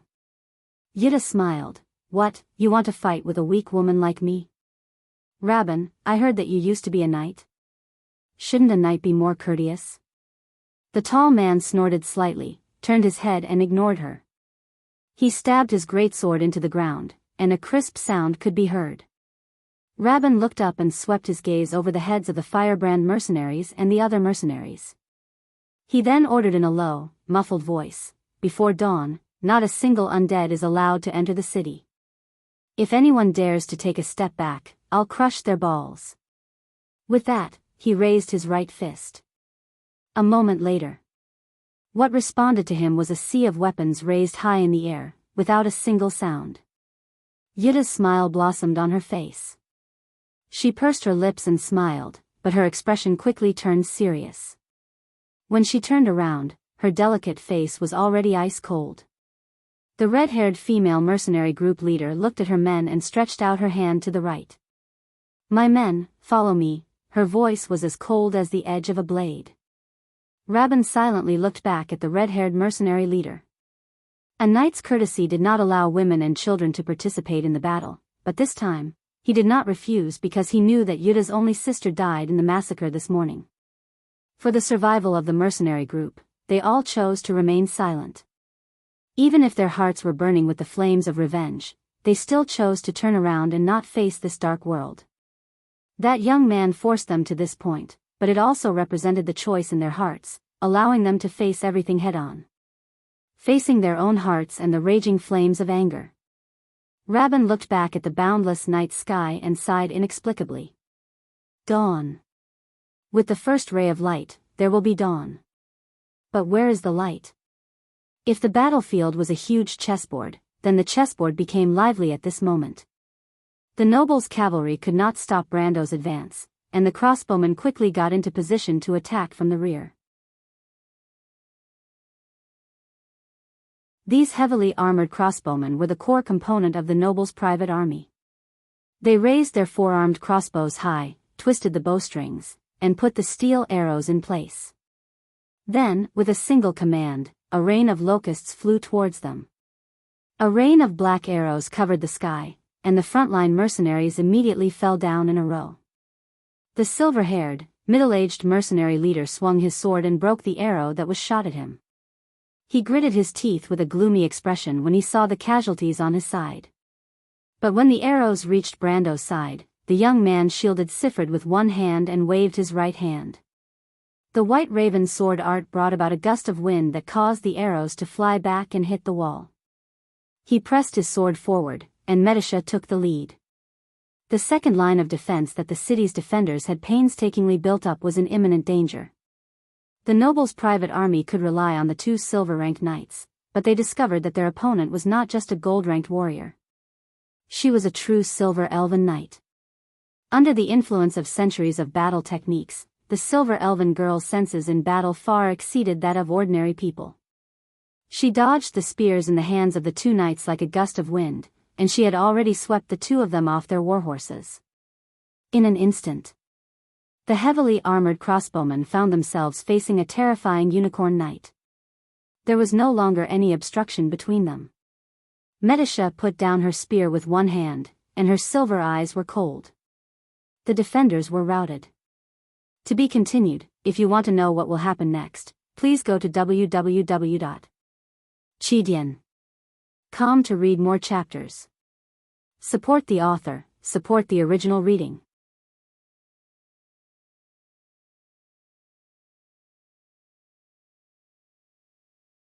Chapter 223. Grodden's face was stiff as he stood on the balcony, watching the torches converge towards a single point in the darkness. Ever since he heard that the damned Viscount Gaston had returned, he felt both regret and fear. He regretted that he didn't listen to his trusted aide's suggestion to force Viscount Gaston to stay.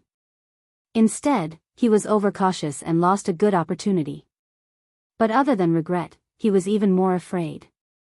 Even though he knew that the generals of Madara were in the city, and that those skeletons would not allow him to die here, he still felt an instinctive fear gripping his heart. It was like a sharp sword hanging high in the sky, and he could feel the chill on his head. He could not help but touch the wound on his cheek. Even though he tried to look calm on the surface, his heart was cold. He still remembered Brando's cold gaze and the words he said to him. "Keep your head, I'll take it another day." But he did not expect that it had only been a day since that day. The Baron turned his head. Behind him stood an unfamiliar guest. The latter was clad in black chainmail, and his entire body was shrouded in a long, black, winged cloak. He also wore a black metal mask, revealing only a pair of bright golden eyes. His sharp metal gloves held a huge scythe that rested on his shoulder, and he looked calmly into the distance. If Brando was here, he would have noticed the silver scale on the man's chest. Only one of Madara's generals had such an insignia. The Black Knight, Judge White? Tiama's? Chiao Yu. One of Madara's 4 Knights of the Apocalypse. But he was different from the White Knight Ebden and the Red Knight Ladios. Tiama's? Chiao Yu held a high position even before the First War of the Black Roses. He was Tarkus's right-hand man. There were many legends about him in the game, but the players were most concerned about his true identity. It was said that no one had ever seen the Black Knight's face under his mask. Of course, this was a bit of a rumor, because even the dead players of Madara had never seen his face. The Black Knight smiled at Grodden's flickering eyes. "My lord, you don't have to worry. Our army will arrive soon." His voice was slightly cold, but it had a neutral charm to it. "But I heard that the Viscount is going alone. His courage is commendable, but he lacks wisdom. He is only a gold-ranked warrior, and Cabias alone can easily deal with him. At that time, you can do whatever you want with him, my lord." As he said this, he thought to himself, "Is the enemy this time the young man who defeated Dead Maggot Meads?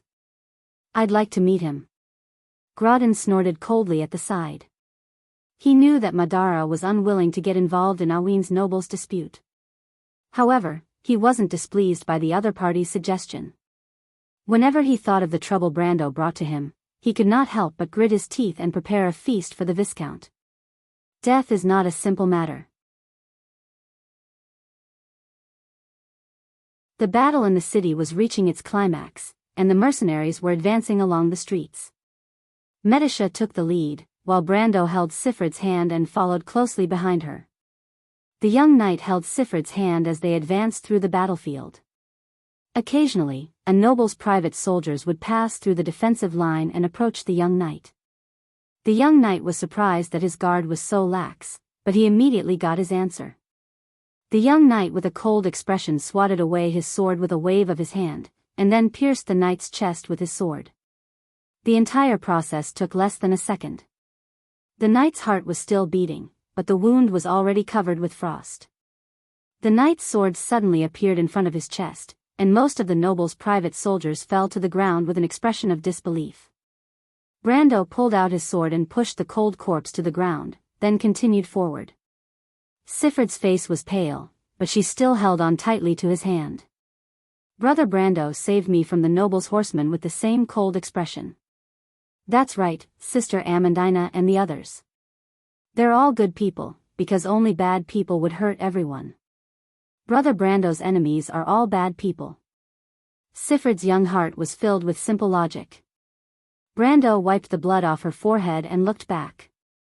"We're close to Abi's castle, but half an hour has already passed. Time is tight, but the enemy will probably continue to let us advance. Madara's undead should have appeared by now." Brendel looked around and quickly found what he was looking for among Grodden's private soldiers. It was not the skeletal soldiers or pale white knights that he expected, but the spirit terracotta. 7 spirit terracotta were hidden among the noble's private soldiers, and they were quickly approaching the castle. Their movements were so secretive that no one, including Medisha, noticed the killing intent hidden under the surface. After all, the Silver Fairy Princess's most familiar enemies were not these skeletons. Unfortunately, the spirit terracotta's movements were like a glaring light in Brando's eyes. He was too familiar with them. It was less than 10 meters away. The spirit terracotta's eyes flashed with a green light, and it looked like they were about to attack at any moment. Brando immediately handed Sifrid over to Cornelius, and while the middle-aged mercenary leader was still in a daze, Brando charged forward. He immediately activated charge. Everyone could barely see an afterimage sweeping past, followed by 7 consecutive slashes.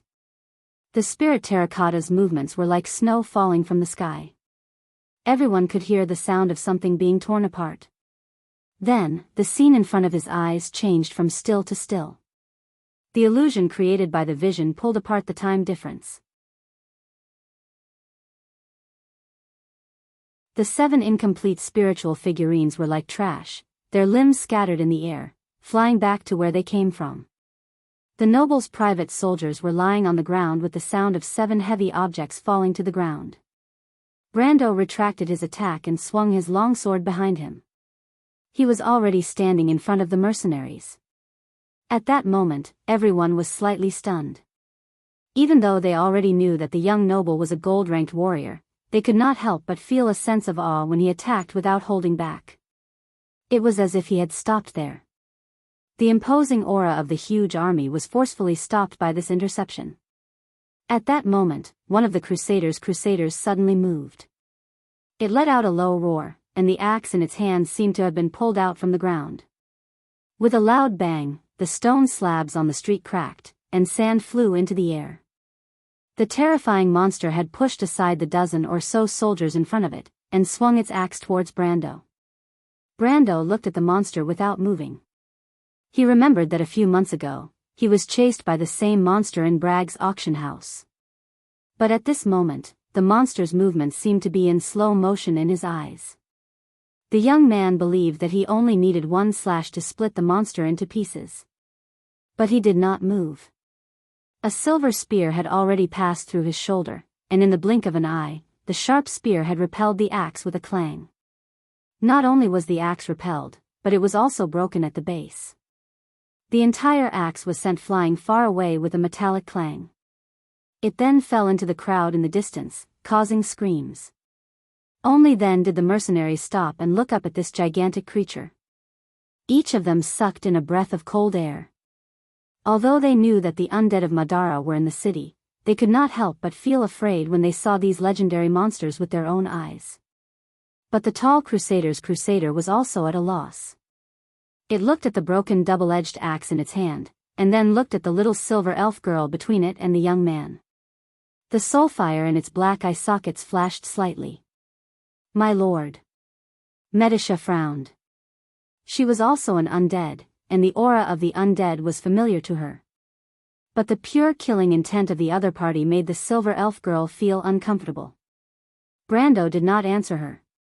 The young man turned his head and looked in a certain direction on the battlefield. He saw the shadow move, and suddenly snorted coldly.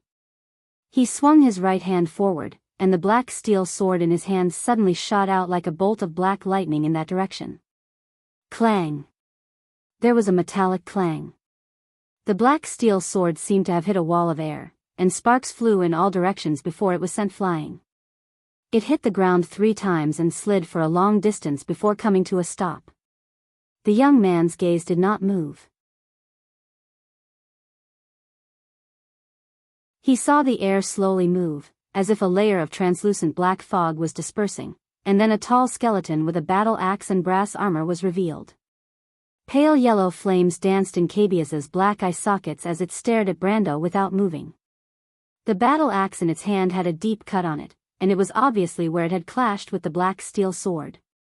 But Brando did not expect that a general of Madara would use an ordinary battle axe. He raised an eyebrow. At this moment, everyone stopped what they were doing. Whether it was the noble's private soldiers or the mercenaries, they all stopped and stared at the skeleton general that suddenly appeared. Thanks to the War of the Black Rose, although the name, Grim Reaper, Cabias was not known throughout Erewhon, it was at least known to the upper echelons of Erewhon, as well as the entire southern region. There were not many high-ranking skeleton generals in Madara's undead army, but this Dark Lord was the only one with the title of Cunning. Also, its brass armor from 3 centuries ago, from the Cruz Lake dynasty, made everyone recognize its identity at a glance. Cabias. Madara's undead general, why is it here? Whispers swept across the battlefield like a black tide, and it was also like a bone-chilling wind, causing everyone to stop what they were doing. For a moment, both sides stopped what they were doing. The rumor is true. Cabias did not care about what was happening around it. The soul fire in the skeleton general's eyes flickered as it looked at Brando. You're proficient in dark magic, Brando sneered. A mere veil of darkness, that's all. The young man retorted. But he was secretly paying attention to his surroundings. The veil of darkness on Cabias was not simple, and it did not seem to be the work of a lich. He instinctively felt that Roscoe was nearby. Who are you, young man? Cabias asked with a hoarse voice. The copper dragon Redo's tricks might be able to fool your ignorant nobles, but not me. You're their true leader, aren't you? And the one who led the refugees from Fortress Reden to break out of the encirclement was also you, wasn't it? Young commander, Cabias raised its head and smiled. I've wanted to meet you for a long time, on this battlefield. As soon as those words were spoken, gasps could be heard all around. If you want to know what will happen next, please go to www.chidian.com. There are more chapters. Support the author. Support the original reading.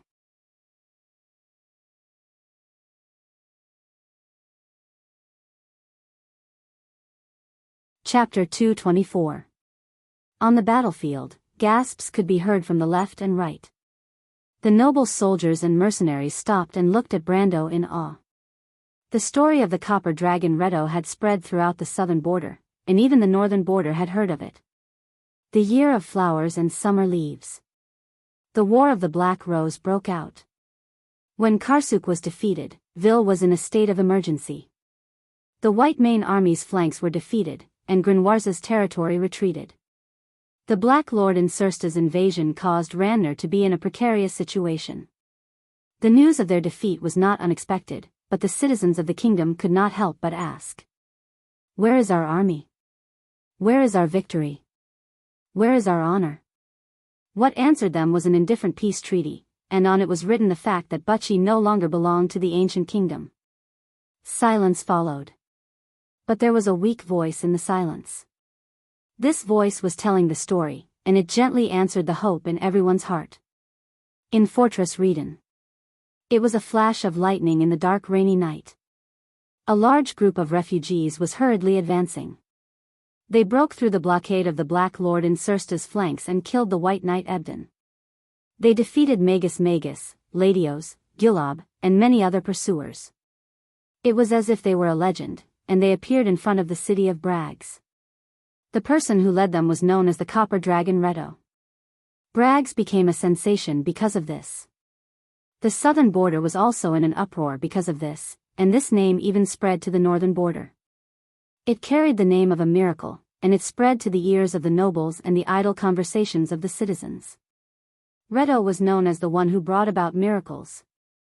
But now, the undead general who had personally experienced the war, the Lord of the Darkness, who was known as the God of Death, told them a different truth. The one who stood behind the Copper Dragon Redo was someone else. There was no reason for Cabias to lie to them, and there was no need for him to do so. The tall skeleton general's hoarse voice was filled with heartfelt admiration and anticipation. The pale yellow soul fire in its eye sockets burned as if it was admiring the young man. Just because of this young knight? Everyone's gaze landed on Brando at the same time. Why was he standing behind the scenes from the start? If not for Cabias, wouldn't his name have never been known to the world? The mercenaries and noble soldiers could not imagine that there would be someone who would refuse such a lofty reputation and honor. Of course, they could not imagine what kind of situation and choice Brando had faced at that time. They only saw that the young man's only reaction was a faint smile, that wasn't rejection, but disdain. Everyone subconsciously took a deep breath. It was as if they had experienced the state of leaving with a flick of the sleeve after the matter is done, and hiding deep in the name, at that moment. Who was he? Brando didn't say a word, but a mysterious halo had involuntarily descended upon him. For a moment, the battlefield was silent. It was a pity that Brando didn't know what the others were thinking, or else he would have felt lucky. It wasn't because he was disdainful, but because he was exposed by Cabias. He didn't know how to respond, so he maintained a smile on his face. "Cornelius, what are you waiting for?" Brendel shouted. The mercenaries were stunned for a moment, but they quickly reacted. Medisa had already leveled her spear and charged out from the left flank. The Unicorn Knight pierced into the enemy's formation like a silver stream of light, piercing through the heart of the tall Crusader executioner with a single spear. The noble's private soldiers who had just found a temporary support were defeated in an instant, and they immediately fell back in disarray. The skeleton general stood in the midst of the chaos, the flames in its eyes flickering. It knew that Grodin's private soldiers were no match for the mercenaries, unless they defended the city. In terms of fighting will, the noble's soldiers were far inferior to the mercenaries. One side was fighting for money, while the other side was fighting for their beliefs. The outcome of the battle was not difficult to predict. However, the outer city had already fallen, and it would take time to retreat to the inner city. This was the reason why it appeared here. There weren't many undead in the city, and it needed to invest its limited forces in the most crucial areas. For example, this place. Brando knew this very well. He had been a commander before, and he knew what the noble's private soldiers were like. He also knew Madara's habits on the battlefield. Moreover, he knew that the key to turning the situation around was to plan thoroughly from the start. In short, he couldn't give Grodin's private soldiers the time to retreat to the inner city. The young man's lips were pursed into a straight line. He had already seen through Cabiaz's plans, and it was like an open book. The two of them stood motionless in the middle of the river. However, Brando wasn't in a hurry. The mercenaries' vanguard was led by Medisha, and they could still press forward. He could afford to wait, but Cabiaz might not. He lowered his hands and looked at Cabiaz confidently, waiting for the moment when he couldn't hold on any longer. On the contrary, the flames in Cabiaz's eyes flickered. This young man isn't an ordinary troublemaker. When did Erewhon have such an outstanding commander? In Cabiaz's eyes, even though the young man was standing in the middle of the chaos, he seemed to know the situation of the battlefield like the back of his hand. Of course, Cabiaz didn't know that Brando was observing the battle from a higher vantage point. Instead, it felt a deep sense of dread. No wonder Haku personally ordered me not to kill him. This young man's perception of the battlefield is comparable to Lord Insursta. If he was in Madara, His Majesty would definitely put him in an important position. Cabiaz's soulfire trembled when it thought of the Supreme Lord wielding the Mercury Scepter in the darkness. A long-lost feeling of excitement returned to its body. It was as if it had returned to the past. The memories pierced Cabiaz's heart deeply, but it also ignited its will to fight. As Brando knew, the tall skeleton couldn't afford to wait. The elven knight who had the same aura as Cabiaz was leading the mercenaries to go around it. If it continued this stalemate, the situation of the battle would be reversed. Cabiaz gripped its battle axe tightly, but it immediately felt an aura locking onto it. "You're going to do it yourself? You're not going to recall the Unicorn Knight?" Cabiaz thought. Brando's arrogance angered it. Yesterday, it had fought Brando once, and it knew that the latter's strength was only at the level of a gold-ranked warrior. "I've heard that you're proficient in Erewhon's White Raven sword style." The undead general raised its head and spoke with a hoarse voice. "But young human, do you think that a mere mid-ranked sword style can withstand an elemental attack in a battle between gold-ranked and above?" Brando smiled. "If this guy knew that I'm not only familiar with the battle between gold-ranked and above, but also the battle after elemental activation and body reconstruction, I don't think it would be so arrogant to talk to me like this. This is ridiculous. No, it's like showing off in front of an expert." But at the same time, Brando activated Examine. This was a skill that the Silver Elves had developed after thousands of years of battle. In an instant, a series of data appeared on Cabiaz's body, and countless white lines extended from its body. The torso and limbs were dark red, indicating that its physique and strength were at least at the level of a gold-ranked warrior. The lower limbs, arms, and waist that controlled its balance were light red, indicating that it was at the level of a gold-ranked warrior. Its soul was so condensed that it was almost solid, and its willpower was unstable, but it was at least at the level of a silver-ranked warrior. Its intelligence was unable to be examined, and in fact, this skill could not be used to see what kind of skills the opponent had. But that was not important. In fact, Brando already knew what kind of special ability it had. He saw the white lines extending from Cabiaz's body, and he knew that it was a possible attack route. Prediction: this was one of the most powerful abilities of the examine skill. When Brando tested this skill for the first time, he could not believe his eyes. It was only at that moment that he understood why he had never heard of this skill before in the game. Examine was an ability added to the amber sword, and the young man could almost imagine that it was related to increasing accuracy and dodging speed. Because the description of prediction in the game was that it was related to gaining insight on accuracy and dodging speed. It was normal for such a useless skill to not be mentioned in the forums. After all, most of the skills he knew were the famous ones. But here, investigation was given a completely different meaning by a freak combination of factors. It was a description of the enemy's attack route.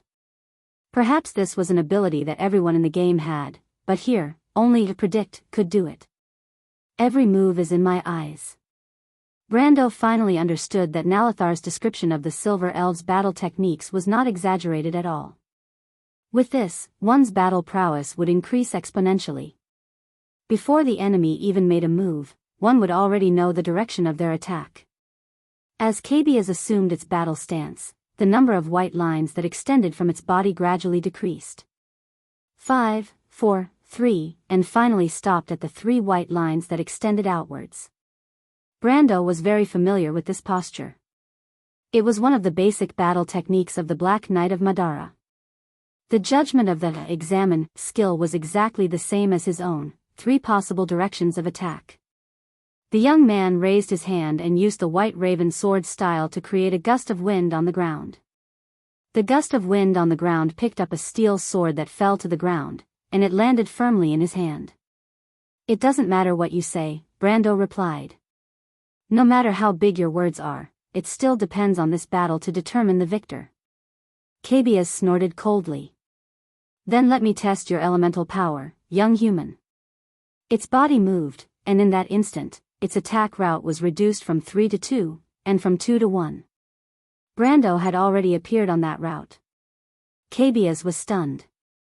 To be continued. If you want to know what will happen next, please go to www.chidian.com to read more chapters. Support the author, support the original reading.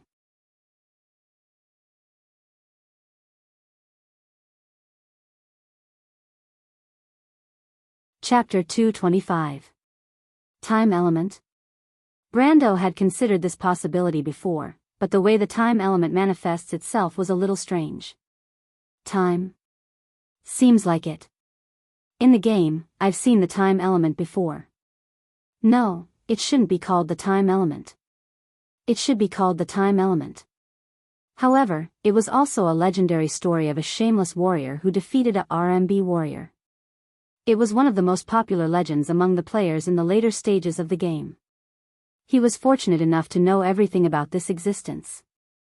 At least, he knew that the time rewind attribute was very similar to the situation he was in right now when it was under partial control. But whether or not it was completely the same was still up for debate. After all, the description of time element did not have words like stability. Brando sensed someone approaching him from behind. It was Scarlet. The red-haired girl was slightly injured in the previous battle. She limped behind him and silently unsheathed her sword and passed it to him. Brando stretched out his hand to receive the sword, but this time, he did not rush to attack. Because just a moment ago, his inspect skill, which had been activated all this time, notified him that a new, unfamiliar presence had appeared on the battlefield. Rothko? Rothko shouldn't be that strong. Is it a new enemy? Did they come to stop me from killing Cabiaz? Brando did not say a word as he looked at the skeleton that was struggling to get up from the dust. But after a few tries, it would kneel down again. It was obvious that it was heavily injured. He then looked at Cornelius and his mercenaries. They were under the command of Medisha as they drove Grodon's private army towards the inner city. "You're here." Brando purposely made himself relax and did not look at the girl beside him. You knew? Scarlett raised her head and looked at him in surprise. She had followed him here alone, but from Brando's tone, it was obvious that he had already noticed her presence. She lowered her head in silence. She knew that this young man was very opinionated when it came to certain matters. She had already thought of the possibility of his dissatisfaction when she acted alone. She thought that even the lovable merchant girl would not be able to reprimand her, let alone her. She did not say a word, but made no attempt to refute him, as long as he did not blame Sanford and the others. She was used to acting alone. She was used to being punished. She was used to the feeling of not being valued by others. I noticed it when you followed me out. Don't forget that the container for the blood of God is still with me. Brando smiled gently. Besides, with your personality, I would be surprised if you didn't follow me. How could this be? The red-haired girl frowned and looked at Brando in confusion. What are you thinking about now? Brando's gaze swept the surroundings as he asked, still motionless.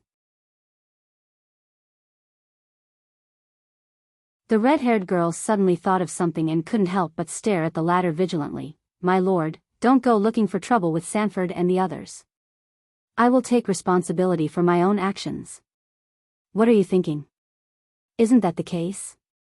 Scarlett lowered her head and asked softly. Of course not. I'm keeping you in the team because you're Sanford's friend. That's why I've never treated you as my subordinate.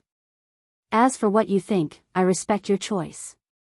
Aren't we teammates? No, we're just not subordinates. Scarlett lowered her eyes. Brando did not turn around to look at her. He thought he could guess what this girl was thinking. If it wasn't for the Grey Wolves mercenaries, she would have been more willing to find a secluded place and wait for death to come. Protecting others was also protecting herself, but it became the link between her and this world. Makarov had hurt her too deeply, and no one would be able to make up for it, let alone an outsider like him. But as an outsider, he did not say much and changed the topic. Actually, it's not just me. Medisha and Kabias also know that you're nearby. The red-haired girl was stunned. Your life force is too strong, and you don't know how to hide it. It's as bright as the sun in the eyes of the undead. But it, Scarlett asked. Brando saw that Kabias had shakily stood up from the rubble, but he did not seem to have any intention of attacking. He only looked at Scarlett and said, Kabias' axe was meant to force you out. I thought you could see that, I'm sorry. It's nothing, Brando replied, thank you. Scarlett was slightly startled. She looked at the young man for a moment before lowering her head again. Brando suddenly shifted his gaze away from Kabias and looked at Medisha's direction. The silver fairy princess raised an eyebrow as if she sensed something. She turned her unicorn's head and raised her spear horizontally. The mercenaries immediately stopped. Even though their commander was still Cornelius, the Silver Elf's performance in the previous battle had deeply impressed them. Be it in terms of bravery or wisdom, even Cornelius himself had to admit that the gap between him and Medisha was too great. They originally thought that only Grodin's private army would participate in this battle, but now that Madara's army had joined the battle, they were at a loss for what to do. After all, the War of the Black Rose had just ended, and the fear of the undead army still lingered in everyone's hearts. Under such circumstances, they had no choice but to rely on those who could control the situation. For example, Medisha. And for example, Brando. My lord? Medisha's voice sounded in his mind. Are we not going to pursue? The undead still have reinforcements. Brando looked around. The aura that had been lying dormant on the battlefield had become obvious, but it was obvious that the enemy had not noticed that he had already discovered it. The young man looked in a certain direction and frowned slightly. The swaying black fog in the shadows caught his attention. What a high-level curtain of darkness. The young man's heart skipped a beat. Medisha, be careful. Brando shouted in his mind, but it was too late. A black shadow had already shot towards the silver fairy princess on the unicorn's back. Asterisk bang. The sharp sound of weapons clashing against each other was heard. Brando saw the silver elf being sent flying into the distance and landing in the middle of the crowd. Silver elf? After the black shadow succeeded in its attack, it let out a soft exclamation of surprise. However, it immediately retreated backwards like a black line that bounced off the surrounding buildings. After a few leaps, it finally landed in the middle of the road. Brendel finally saw the man's face clearly. The familiar black chain mail and cloak immediately made the young man suck in a breath of cold air. When his gaze fell on the scythe tightly gripped in the other's sharp metal gloves, his heart immediately sank. But what made his pupils contract the most was the strange metal mask that was laughing and crying at the same time. It was one of the 4 Knights of the Apocalypse, the impartial judge, Haku. Brando had expected that Madara and Groudon would send more people to the city after yesterday's conflict. But he did not expect that the one who appeared in front of him would be such a troublesome person. Of course, the title of the 4 Knights of the Apocalypse did not exist in this era. However, among the 4 of them, the strongest one was the Green Knight, Malphas, who was currently the commander of the Plague Wolves army. As for the one he did not want to meet the most, it was the mysterious Black Knight, the impartial judge, Haku. There was no other reason other than the fact that Haku was too shrewd. Not only was he powerful, but he was also an outstanding commander. With him here, Brando felt that his plan would be greatly reduced. He could not help but subconsciously look to the south and west. His plan would not be able to hide from this outstanding commander known as the Scales of the Battlefield, but fortunately, perhaps this was his only fortune. The opponent he feared the most had appeared in the chess game he was most confident in. Otherwise, it would be a headache to meet this person at the end of a chess game. He could not help but tighten his grip on the hilt of his sword. His palms were covered in cold sweat, but he had already made up his mind to keep Haku here tonight. Cabias could be dealt with as he pleased, but Haku had to stay. Haku? Tiamas? Choyu? Brando forced himself to calm down and said, Madara's legendary Scales of the Battlefield. It seems that Tarkus, who is missing an eye, values me a lot. He actually sent his deputy. The battlefield fell silent as soon as he said that. The title, Scales of the Battlefield, was not well known in Erewhon, but Tarkus' deputy was a title that reverberated like thunder in everyone's ears. In fact, the mercenaries who were helping Medisa up almost dropped their weapons when they heard those words. Cabias, Tarkus' assistant, what was going on? Why did a name that only existed in legends appear in this desolate place tonight? It was as if they were rushing to the market. It was especially so for Cornelius. The silver-haired middle-aged man was trying his best not to let his face turn even paler. He thought he was on the right side at first, but now he looked at Brendel, and he could not help but regret it so much that his intestines turned green.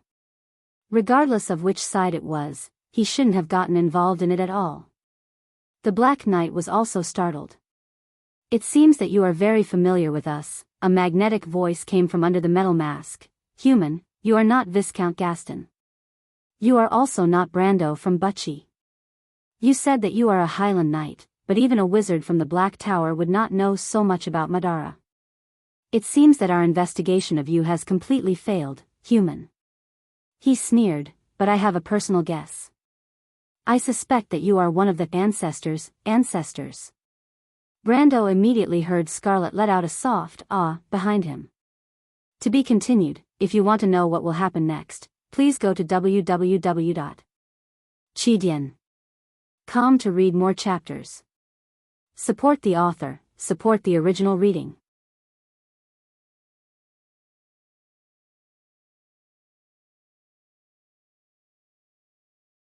Chapter 226. Clang. The battle axe was forced to clash with the long sword. Both man and undead were forced to retreat after clashing head-on. Cabias took a few steps back before stabbing its battle axe into the ground to stabilize itself. As for Brando, he crashed into the crowd behind him.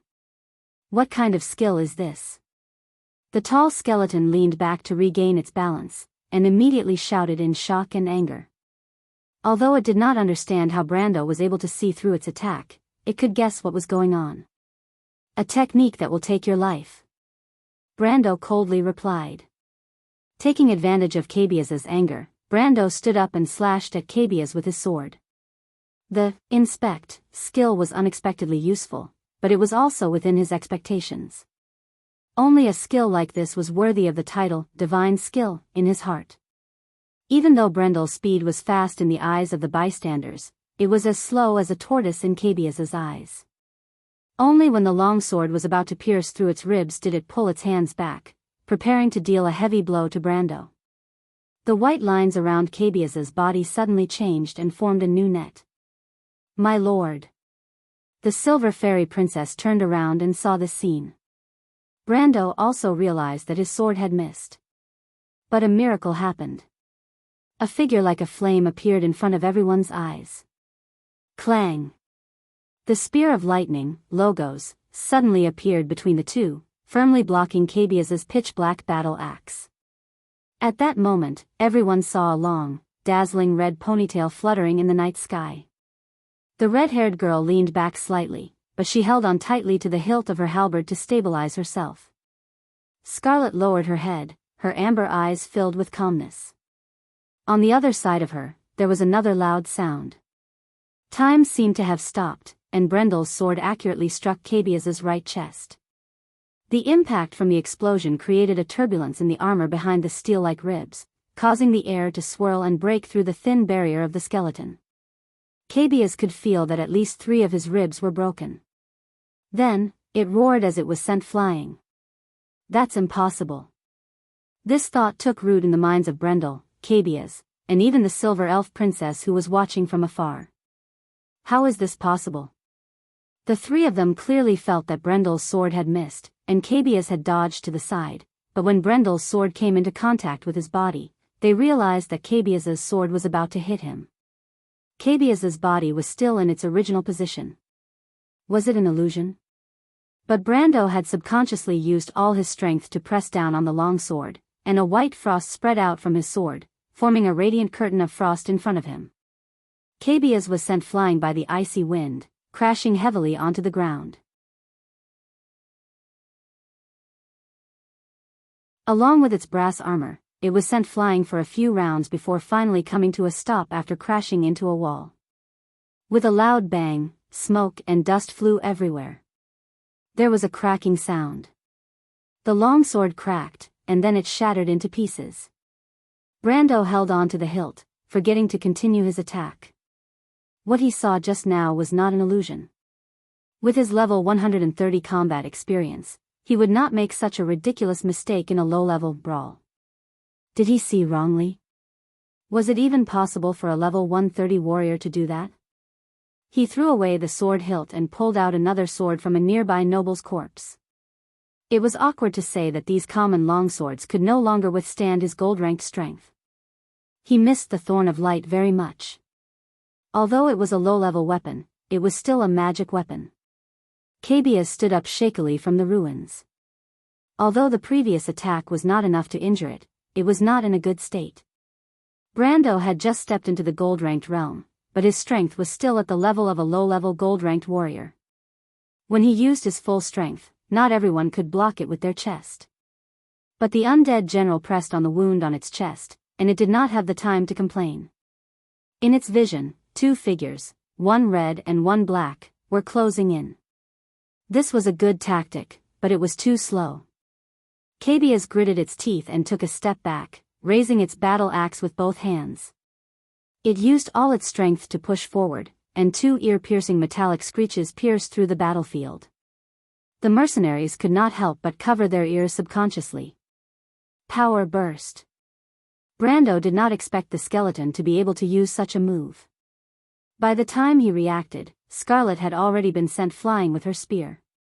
At the same time, he felt a huge force surging into his hand, and as he fell backwards, he could only watch helplessly as the blank longsword and Cabiaz's battle axe turned into countless metal fragments that scattered in the air. The young man immediately covered his eyes with his hand, and the metal fragments flew towards him and Cabiaz. Clang! Clang! Clang! Clang! Brando felt a piercing pain in his hand. His clothes and trousers were also turned into sieves. But what made him even more shocked was that his strength was not on par with Scarlet's.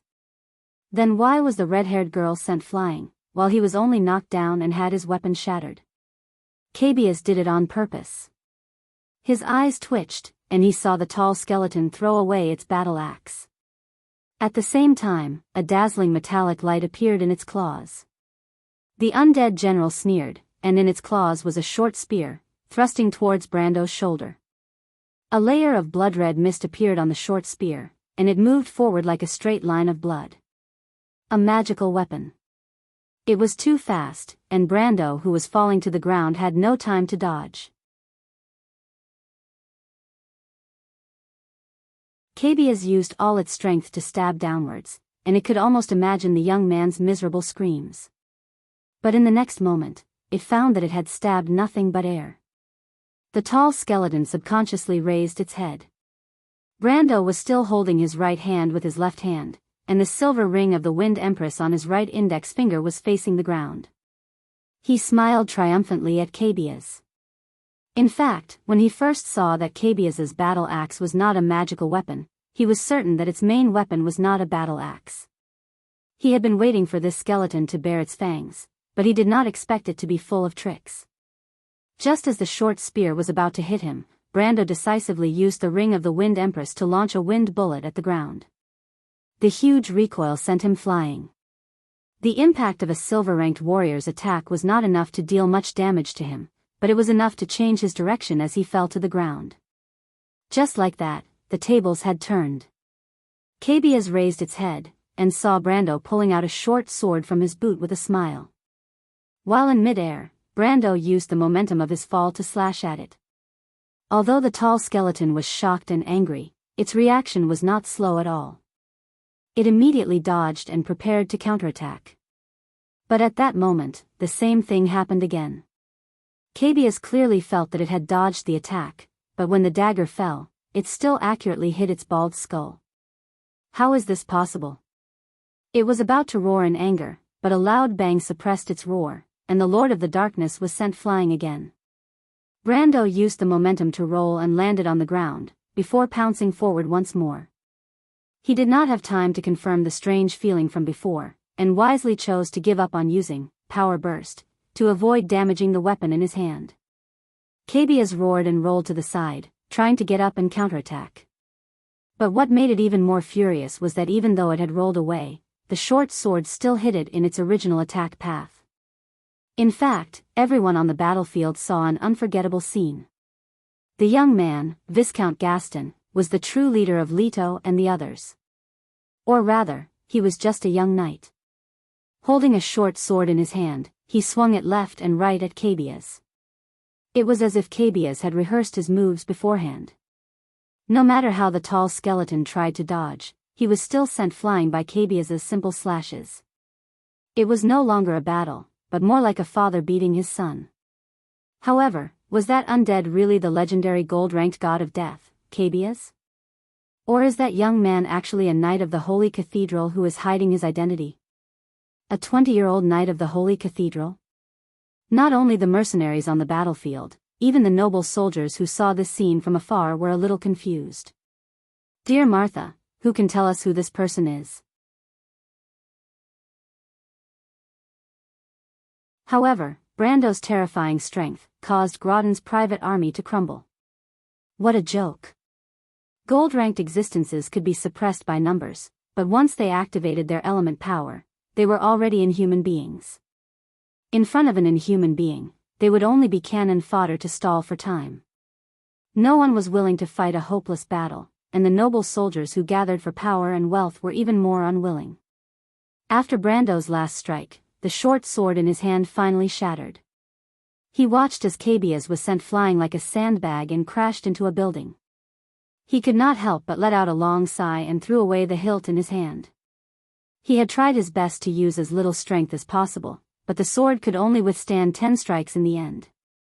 However, he did not care about that right now. He was immersed in a strange feeling.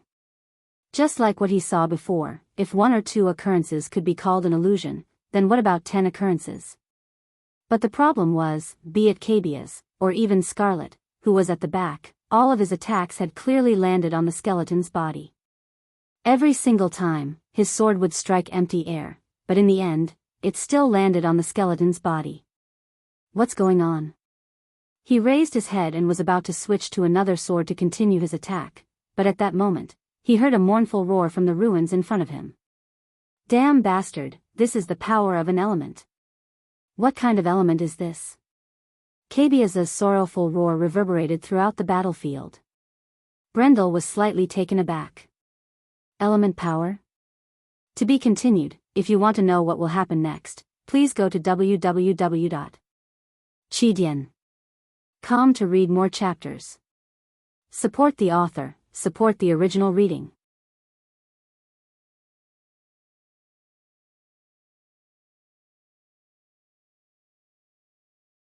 Chapter 227. An element? Brando had never heard of such an element before. Even though karma reversal, time reversal, and spatial displacement could all achieve similar effects. However, the first description of logic, cause and effect, is order, regularity, and time is only related to the relative motion of objects, and the process of reversal cannot be related to it by oneself. The gold element's power was uncontrollable, and it had to be controlled by time reversal, so time reversal could be ruled out. There were too many definitions of space, and that space alone had several meanings, and it had a lot of intersections with time reversal. Order and stability seemed to be used to describe space, but space had countless subdefinitions, such as displacement, vector, motion, and even matter and spirit. However, spatial displacement was related to displacement, and had nothing to do with stasis or stability. As for the subtypes of elements, such as karma reversal, light refraction, curved path, and illusion, none of them could lower the temperature of the material world, let alone order and stability.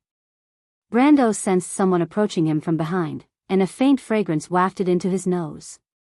It smelled like the leaves of a certain tree in the hills south of Erewhon, and he knew that Scarlet often wore such leaves in her hair. He did not need to turn around to feel the red-haired girl walking to his side. She looked straight ahead and unsheathed her sword, which she did not use often, and silently handed it to him. "Here," Scarlet said. "Thank you." Brendel took the sword and saw Cabias's towering figure standing up from the rubble with a clatter of rocks falling to the ground. The undead lord glared at them hatefully. Brando's elemental power made it suspicious. Its elemental power was soul force, which was used to strengthen its attack and defense. It was completely suppressed by the young man's elemental power, and it did not dare to act rashly. Even though the mercenaries under Medicia's command charged towards Groudon's private army, Cabias could only stand there and face Brando. It was originally confident in its victory, but now it was even worried that the mysterious young man would take the initiative to attack. The skeleton pressed the wound on its brass armor, not sure if it could really block Brando's attack. It knew that the situation could not be changed, but at least it wanted to keep Brando here. "Do we defeat it?" Scarlet asked as she gripped her halberd tightly. Brando shook his head. He wasn't sure either. The elemental power was erratic and uncontrollable. On the other hand, Cabias was far stronger than him. It could afford to make a mistake, but he could not. If he misjudged the effects of his element power and allowed Cabias to seize the opportunity to counterattack, the price he would have to pay was not something he could bear. The young man had long put aside his life and death, but in his position, he had to be responsible for more people. Death was simple, but it was the choice of a coward. Its attack just now was to force you out. I thought you could see it. Brando replied. He was talking about Scarlet blocking the axe for him. "I'm sorry." Scarlet suddenly reacted and looked at him in surprise. You knew?" But she had clearly followed him alone. She was so far away in the forest. Besides, she also had experience in hiding in the forest. She clearly remembered that he was holding Sifrid's hand and walking far ahead without looking back. She suddenly shut her mouth and looked at Brando suspiciously. She suspected that Brando was trying to trick her. "I noticed it when you came out with me," Brando replied, "the vessel for the god's blood." "Ah." Scarlet lowered her head. In her eyes, this young lord was used to controlling everything and doing things his own way. Even the lovable merchant girl was not something he could reprimand, let alone her. But she had thought it through before acting rashly. She was used to being reprimanded, at least compared to being ignored. She took a deep breath and suddenly thought of another possibility. Is he trying to shift the blame onto Sanford and the others? The more she thought about it, the more she felt that it was possible. She raised her head and looked at him vigilantly. What are you thinking about? Brando could see the obvious suspicion in her eyes. I'm taking responsibility for my actions. Scarlet frowned and said. Responsibility? Brando looked at the motionless Cabias. Are you the one who can afford to wait, or am I the one who can afford to wait? However, he wasn't in a hurry and simply chatted with Qian Qian. But his nonchalant attitude made Scarlet think that he would take his anger out on the Grey Wolves mercenaries. She could not help but feel uneasy. She did not think that her actions would cause trouble for others. Scarlet gritted her teeth. Anything is fine. She was an orphan who grew up in a mercenary group. But she was also familiar with the rumors of the nobles. Brando was slightly startled and looked at her. Scarlet blushed, and even the tips of her ears were burning. She seemed to have used all her strength to say those words, anything is fine. My lord, but please don't cause trouble for them. Huh? Isn't that enough? Scarlet gritted her teeth and asked. What? Brando was puzzled. Them? Who are they? Sanford, and everyone else. Why would I cause trouble for them? Scarlet was stunned. She raised her head and looked at Brando with her amber eyes, as if trying to discern if he was telling the truth. Because, she realized that she had blurted out something, but immediately shut her mouth. Brando suddenly understood what she was talking about and smiled. With your personality, I would be surprised if you didn't follow me. Is that so? Scarlet asked in an almost inaudible voice. She turned her head away again. You make it sound like I'm an idiot. No, Brando shook his head. I'm just respecting your choice. Then what about the others? Scarlet's eyes flashed. Everyone has their own responsibilities and obligations. Just like how a person can be willful, but they can't be willful all the time. Brando replied, I respect their choice as well, but after making a choice, what's left is the responsibility of that choice. Impulse can control a person's actions, but the difference between idealism and naivety is whether a person truly understands what they have to pay for it, and what they are willing to pay for it. So I'm sure you won't choose to run away here, right? Scarlet nodded. She looked at the shadow cast by AB's castle and said fiercely, TSK, if you want me to back down in front of that scum, you might as well kill me. So, our attitudes are the same. Brando smiled bitterly. We're on the same side, fighting side by side. Why would I blame you? Scarlet lowered her eyes. In the end, I'm still an outsider. Brando looked at her and suddenly realized what she was thinking. Of course, he wanted her to become his subordinate. A gold-ranked fighter would attract attention no matter where she went. But this was not a bad thing. She could slowly integrate into the group, and their relationship would be more stable. He had never intended to give up on Scarlet, but using the other members of the Grey Wolves mercenaries to threaten a girl was not his hobby. So he just smiled. The battlefield was silent for a moment. Brando looked at Cabia's huge bony claws holding the short spear. Of course, from a normal person's point of view, it was no different from a normal spear. The soul fire in the undead lord's eye sockets was still burning. The youth knew that Cabias had made up its mind to keep him here. He looked at the battlefield absent-mindedly and simply said, Scarlet. Yes. Go support Medisha, okay? Leave this to me. Scarlet nodded and raised her spear. She looked at Cabias, who was shrouded in the mist, and took 2 steps forward before stopping. Just give orders. The girl's voice softly said. Brando was slightly startled and looked up. But the red-haired girl's figure had already disappeared into the dust-filled street. Brando was stunned for a moment before he smiled. He then looked at Cabias again. Both of them did not move. While Brando and the undead lord were confronting each other, Medisha was in trouble on the other side of the battlefield. The mercenaries continued to drive Grodin's private army into the inner city. Relying on their superior combat strength and willpower, Grodin's unhindered attack was met with trouble as they approached Abi's castle. This was the last line of defense for the noble's private army, but Grodin's soldiers were not the only ones standing behind the defense line. There were also rows of skeletons that glowed with a faint light under the moonlight. These skeletons were very different from the ones he saw in Butchie. Compared to the normal skeletons, they wore light leather armor, held short spears in their hands, and had short swords and small round shields at their waists. Each of them carried 3 to 4 bone spears on their backs. They stood quietly behind the defensive line, motionless.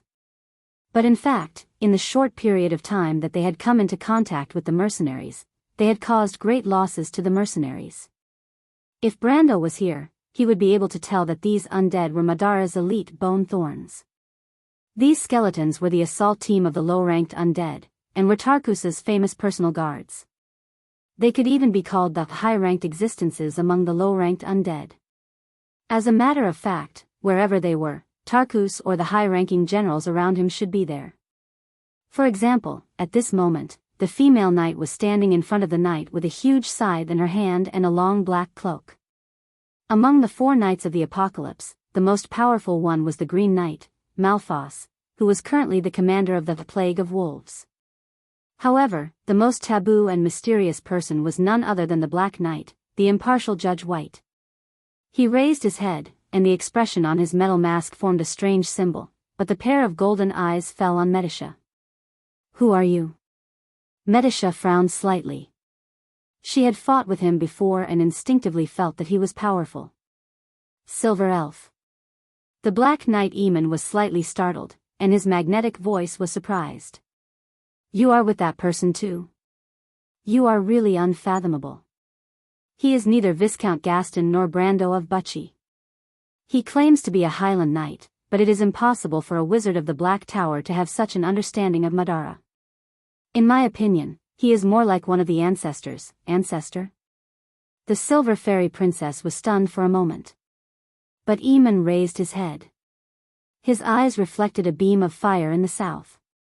That was a magic signal rising into the sky. To be continued. If you want to know what will happen next, please go to www.chidian.com to read more chapters.